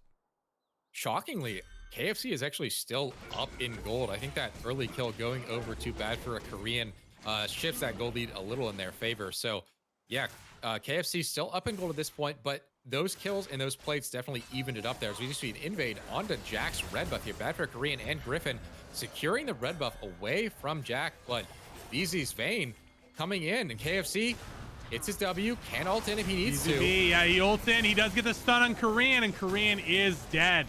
Now Viego on the run. Moon Cream is at a side angle. They are just a Raka. Exhaust used. A11 has walked up very far as the rest of the team is here. Varus ult is out, and Lilia is gone. Eat, and you are asleep. Rest in peace as Viego's continuing the aggression. Maxi flashing forward. The snare does connect, and KFC has to cleanse, but the follow-up Q damage, the execution there, the percent damage, too much. 3 for nothing. Yeah. It looked like that invade just went so well, and then the damage just isn't quite there yet. You know, you have a Vayne against a Karma who is already up like 600-700 gold at this point, and is just gonna be so much stronger than this Vayne. So taking those fights is really, really hard. They have to be played so well for blue side to really get an advantage, and it just wasn't quite there in that fight. And we do see Deuce Kim in the bot lane, you know, securing kills for himself, and also almost getting a full tower at this point in the game is massive for this Varus here. Now that gold lead has shifted in his favor. He is up gold at this point. So yeah, this Varus is going to be online very, very soon. He is opting for tier on hit Varus, which is interesting for me. I'm not sure if I love that, to be honest, but yeah, top side tanks are just whacking on each other, and we do see the bot lane tower going down here. 2 bad for a Korean and Deuce Kim. That is first tower of the game secured for them. They did use that Herald in the bot lane, so that was well placed from bad for a Korean there, able to net themselves a full tower. All plates go to them. That is a very big gold lead in the bot lane to this point. Yeah, it's definitely looking a little rough. I will say that when you're looking at red team's comp and who needs to succeed, who they really need to pop off, it's their jungle and AD carry. They are scary in the damage department because they only have 2 real sources of it. But those sources they're sitting on a pretty pile of gold right now. So you feel pretty good about that one. We do see Max getting very aggressive. Jack getting very low. Has to flash out. That's flash down on Lilia. Yeah, and that's the Karma. That's not even like the damage threat that you're concerned about. And she's already one-shotting your jungler at this point in the game, essentially. So it's only going to get worse from here. Unfortunately, as we do see a dive coming in top lane. World, it's no longer yours. Rocco ult coming out as they are looking for more. The Q does connect. Steno walking out barely as Asylum's trying to walk up. W is all it takes. 1 W. And that is a dead Cho'Gath. Yeah, you got to feel for Steno World in that situation. There's not a whole lot of great moves he can really make aside from just backing off from the tower completely. And, you know, even with the help of that Soraka ult, it's just not quite enough. As we do see Deuce Kim and Bad for Korean just getting even more plates for themselves. So they're on pace to get 2 towers before 14 minutes at this point if they get this mid lane as well. I'd love to see Griffin maybe hover so they could try to get this tower here. But yeah, Griffin is walking up at the moment. He does spot this. They do see him. Blue team is aware of his position at the moment as they come forward here. A11 showing some respect and restraint, backing off as red team picks up a 2nd outer tower. Pre 14 minutes, by the way. Yeah, this is going to be a very scary Varus. Already at 6,000 gold, the most gold in the game already. And it's, you know, it's only going to get harder and harder for people to collapse on him and really do damage to him as this game progresses. You know, he's got so much peel with Maxi and Bad for Korean. And KFC on his own. He is on the island. He knows he's getting ganked. He's just trying to get some gold in response because now he has to die. And he is opting to run it underneath the tower in hopes to feed it to Karma. But Deuce getting a nice snipe in. Yeah, I mean, another kill goes to Deuce, and what can you even say? It's just getting harder and harder here as we do see Mooncream trying to gank Asylum in the top lane, but that's a Zac. That's going to be a nearly impossible kill to get with just the damage of those two champions. But blue side, wait, bad for a Korean. Wait for that. What in the what? Okay, all right. They walk away. All right, they walk away. They think that is a crazy play. He has team response. He doesn't have team response. Oh my god. Again and again, he's just full of surprises. How is that ever legal in a million years for a bad for a Korean? But he gets away with it again. Over and over, it's the same story with this guy. Every single time I see him play, it's something new, and it's working for him. And I guess it's just the aggression. It's the masculine energy that he's projecting. They just have to run away from him. They're afraid. Maybe rightfully so, because he's even on Thresh, which is, I believe, is off-roll. He's performing. He's doing well. I will say 4 Cho'Gath stacks currently, as we had some requests from the chat. Oh, Jack getting aggressed on here, and Viego finds his target in the middle of that sleep CC. He does actually connect to Lilia. The hook does connect. We do see jumping back to the top side here. The camera really does not like, they really like these guys slapping each other.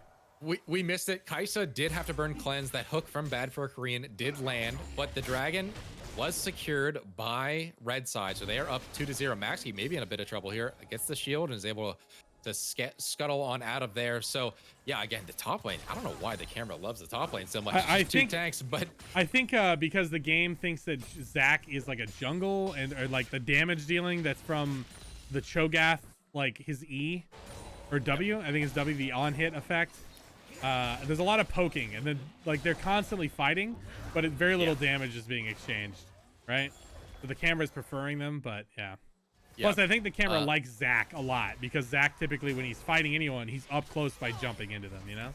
Very, very true. Yeah, definitely good to note there. That could definitely be the reason why. But again, next objective on the map, most likely going to be Baron. I think that if you're red side here, you can force a Baron fight. You're up 5K at 16, 17 minutes, and your team they want a 5v5. Like, your team loves 5v5s. And with the scaling that we see on blue side, you know, we have Vayne and Kaisa with the Kraken Slayer and tier 2s. Obviously, Kaisa has a little bit more under her belt, but, you know, they don't love the 5v5 as quite as much as red team does. So we do see red team opting to run topside here. We do see 4 members of topside looking to maybe dive this Cho'Gath. This is an interesting play for sure, but maybe they're just trying to secure vision in this topside quadrant of the map.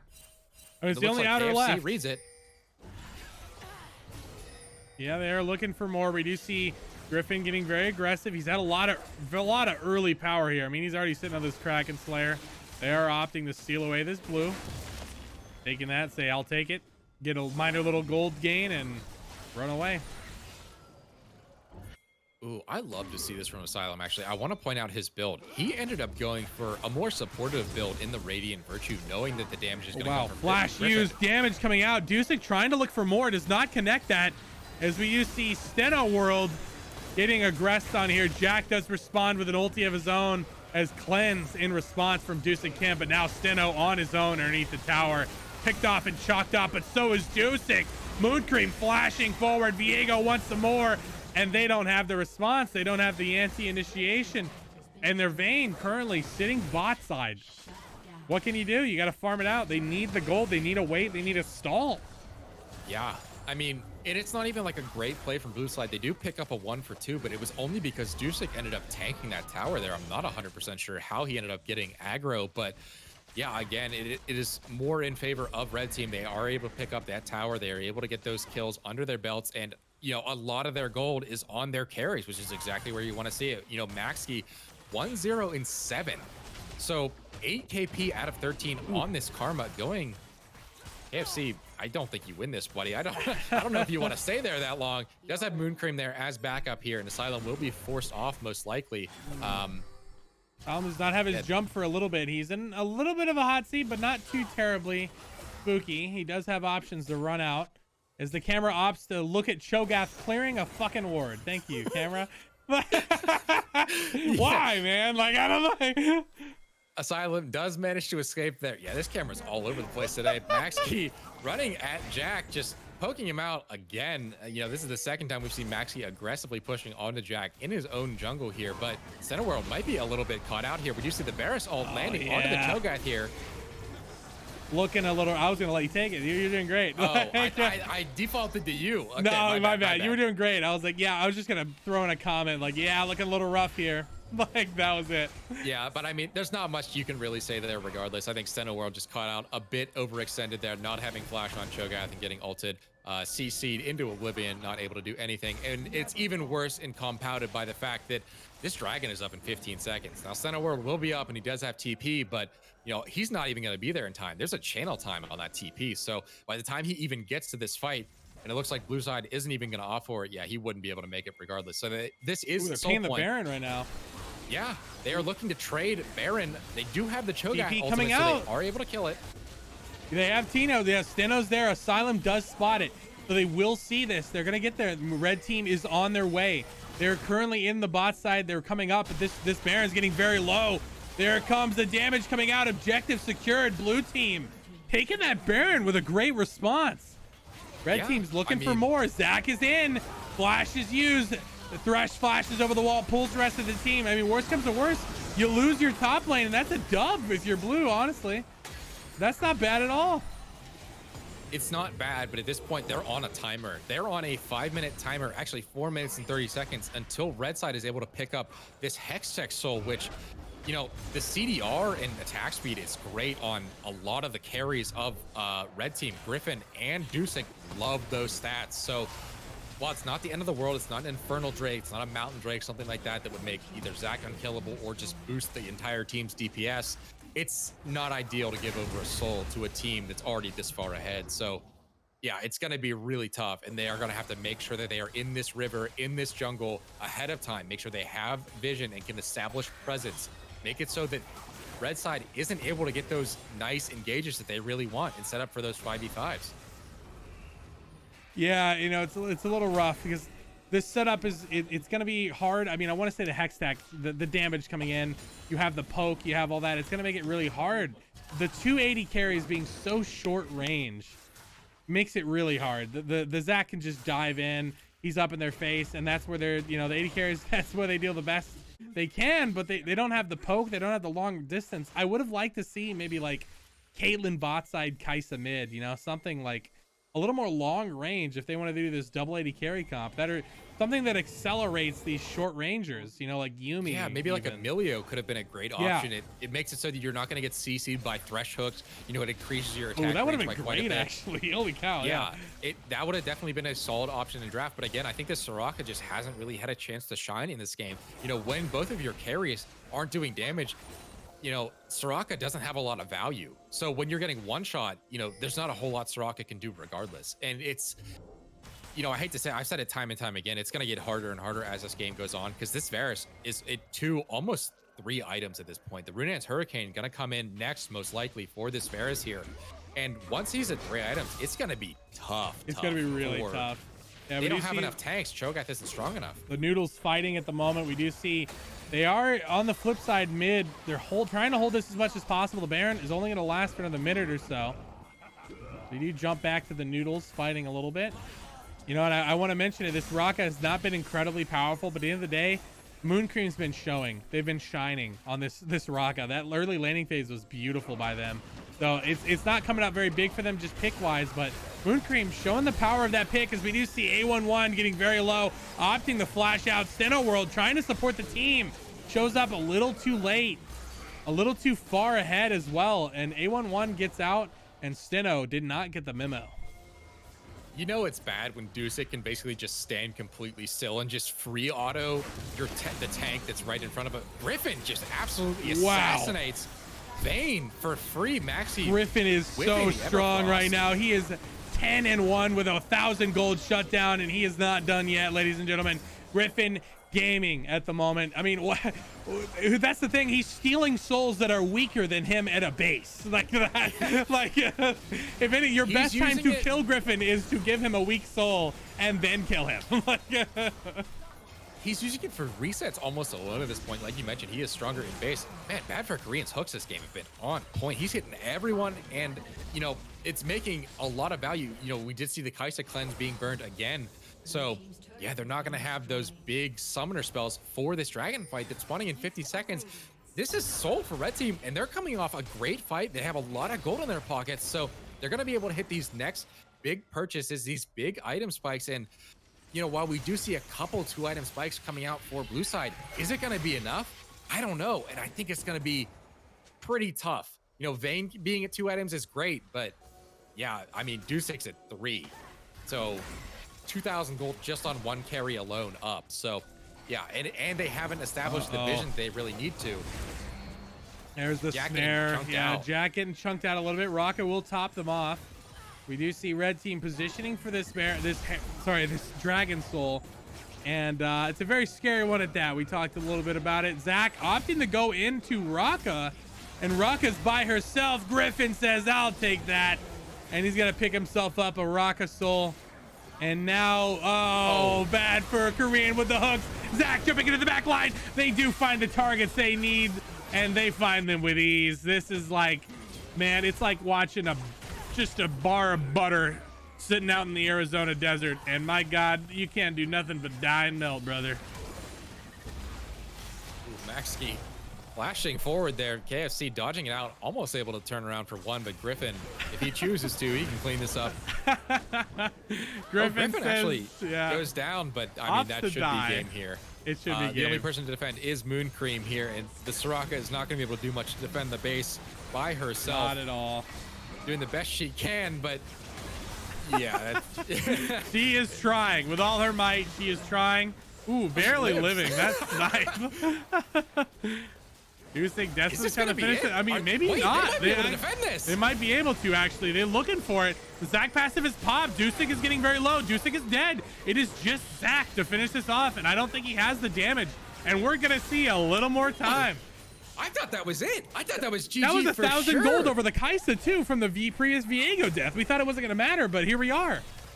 Yeah, I mean, Kaisa able to pick up 3 items now, spiking very, very hard. This could potentially even be a game at this point if they're able to get a pick onto this Viego with a good sleep and maybe a Cho'Gath ult on top. So there's potential now. The soul hasn't been taken either, so there's a way. There is a way. It's slim. It's a slim margin, but there is a chance. Ooh, Karma looks like she's running up the mid side. We do see Karma. She's on her way. She's trying to secure this. Oh, did I cast it? Auto. Oh, no. Auto. He's trying to find it. A little more, but the stun does not connect, and Maxkey. No, man. Why did I say anything? You just had to open your mouth, Ricky. You just had to speak words. I thought that would have been the game of the century. If they were able to come back from that, that would have been a miracle. I can't believe I cursed it.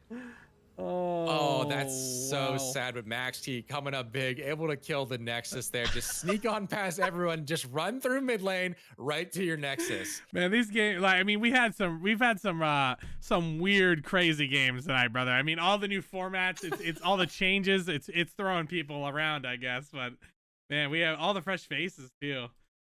Yeah, I mean, Asylum doing most damage on the team. As the Zach, they were just wailing on each other in the top lane there. Steno World and Asylum going back and forth.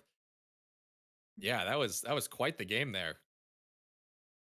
Yeah, it was looking a little rough, that's for sure. I can't believe it ended like that. I actually can't believe Dude, that game ended with a karma backdoored. Like, you know how weird that is to hear? Runs through mid and just takes your Nexus. I cannot believe that's how that happened. Oh, wow. Oh my. Dude, these games tonight have been very we've been having some interesting games tonight, to say the least. Oh man. Fuck. Deuce Kim having a good game on Varus. We've seen I want to say we had his main pick open. I don't believe it was banned out. But yeah, interesting nonetheless. Great game from Deucic. Great game from, again, Griffin. Griffin coming up very big this game. My God. 15-2. Still not getting that much damage. I mean, look at the Zag damage. Man had I mean, yeah. But I want to point out again, I know that I've pointed him out time and time again, but bad for a Korean on support champs, on these hook champs. He showed up. I think he burned like every cleanse, like almost on CD this game. Oh, yeah. So yeah, I mean, fantastic performance all around. But yeah, this bot lane was just, it was Man something can else. hook, man. I don't know what it is. You get this guy a hook champion. He can, whew, he can hook. I do want to mention the play of the game suggested by our boy Jukeface. We're going to throw this one up here. Play of the game for the homies. He's Vayne coming in, and KFC, it's his W. Can ult in if he needs to. Yeah, he ults in. He does get the stun on Korean, and Korean is dead. Now Viego on the run. Moon Cream is at a side angle. They are just a Raka. Exhaust used. A11 has walked up very far as the rest of the team is here. Look at Griffin weaving it out of this combat. He just waits perfectly, lets blue team go forward, make the mistake, and he continues his aggression. And this is kind of where he took off. Has to cleanse, but the follow-up Q damage, the execution there, the Yeah, I mean, this fight definitely accelerated him quite a bit in this game. Yeah, so that was probably where it turned from, you know, an even game to like a game where if blue side carries don't get a bunch of kills, it's going to be tough. So, yeah, definitely. Definitely got a little scary at that point. We do see not incredibly surprising as well. Griffin getting the MVP. And by Griffin, I mean actually Asylum. Welcome aboard, Asylum. The Zach top lane one-trick pony. As we know, you only play Zach all the time. I'm the best top laner in Premier League. You are the best top laner in Premier League, at least his last game. Confirmed. I won lane last game, and I didn't even get to pick my champ. Gritty once again picked my champ for me. Is that the secret? Do you not think for yourself? Is the idea just... No, I actually, I banned wrong this game. Here's the secret. I banned wrong this game because I was too busy playing Wild Frost because it's a funny game. And we left Zach up, and they didn't first pick it, and they were like, "Oh no, like we don't do well in the Zach with what we want to do." And I went, "Okay, I'll first pick it," and insta locked it because I thought it was funny. And then they didn't think I would play it because why would I? And then I won lane because I'm the best top laner in Premier. 2 games in a row, I have went on UGG and looked up a build, and 2 games in a row, I am the future of esports. Asylum, how do you do it? How do you connect your brain in such a way that forms words that say things that turn you into a genius? So it's still Passover, so I feel like there's like a residual power from that. You know, got through the Seder, matzah with a little bit of chocolate and toffee melted over it. Sounds pretty good. And keep talking. Yeah. And then, you know, it's just like as long as there's brisket in the fridge, I'm cooking. You know what I mean? I mean, we saw you cook in that game. My God, they let you cook, and you were cooking, brother. You were getting some big Zach jump ins. You know, we'll have to see if the holidays will continue for you. I don't know if we have any summer holidays for your people, but we'll have to see how that shapes up. I mean, like 4th of July. You guys celebrate that? I didn't. Yeah, I'm American. I'm from New Jersey. Well, you know, that's, you know. By the way, what do you people? Have you seen 21 Jump Street? I love you so much. I know someone who has. I know though. He's a great guy now. he's reformed. He's if changed. he watches 22 Jump Street, I'm fucked again. But it's keep him off that movie. We're good. We'll keep him off 22 Jump Street. We'll see if we can keep that going for him. But I believe Ricky had a question for you, Asylum. Yeah, we've seen you on tanks quite a bit in the top lane. Obviously, you know, moving from support, I believe is your main role, to top lane. Is there any chance that we see you on a more powerful, like early game champions that, you know, accelerate their laning phase quite a bit? Do you have anything in your pocket for something like that? Yeah, I feel you on that. I gotta tell you a secret in front of 64. Get 5 more people in chat so I can say a funnier number. 64 people. Little secret for you. I have old man hands and can't play like even Valorant because I'm just old and decrepit. There's not a shot. There's not a world. I play Swain because it's easy, and I climb on it because people are dumb. If you're thinking you're gonna get a Camille, Gwen, Fiora, Riven, a champ that like buys an item that does damage, nope, not a shot. The closest you're gonna get is full tank Darius, which is the normal build, but like I'm the guy who built like Black Cleaver Senna. We're really not expecting too much up here.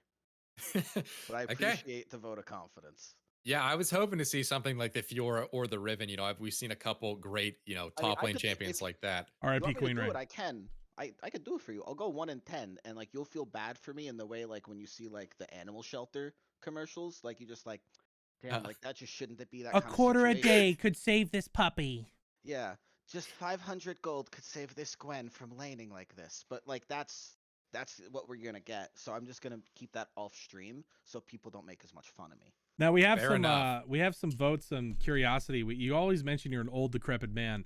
Yeah. Can you give us a range A between range? 25 to 126? Yeah, you got it. Yeah, I'm in there. So can we get like a maybe a smaller range? Can you? Yeah, if I was 126, I'd be dead. So it's less than that. It's Next less question. than that. Okay, understood. 110. 110 still would be dead.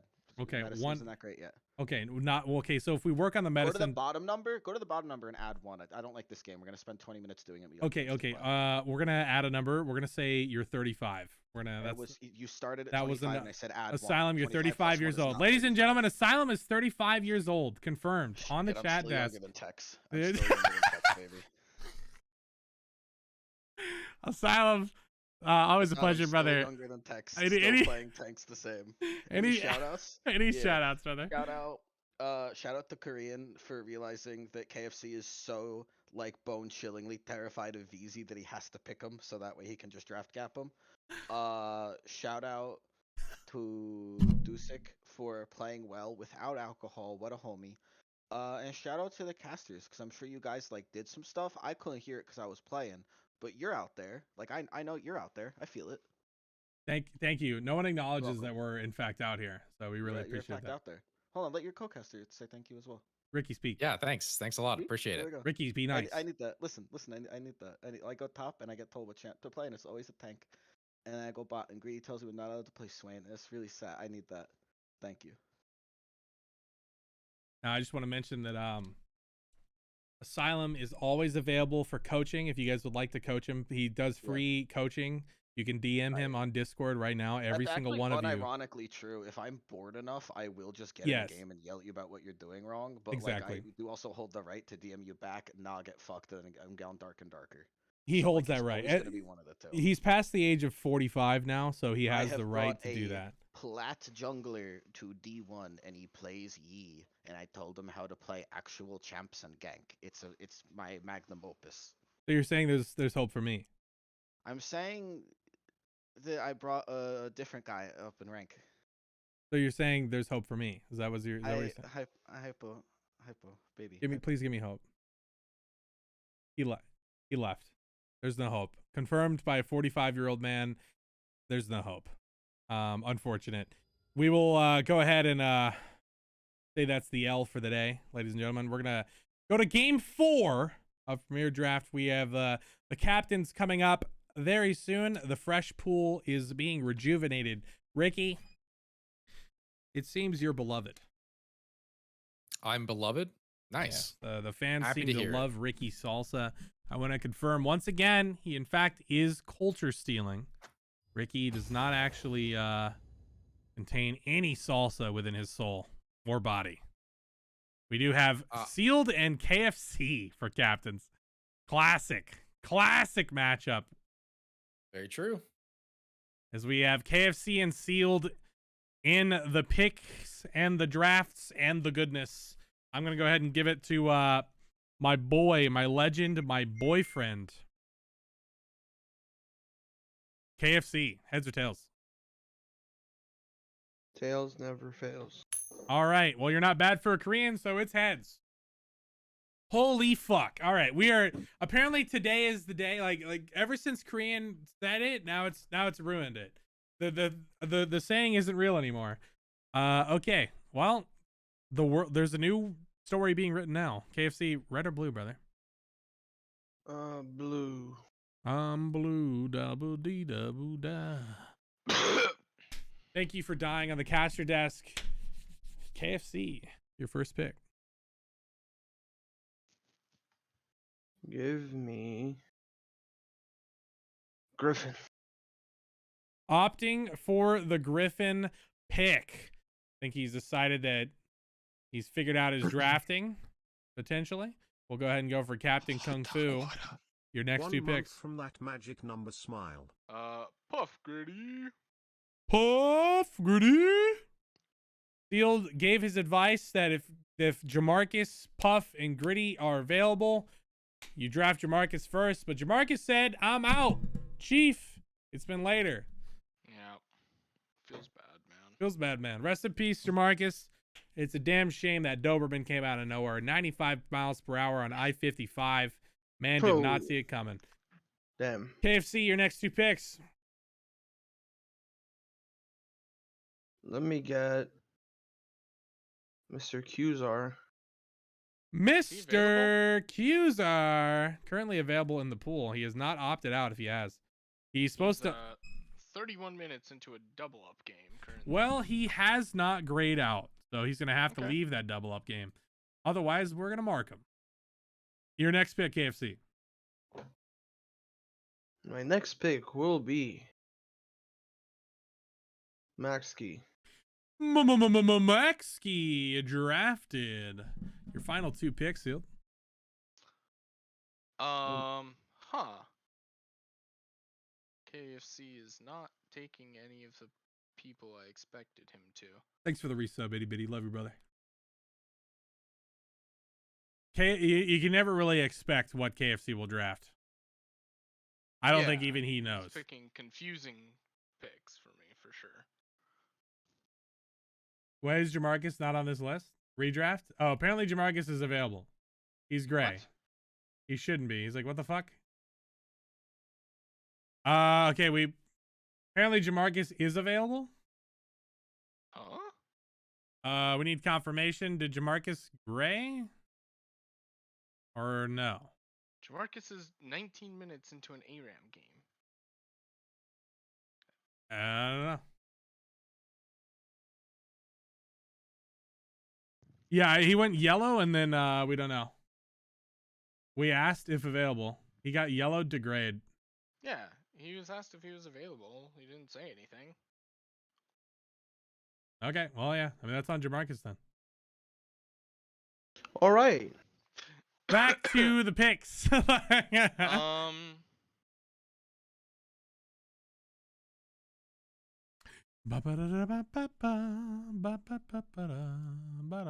want Heimerdoodles for sure. Heimerdoodles for sure. For sure. Wait, am I? God, I have a hard time seeing the fucking check marks. Jesus. And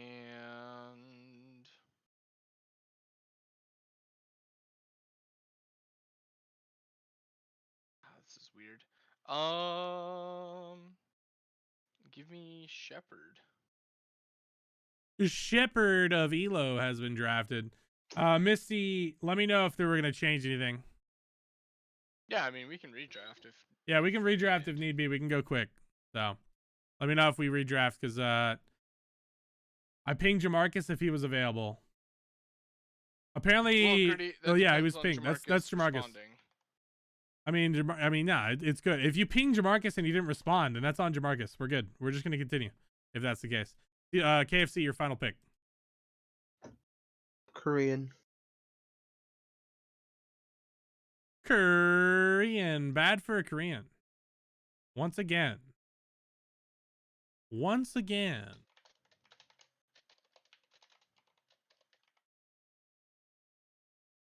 All right.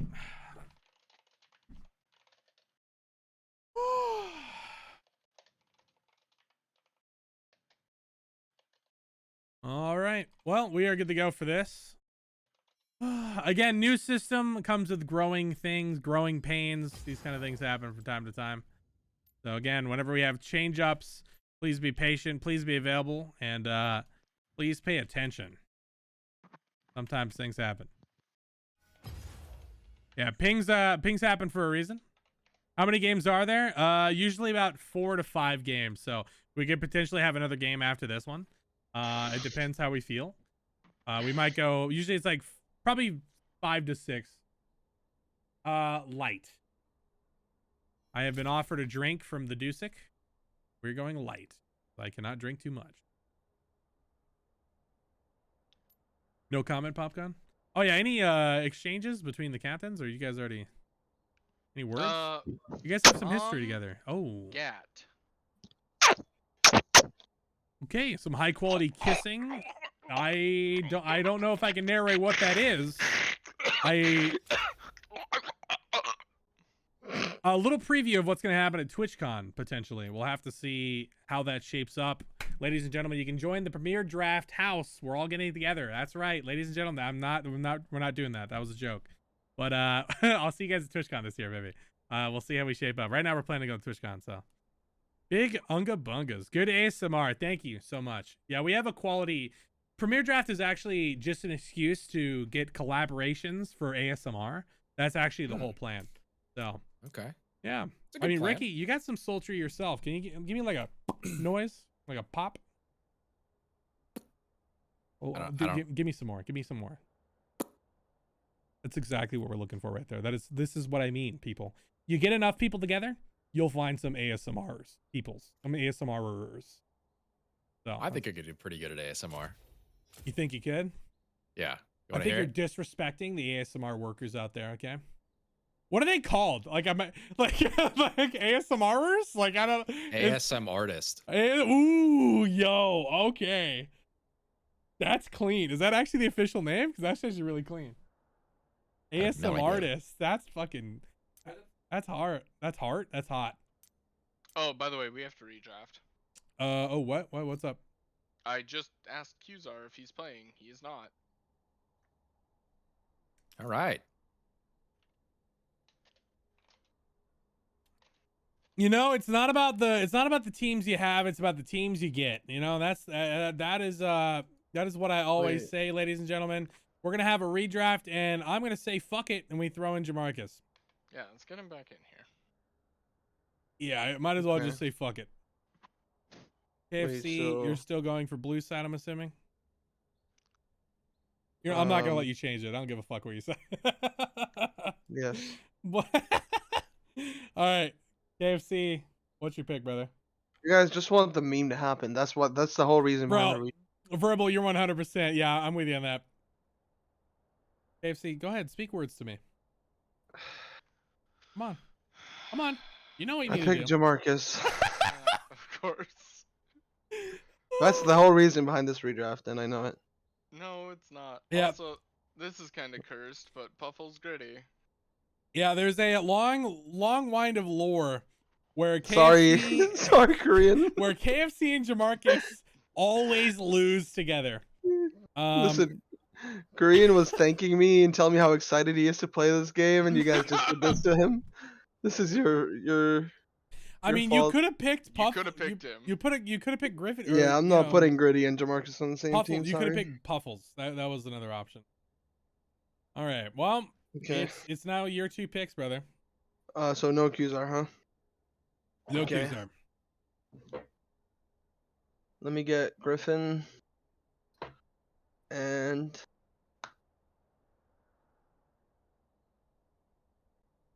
Shepherd of Elo.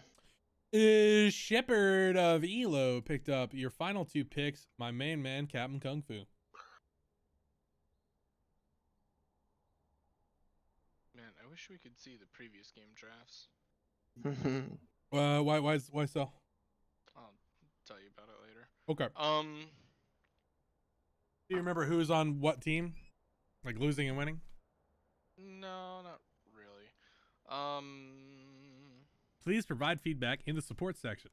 Yeah, I will.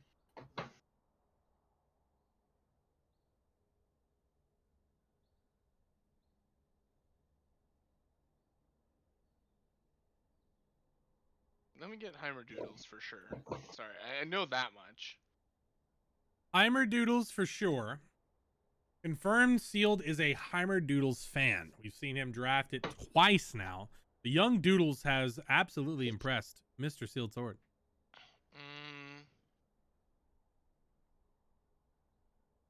And Steno World. Steno World, Mr. Stegosaurus World himself. That is what his name means. We heard the lore last week. It was a lie. KFC, your final pick. Stenography isn't real. Give me Maxky. Maxkey picked up for the final pick as we are getting into the game. And getting Sorry, Korean. It's Hypa's fault. I mean, technically it's Qzar's fault, I would say, but you know. Any more parting words to each other?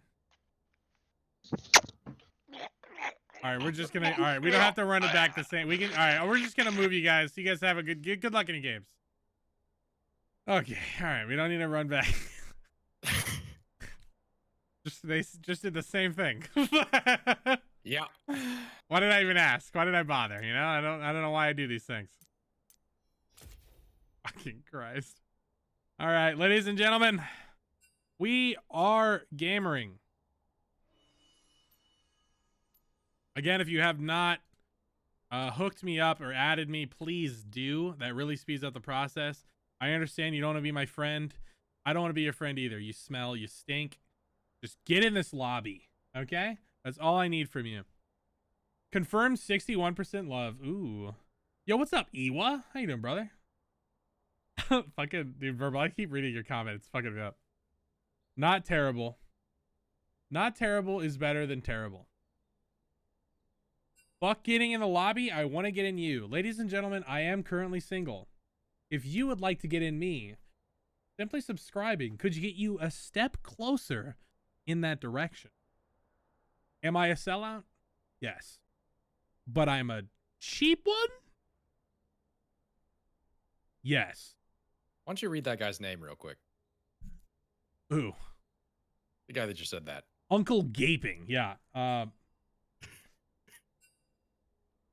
No comment. Honestly, Ricky, no comment at all. I don't really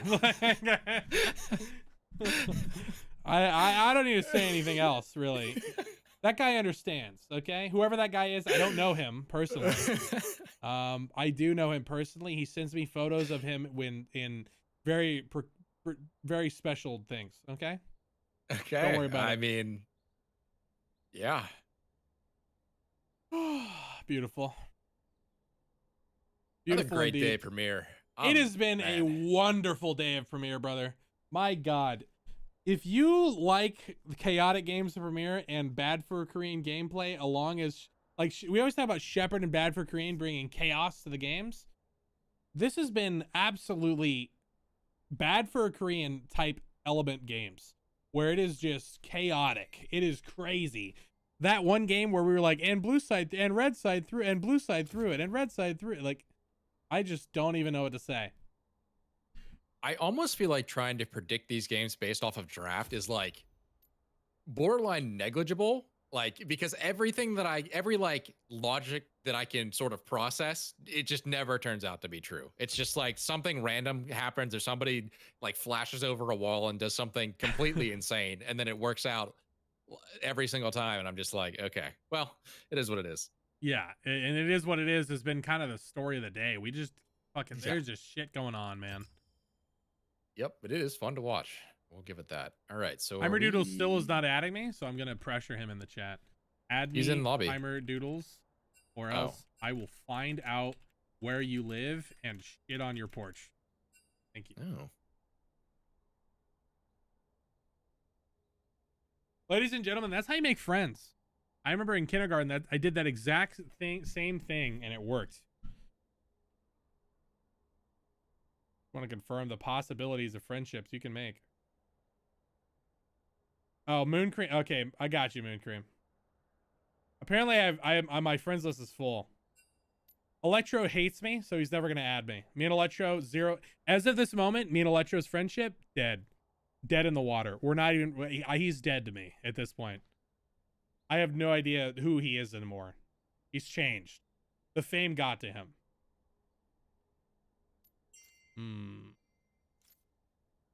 I definitely need to clear. Oh, Asper's an old one, dude. That's unfortunate, but we need to clear. All right, we are gonna get a draft going here. Puffles versus Maxkey midside. I think we've seen this a few times now. I'm a little, you know, I definitely think in this case Puffles comes up bigger. Maxkey is always the X factor in comparison. Otherwise, he ends up being kind of like karma duty, you know. Yeah, we've definitely seen him, kind of push himself onto karma duty very often. But I mean, he had a good win last game, that's for sure. Griffin, once again, dude, Griffin's been rampaging through these games. And Heimer has been relatively the only good, solid response to him in each of these moments. So, curious to see how I this think shapes you're up. definitely without like a ton of like super high elo junglers in the pool on that specific day. Like Reggie comes to mind as another like jungler that can sort of go head to head with Griffin. Yeah, I think it is like a little bit of a tough matchup, especially because I think Heimer is a little bit newer, doesn't quite know Griffin's playstyle entirely yet. So, and while Griffin is like a little bit more established in Premier, he knows the players, how they typically like to play. So he has a bit of an advantage early on. But, you know, Heimer has had some moments. He's been around the map. He's been showing his presence, especially in the early game, definitely wants to make himself known. So no problems there. But you mentioned the mid lane Puffles versus Maxi. I think it's a lot like champ based. If Maxi gets a champion that he's really comfortable with, that's not like super supportive, I think that Maxi can definitely like win that matchup for sure. So we'll have to see what ends up getting through in this draft for game 4. Are we all readied up? Oh, it looks like we are already in the ban phase. Okay, cool. Yes, we are already in the ban phase, and I believe we are not supposed to spectate it. We're supposed to just talk about the matchup. Something's busted with the draft law. Oh, it's busted. What about it going on? Somebody hit ready for red team, and it wasn't anybody on our team. Oh, okay. Someone fucked it up. We don't have control over this right now. Okay. All right. We'll have to get a new link for you. So bear with me here. Thank you for the hookup, brother. Yeah. Let team 1 know. Okay, so will we let them know. don't look at threat. Like, I feel like so okay, hold up. The bans. We're gonna have to get a new link. Apparently, someone else not on red team or not on red teams is like controlling. Okay, just send it to Seal. So we're gonna have to. I'm gonna get a draft flow made for you guys in a second here. All right. Okay. All right. Blue, red. Okay, I'm gonna send KFC. KFC is blue.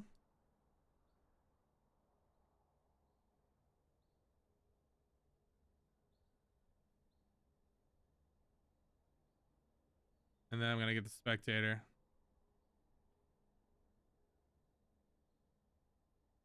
Oh. Okay, well, I mean, Misty might have had a hookup already. Wow, wow, wow. Jizz. Thank you for the follow, Jizz. Person I don't know who's named Jizz.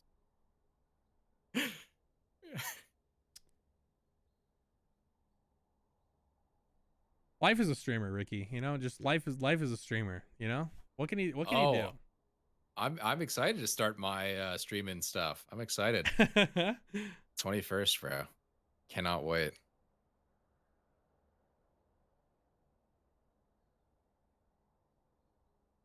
All right, we should be good.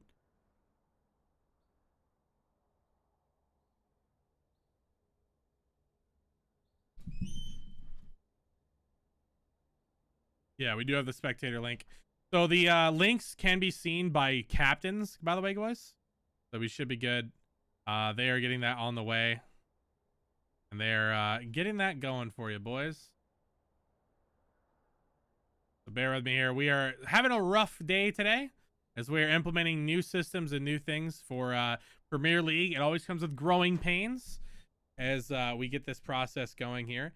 I do want to mention Steno World versus Shepherd of Elo. We haven't talked too much about this top lane matchup. I definitely think, I mean, Shepherd definitely, I mean, he gets that presence. We'll see if we get an Alawi ban for him, a Yorick ban for him. Always the classic when you see the man. But Steno usually has those tank picks. So, you know, we haven't seen too much prowess and dominance come out of Steno. We see him on these tank picks, and he does moderately well. We saw him getting a little too aggressive, Sejuani topside, into Captain Kung Fu, and Kung Fu was punishing him really well. Yeah, I just want to take a quick look at Center World's like OPGG, see what he really picks. Yeah, so you were definitely correct in saying that the tanks are typically his playstyle. Unfortunately, I think that those picks don't tend to do fairly well into the power picks that Shepherd of Elo has, like the Alawi, like the Yorick.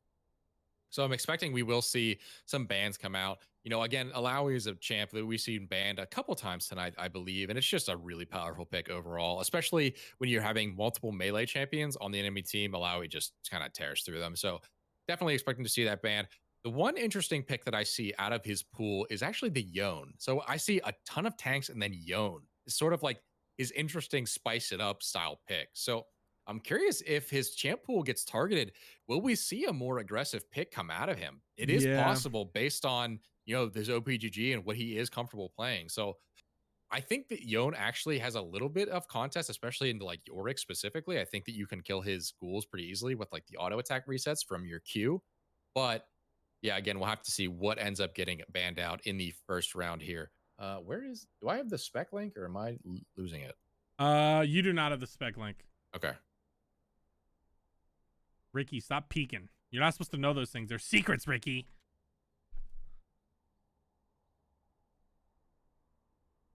Okay. Yeah. But other than that, again, we've seen Jamarcus and Captain Kung Fu, Gritty, KFC all in the bot lane. So those are pretty familiar. I'm expecting to see, maybe we'll see an interesting pick coming from Captain Kung Fu and Gritty. I know Captain Kung Fu, obviously, pretty big fan of the Gragas. So it will be interesting to see if that ends up getting through to maybe prioritize some bans for Puffles and for Gritty, and potentially Heimer as well. But we will have to see as well. Maxi versus Puffles, I think we've touched on it just a little bit. Puffles, I think's champ pool might actually be a little bit deeper than Maxi's, at least in my mind. As a competitive player, I think that Puffles probably has been forced to pick up quite a few champs over the time that he's been in like the competitive scene. While Maxi, I think he really tends to dominate on like 4 or 5 champs. So if those bans go towards the mid lanes, which they probably should, I think that aside from maybe the Yorick or the Alawi, I think we might see some bans towards this mid lane here as we sort of get into game 4. What are we supposed to be doing right now? We're talking.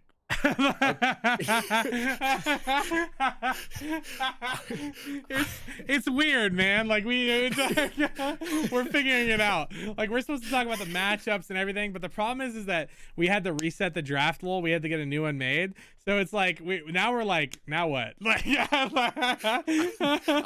I was waiting on you to like pull something out, and I got nothing, right, brother. I'm trying to figure it out myself. I mean, KFC, I love seeing the KFC sealed matchup in captains. And then this time we're seeing Captain Kung Fu bot side and Gritty and Jamarcus versus each other again. We saw them versus each other the game before as well, not the previous game was Varus bot side with Dusik and the homie. But yeah, we saw Gritty and Jamarcus versus each other. Gritty has been prioritizing the Draven a lot more. We have seen Jamarcus prioritizing Annie quite a bit recently. But I will say this is kind of the old guard, I will say, of like if you look at the left side, that is old guard as hell when it comes to Premier Draft. You look at the right side, you got some fresh faces. Steno World, Heimerdoodles, Puffles, a lot of fresh faces mixed in with Gritty and Kung Fu. Gritty missed a good chunk of season 1, and then Kung Fu's kind of the rock of, flexibility and picks. So it's interesting to see the dynamics of the team and how they shaped up. How you have the OGs coming up like this. It's like OG versus new blood. So we'll see if the new bloods can take it. The new bloods are led by Captain Kung Fu, indefinite old guard, but nonetheless he's on the flip side team. But yeah, we'll have to see how this shapes up. Now I gotta say, boys, we're taking a peek at the secret spectator link, and let me tell you, you're in for a game. You are in for a fucking game right now. You seeing this shit? You seeing this shit, Ricky? I'm seeing it. It's a game. It's going to be an explosive one. I'm going to tell you flat out, boys. Good streamer doesn't even stream the PB. Look, we're not supposed to. I was told not to, okay? I was told not to, Duck sealed. I was told not to. Okay? So I listen, okay? I listen to my moderators. All right? Because if I don't listen, then they'll leave me, just like my dad. Just like my dad, they'll leave, just like him. Any comments on that, Ricky? I'm going to leave that one alone. That's a safe bet. He didn't leave me? Yeah, he did emotionally, but we'll talk about a mod meeting. Yeah, we will. Papa has always been there. Big poggers. Are we good to go? The draft is done. I think we're good to go. They said don't start bathroom break. Oh, they're doing bathroom. Okay. All right. Oh, never mind. Just as I say that, they are good to go. Read, please.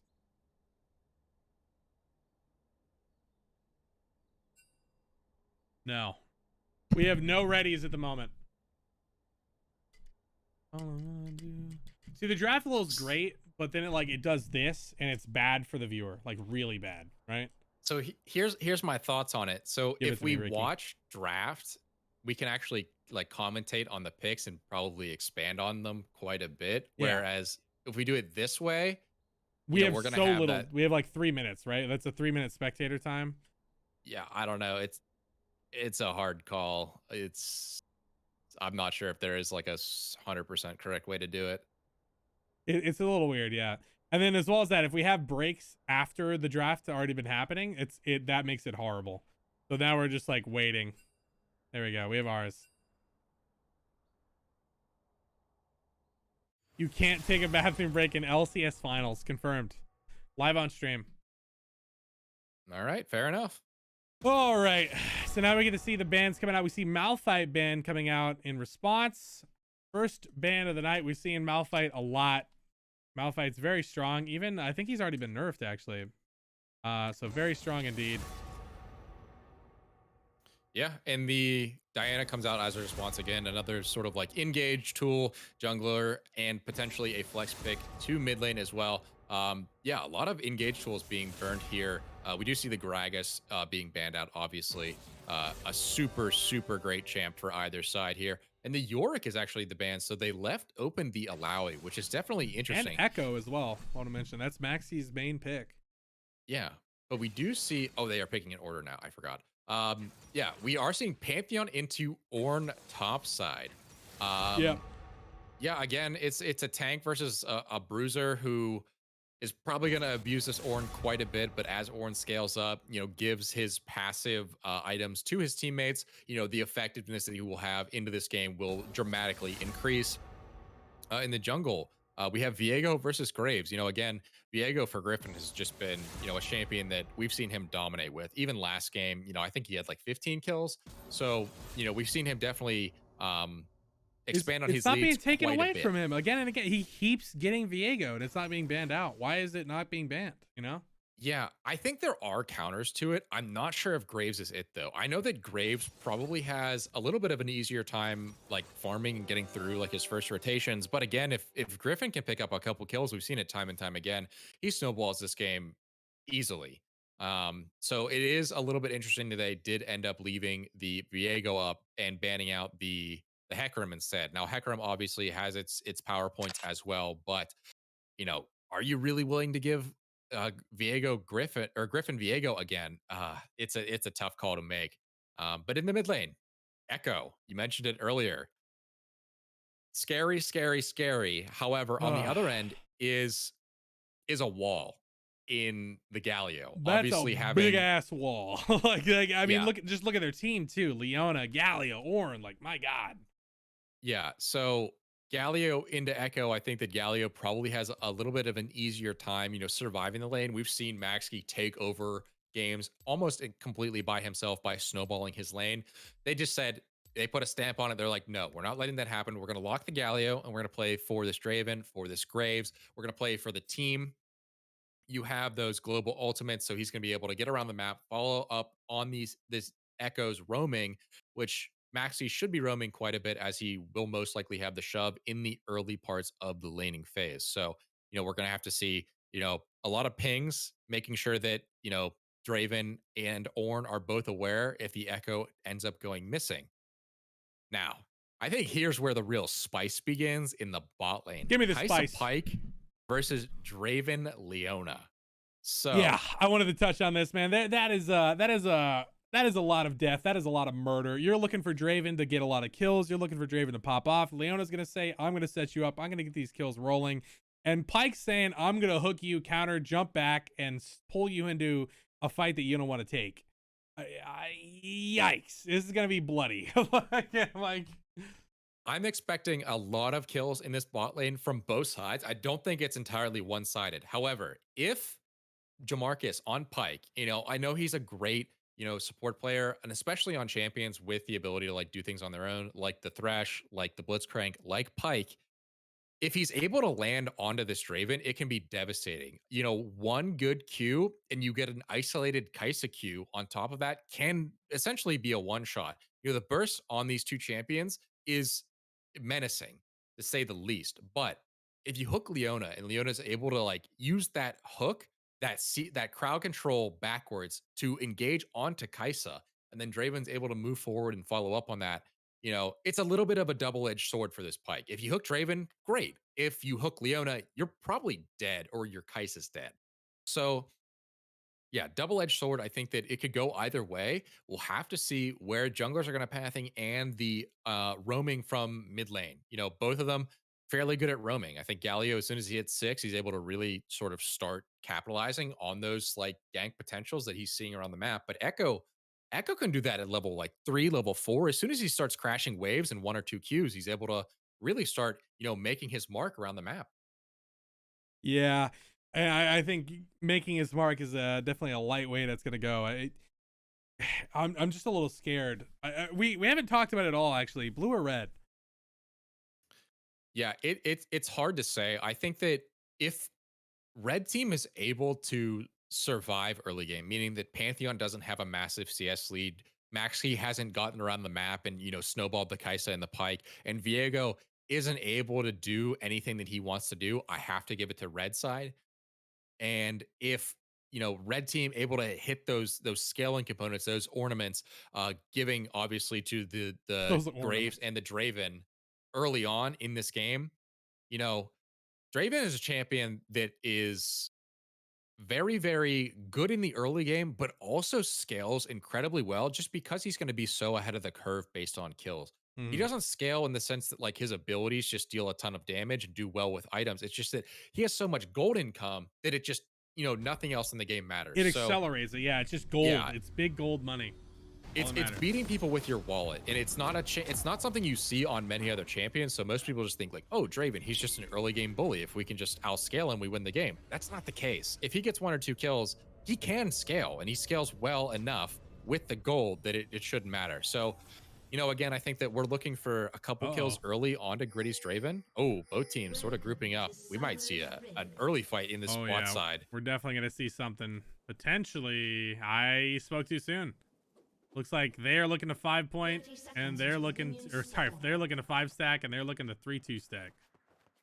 I think they were hoping that they would invade them from the bot side here, but I think that while it could be good for blue to get those early kills, risking getting Gritty ahead early, it's probably not worth the risk. And even though you probably have more burst early on with, Kaisa, with Pike, with Griffin, even if you're gambling, and even if it's like a 1 for 2, an early kill on the Draven can make your lane so unplayable for this Kaisa that it's just not worth it. And, we see aggressive posturing from red. They're probably going to look to get a ward here or potentially a late invade. They do have 4 stacked up here with Center World going back to the top lane, but looks like Maxki going to place a ward at the red chickens, so they won't be able to scout out his pathing.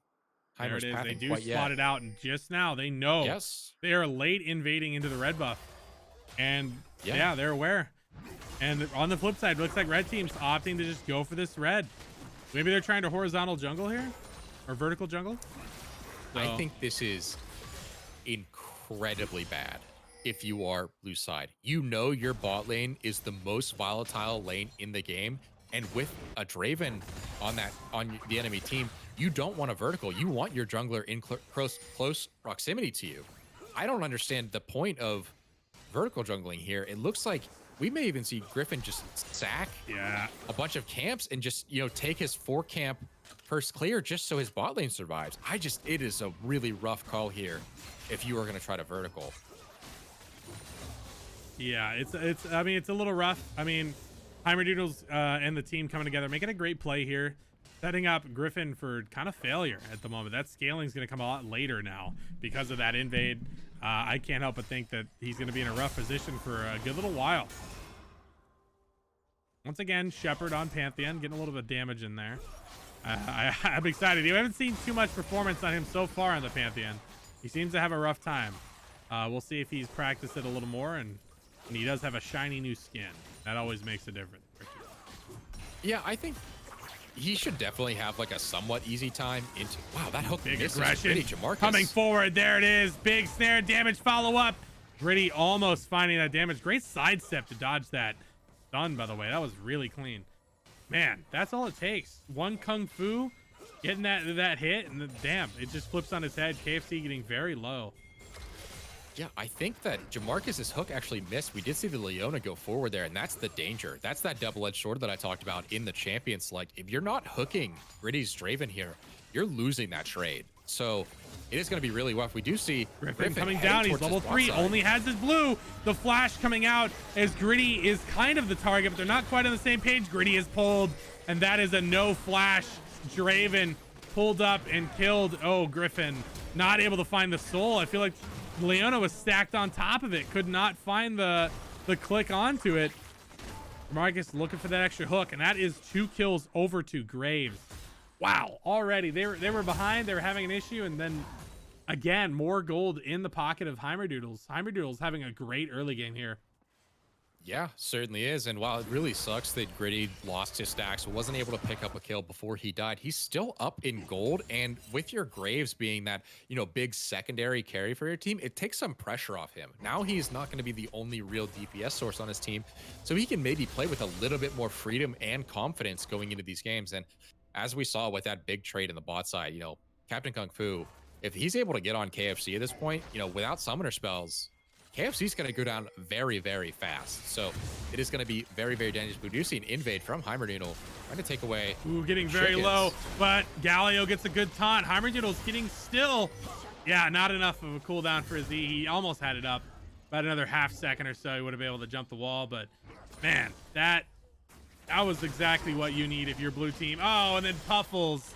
He does butt blast himself a little bit into the enemy blue. Looks like Leona's roaming. She is here to maybe save him. Does actually save Puffles' life. Great roam and awareness there from Captain Kung Fu.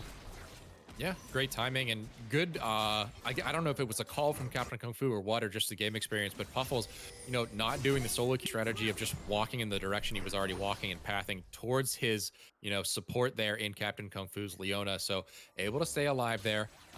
But yeah, Heimerdoodles does end up going down there for that invade. Still up some CS, so not the end of the world, but his tempo is definitely going to be hit quite a bit by that death there. But again, it looks like we might see some action here in the bot lane. Graves hovering bot, and with the wave where it's at, there is time for a gank here from Heimerdoodle in this bot lane to punish the no summoner spells on Kai'Sa, KFC's Kai'Sa. I would love to see some aggression here from Heimerdoodle in the bot lane and try to get this Draven, you know, back in the driver's seat in the bot lane right now. Yeah, we do see Doodles. He's hovering towards that wall. Now, on the flip side, KFC and Jamarcus do have a ward in that river. They do spot him. Kung Fu is in a position to follow up on a Pyke, but Pyke is ready, waiting for that dash. Trying to set them up. We do see Heimerdoodle starting up the dragon. Might as well have, since you have a dominant bot side, might as well start it up. Yeah, crashing these 2 waves here, it's really good timing. I think that was probably intentional from Gritty, stacking those 2 waves, not just shoving the first wave out. So they're going to be able to pick up this Infernal Dragon first, which again is a fairly powerful dragon, especially when you have a champion that scales pretty well off of base ID like Graves and like Draven. So they are definitely going to be happily taking that early dragon. That is a 6-minute and 40-second dragon. So we are on pace for a fairly early soul if all things go according to plan. But we are seeing Heimerdoodle opting to ping and look for an invade on this. Oh, Jamarcus spots it. He has that response. Stunned out and slapped. There it is. Graves found in the jungle. Maxkey picking up double buff for himself. Man, I feel like they were not on the same page, red team, for that invade.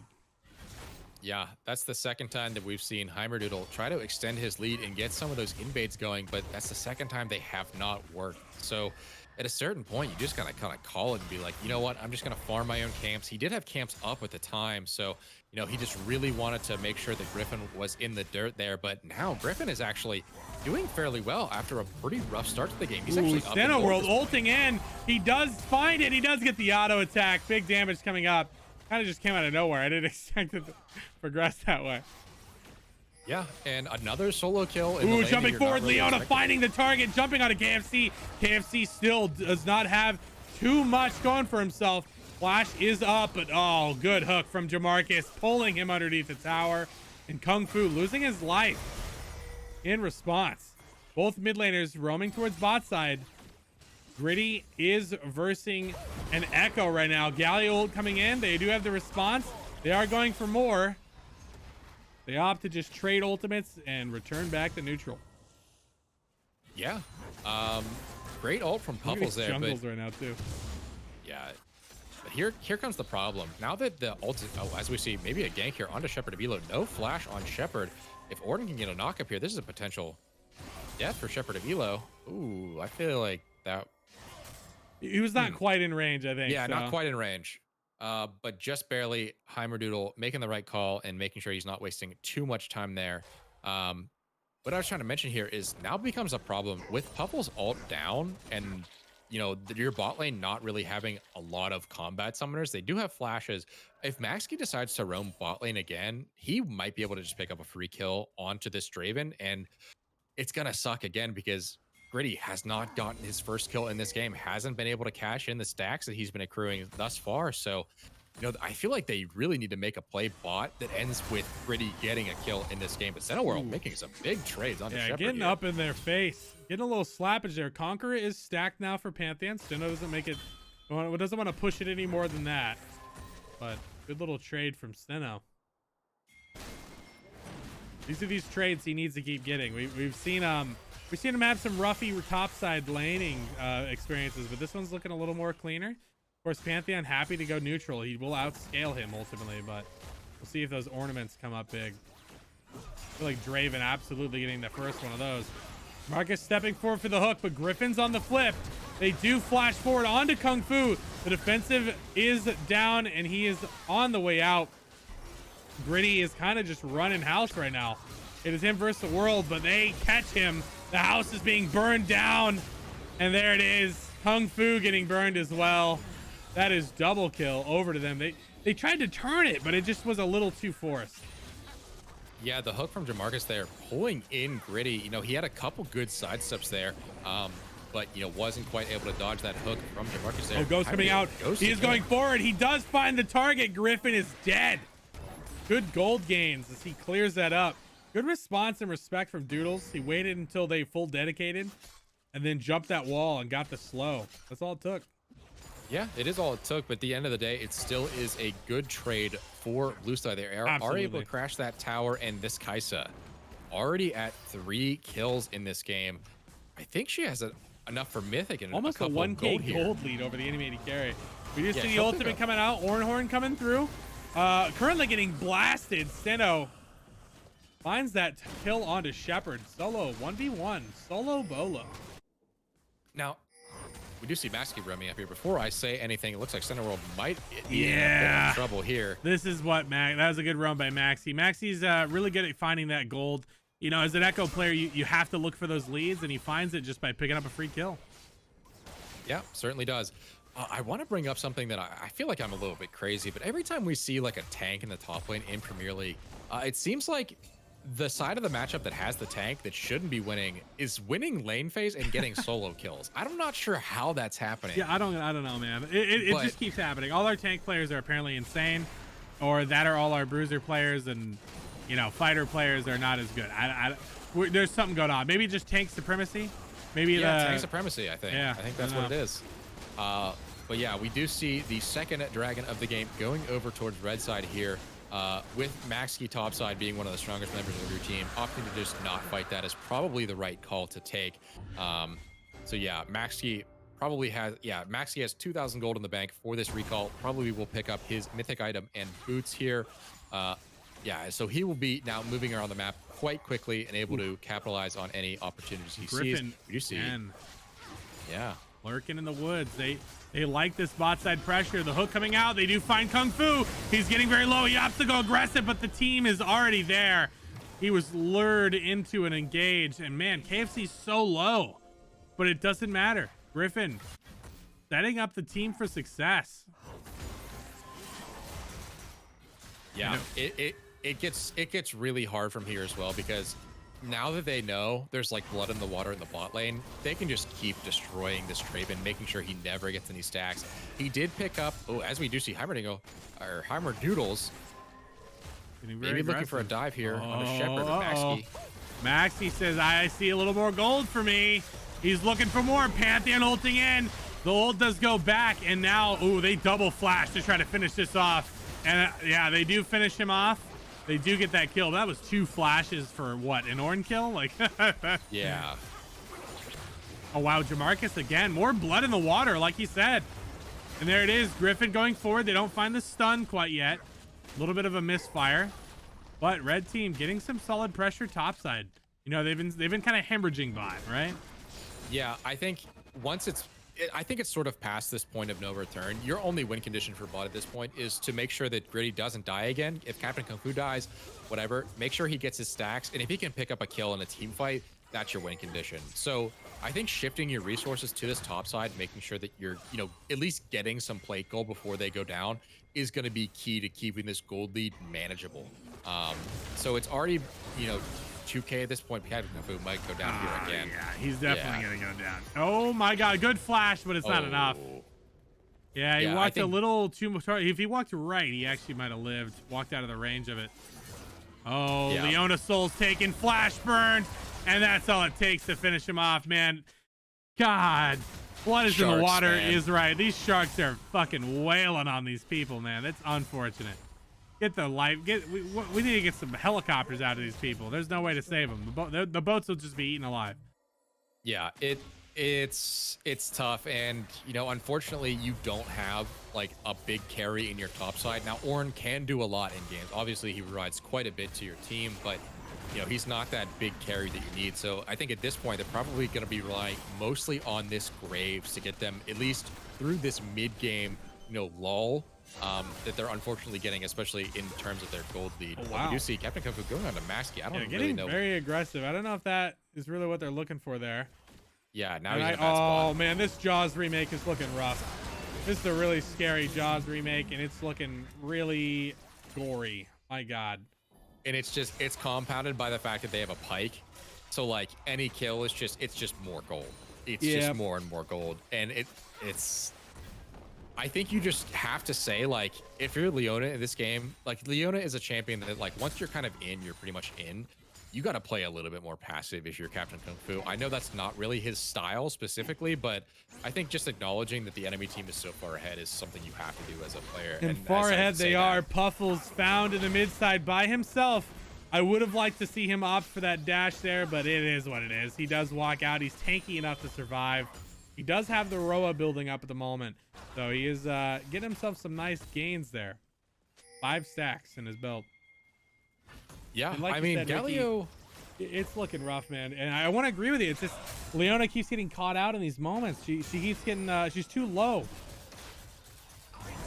And so is Steno, opting the flash. I'm so sorry, Ricky. This game is just not.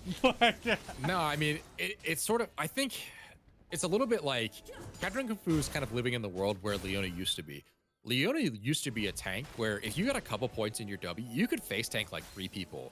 That's no longer really what Leona does at this point in the game. So, and especially when you're going to be behind in levels, he's being level 7 to most of the enemy team being level 8, 9, 10, even 11 for solo lanes. So when you're behind and Leona's not as strong as she used to be, you just can't be mispositioning like this. Like Captain Kung Fu has they been do find him. Off to the side they go. Galio ulting onto the main brunt of the team there.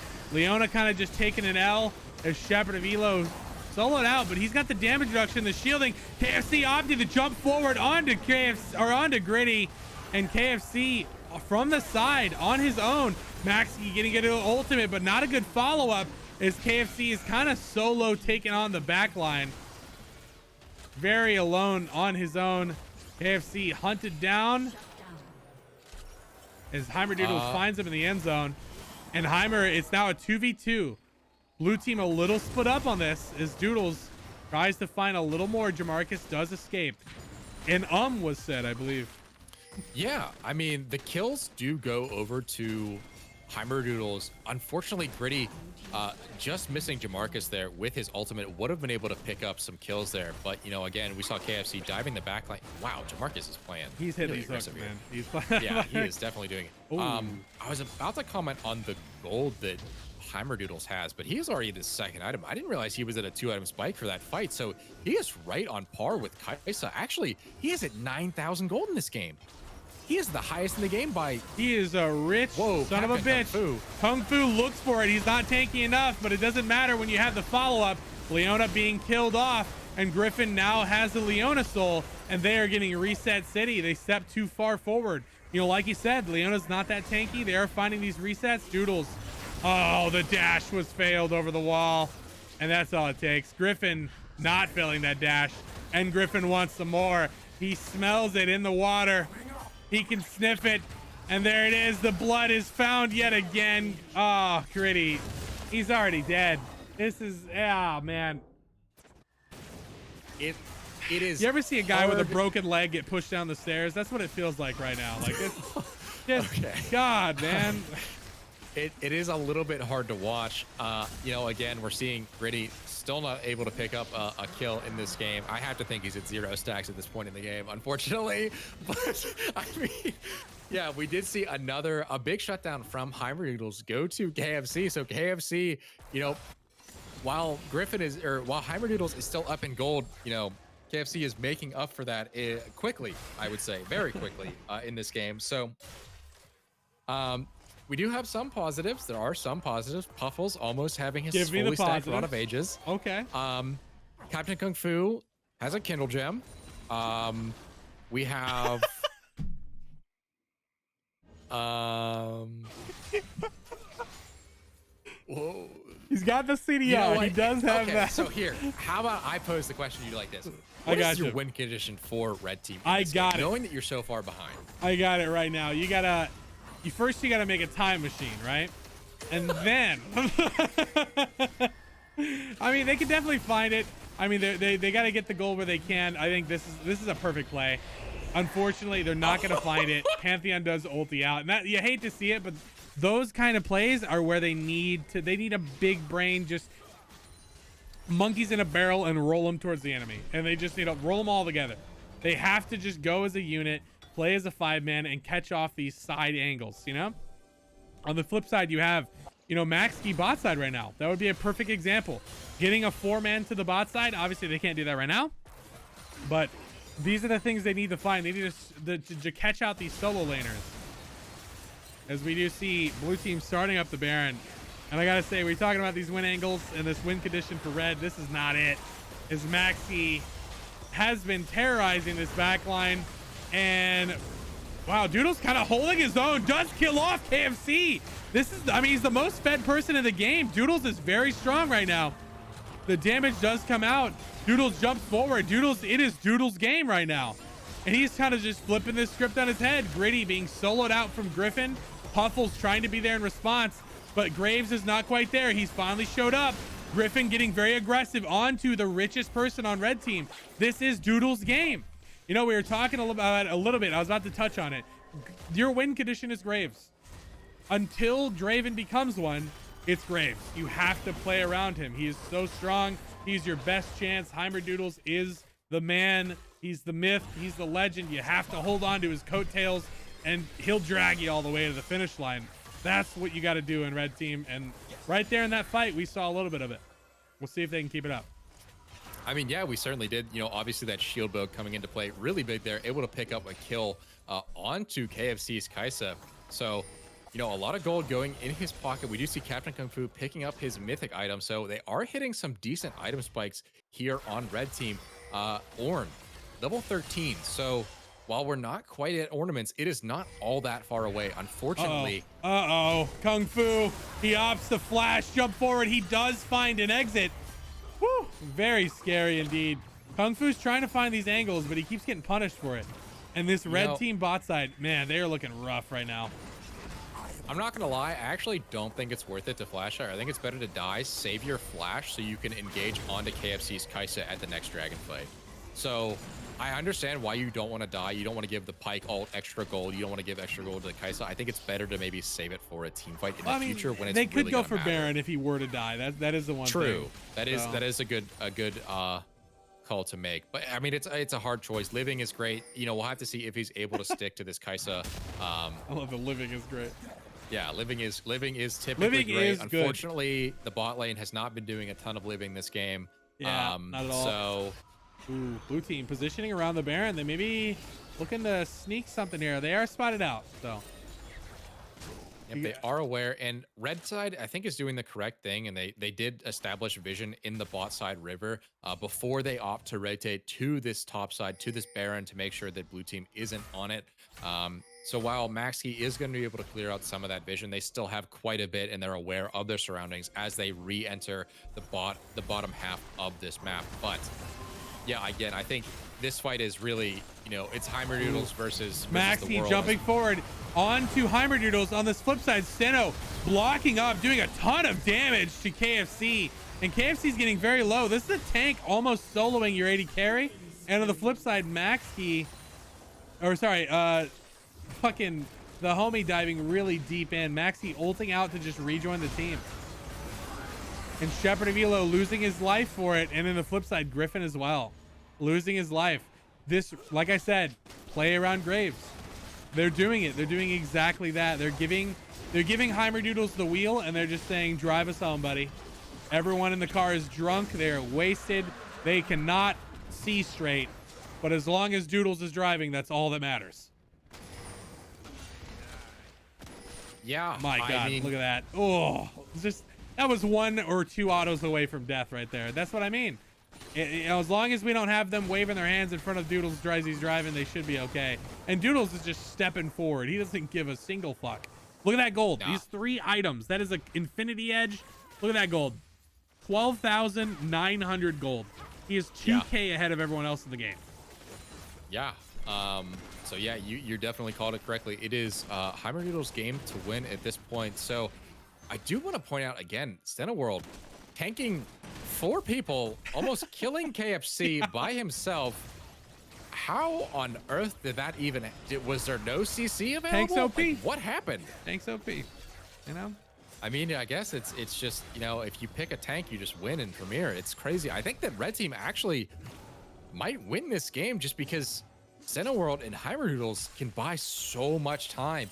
You know, it's just, if Graves can auto attack, stack his passive, you know, get that armor that he needs, you know, even though KFC is ahead, like once Graves has like 200 plus armor, like it's still hard to kill him, you know, even with the passive from the Kraken Slayer here. It's still rough to really nail down a Graves, but we do see Epic Kung Fu Hex flashing over the wall, just misses Jamarcus there. He did have the Banshee's Veil, the Edge of Night, excuse me. So he would have been fine there regardless, but we do see red team clearing blue's vision in this Baron. It looks like are they like trying to go for this? I feel like this is like such an interesting position to take. Scary, I will say. You know, good respect, not sticking to the wall. And Kung Fu has got to be careful to stick close to these walls. We do see Doodles continuing to farm that mid side. They just keep funneling all this gold into him, and that kind of be how it has to be. He really needs to continue domination. Doodles opting to go for the 1v1. On the flip side, we do see the enemy team, they have to get aggressive. They have to get aggressive towards this mid side, and they are. And looking at this mid side, it's very scattered. It's very sloppy. Blue is not on the same page. But guess what? Doodles has joined the fight now, and the fight is on. Its whole axis flipped. All you need is Doodles. Welcome to Doodles Gaming. Man, look at that damage. My God. Wow. He is just 1v the world right now. Look at that. Look at that. That was the full damage of your AD carry. That is not enough. This is literally, my God. Welcome to Doodle fucking Heimerdoodle game. This is Doodle's game. My Jesus. Ricky. Yeah, so the gold lead has flipped, and it's not even really an honest gold lead at this point because Ornn items are on the map. We have like 2,000 gold more just in item value on red team already. So, well, this gold lead, it has flipped. It's even more in favor of red team than it really shows. And Graves picking up a full Bloodthirster on that reset. And a pot, by the way, and a pot. I mean, why not just throw a pot on top of it? So. Jesus. How much gold is that? 15K. 15.8K. Yeah. Wow. That's the closest person to him is 11K, Kaisa. Man. 241 CS. Jesus. I want to point out in that last team fight, World basically solo zoning KFC from that team fight, exhausts him, burns KFC's cleanse, basically completely zones him by himself and doesn't even take enough damage and is able to rejoin the fight after he manages to zone KFC. So World and Heimerdoodles getting very aggressive, but he's so tanky. The damage is coming in. Griffin opts to go in, and Pantheon's there as well, but they're just too scattered in their fight. And wow, look at that. Wow, Gritty picking up a kill. Gritty's on the board, and that is exactly what he needs. Yeah, I mean, we do see, hey, Doodles is full build at this point, basically. The game should end before he reaches his next one. Oh, there it is. Doodles opting to run away, showing some respect. Kung Fu still in this fight, opting to jump forward. Flash coming out of Puffles is there, looking to finish this up. Ornhorn, wow. Clearing out the back line.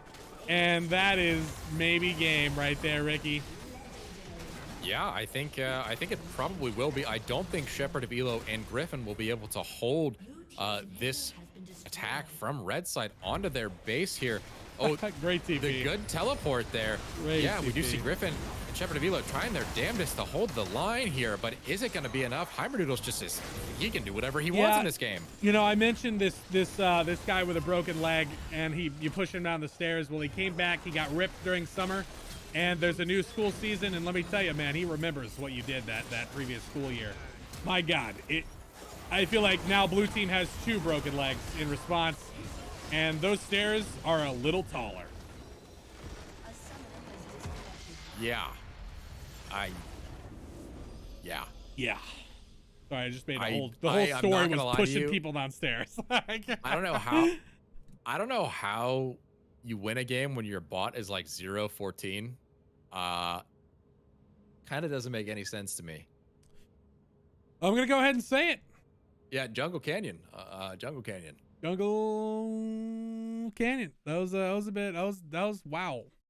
It's been a little bit since we've seen Griffin of all people. Griffin's usually the Jungle Canyoner. You know what I mean?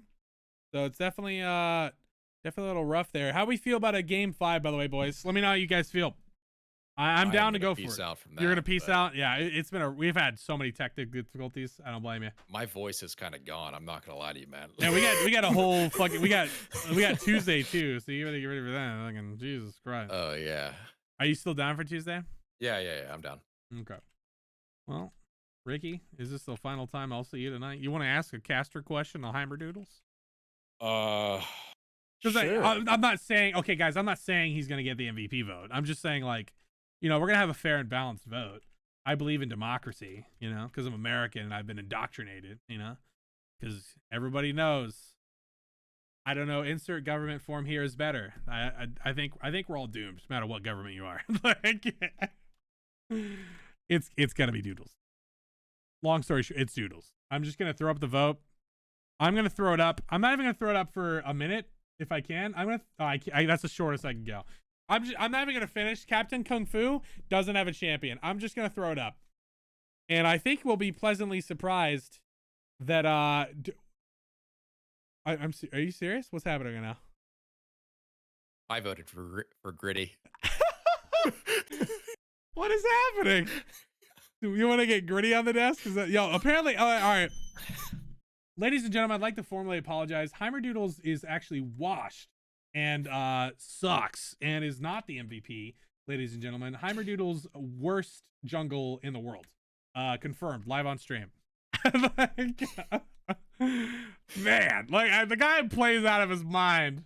And it's like, yo, but Stano Orn though, god damn. Like, I mean, to be fair, I don't think literally they no one win. voted for Heimerdoodles.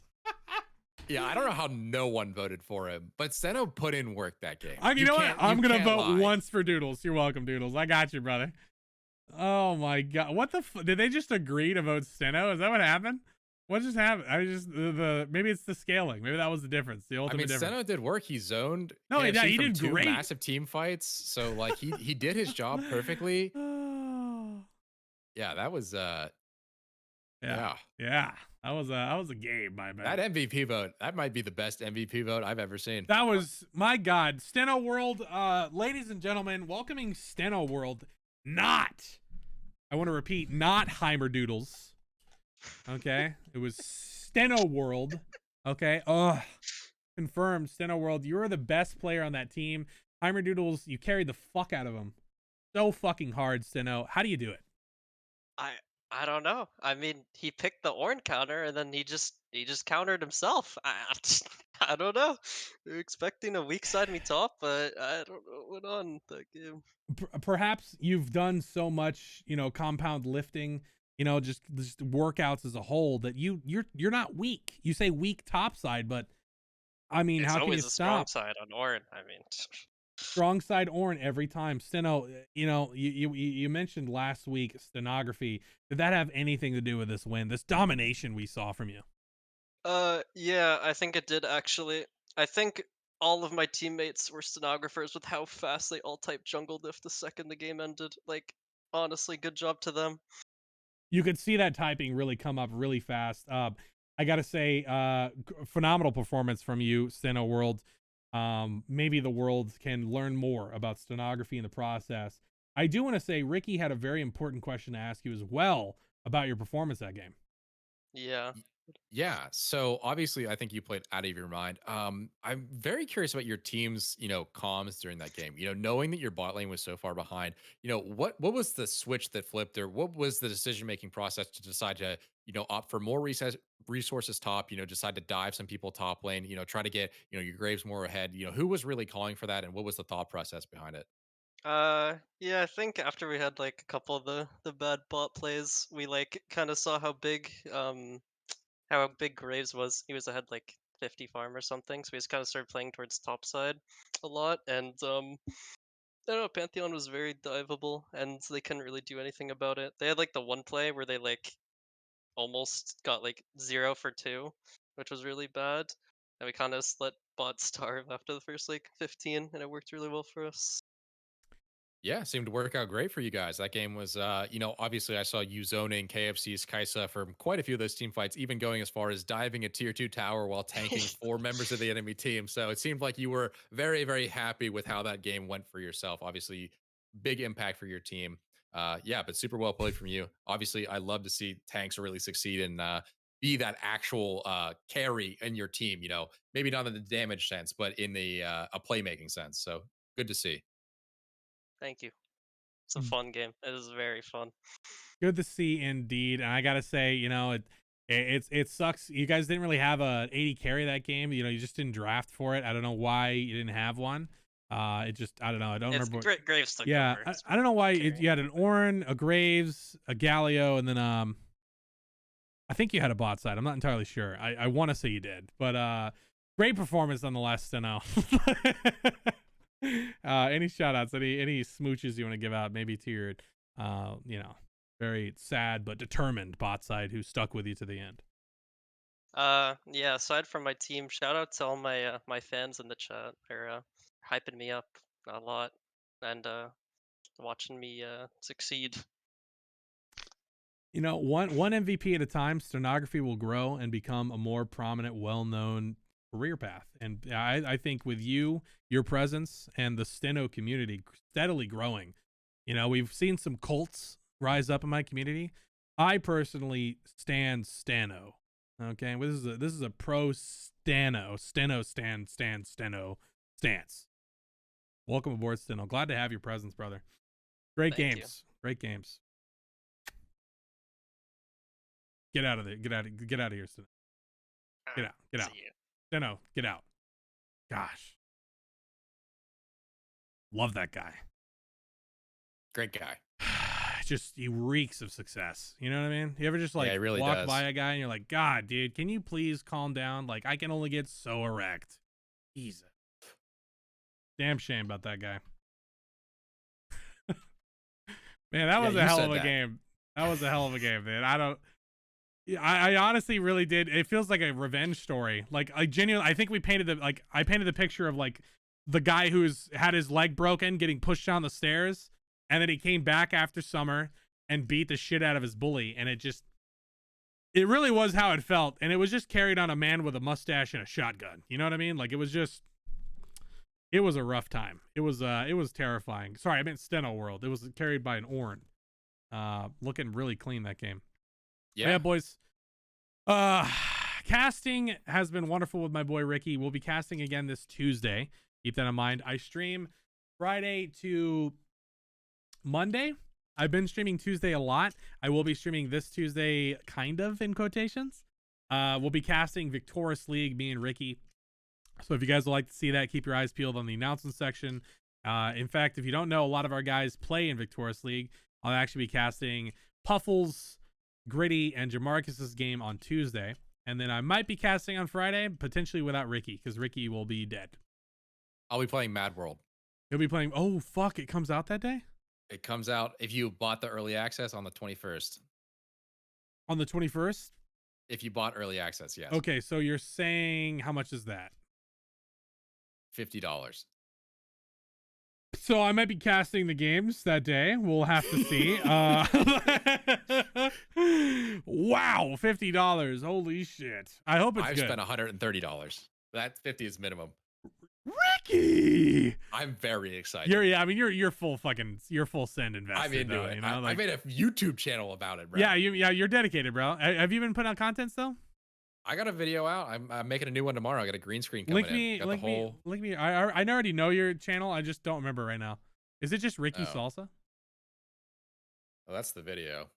Link me the fucking video. Where the fuck did you link it?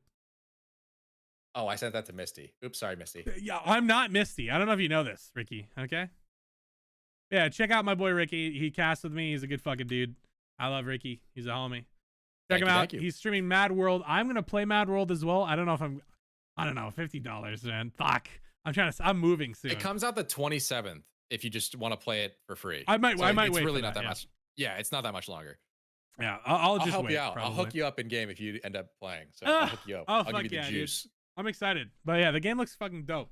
It's very there's a game I want to compare it to. Like, just if you like gothic looking doomer, like bloody gory stuff that's spooky, and it's an MMO game as well. I think it's top down. Pretty sick. And I like the idea. Look, it reminds me of not Diablo. The Diablo clone that's like much more like diverse in their build paths. Path of Exile. Yeah, the path, like it has a Path of Exile type build system, and it looks cool. Yeah, I think it's going to be interesting. But regardless, I think that's it for me for the night. That's so it for me as well. We're gonna be throwing it over. But yeah, Ricky, thank you guys for watching. Thank you guys for playing. Please join us on this raid. We're gonna hit up someone and kiss them directly in the lips. Signing off for me and your boy Ricky Salsa. We'll see you guys again next week. Again, this was a rough week. We're trying to adopting a lot of new things. Next week it'll be a little cleaner. We'll have some new optimizations in mind. And thank you guys for sticking with it through the rough day today. But we'll get you over someplace real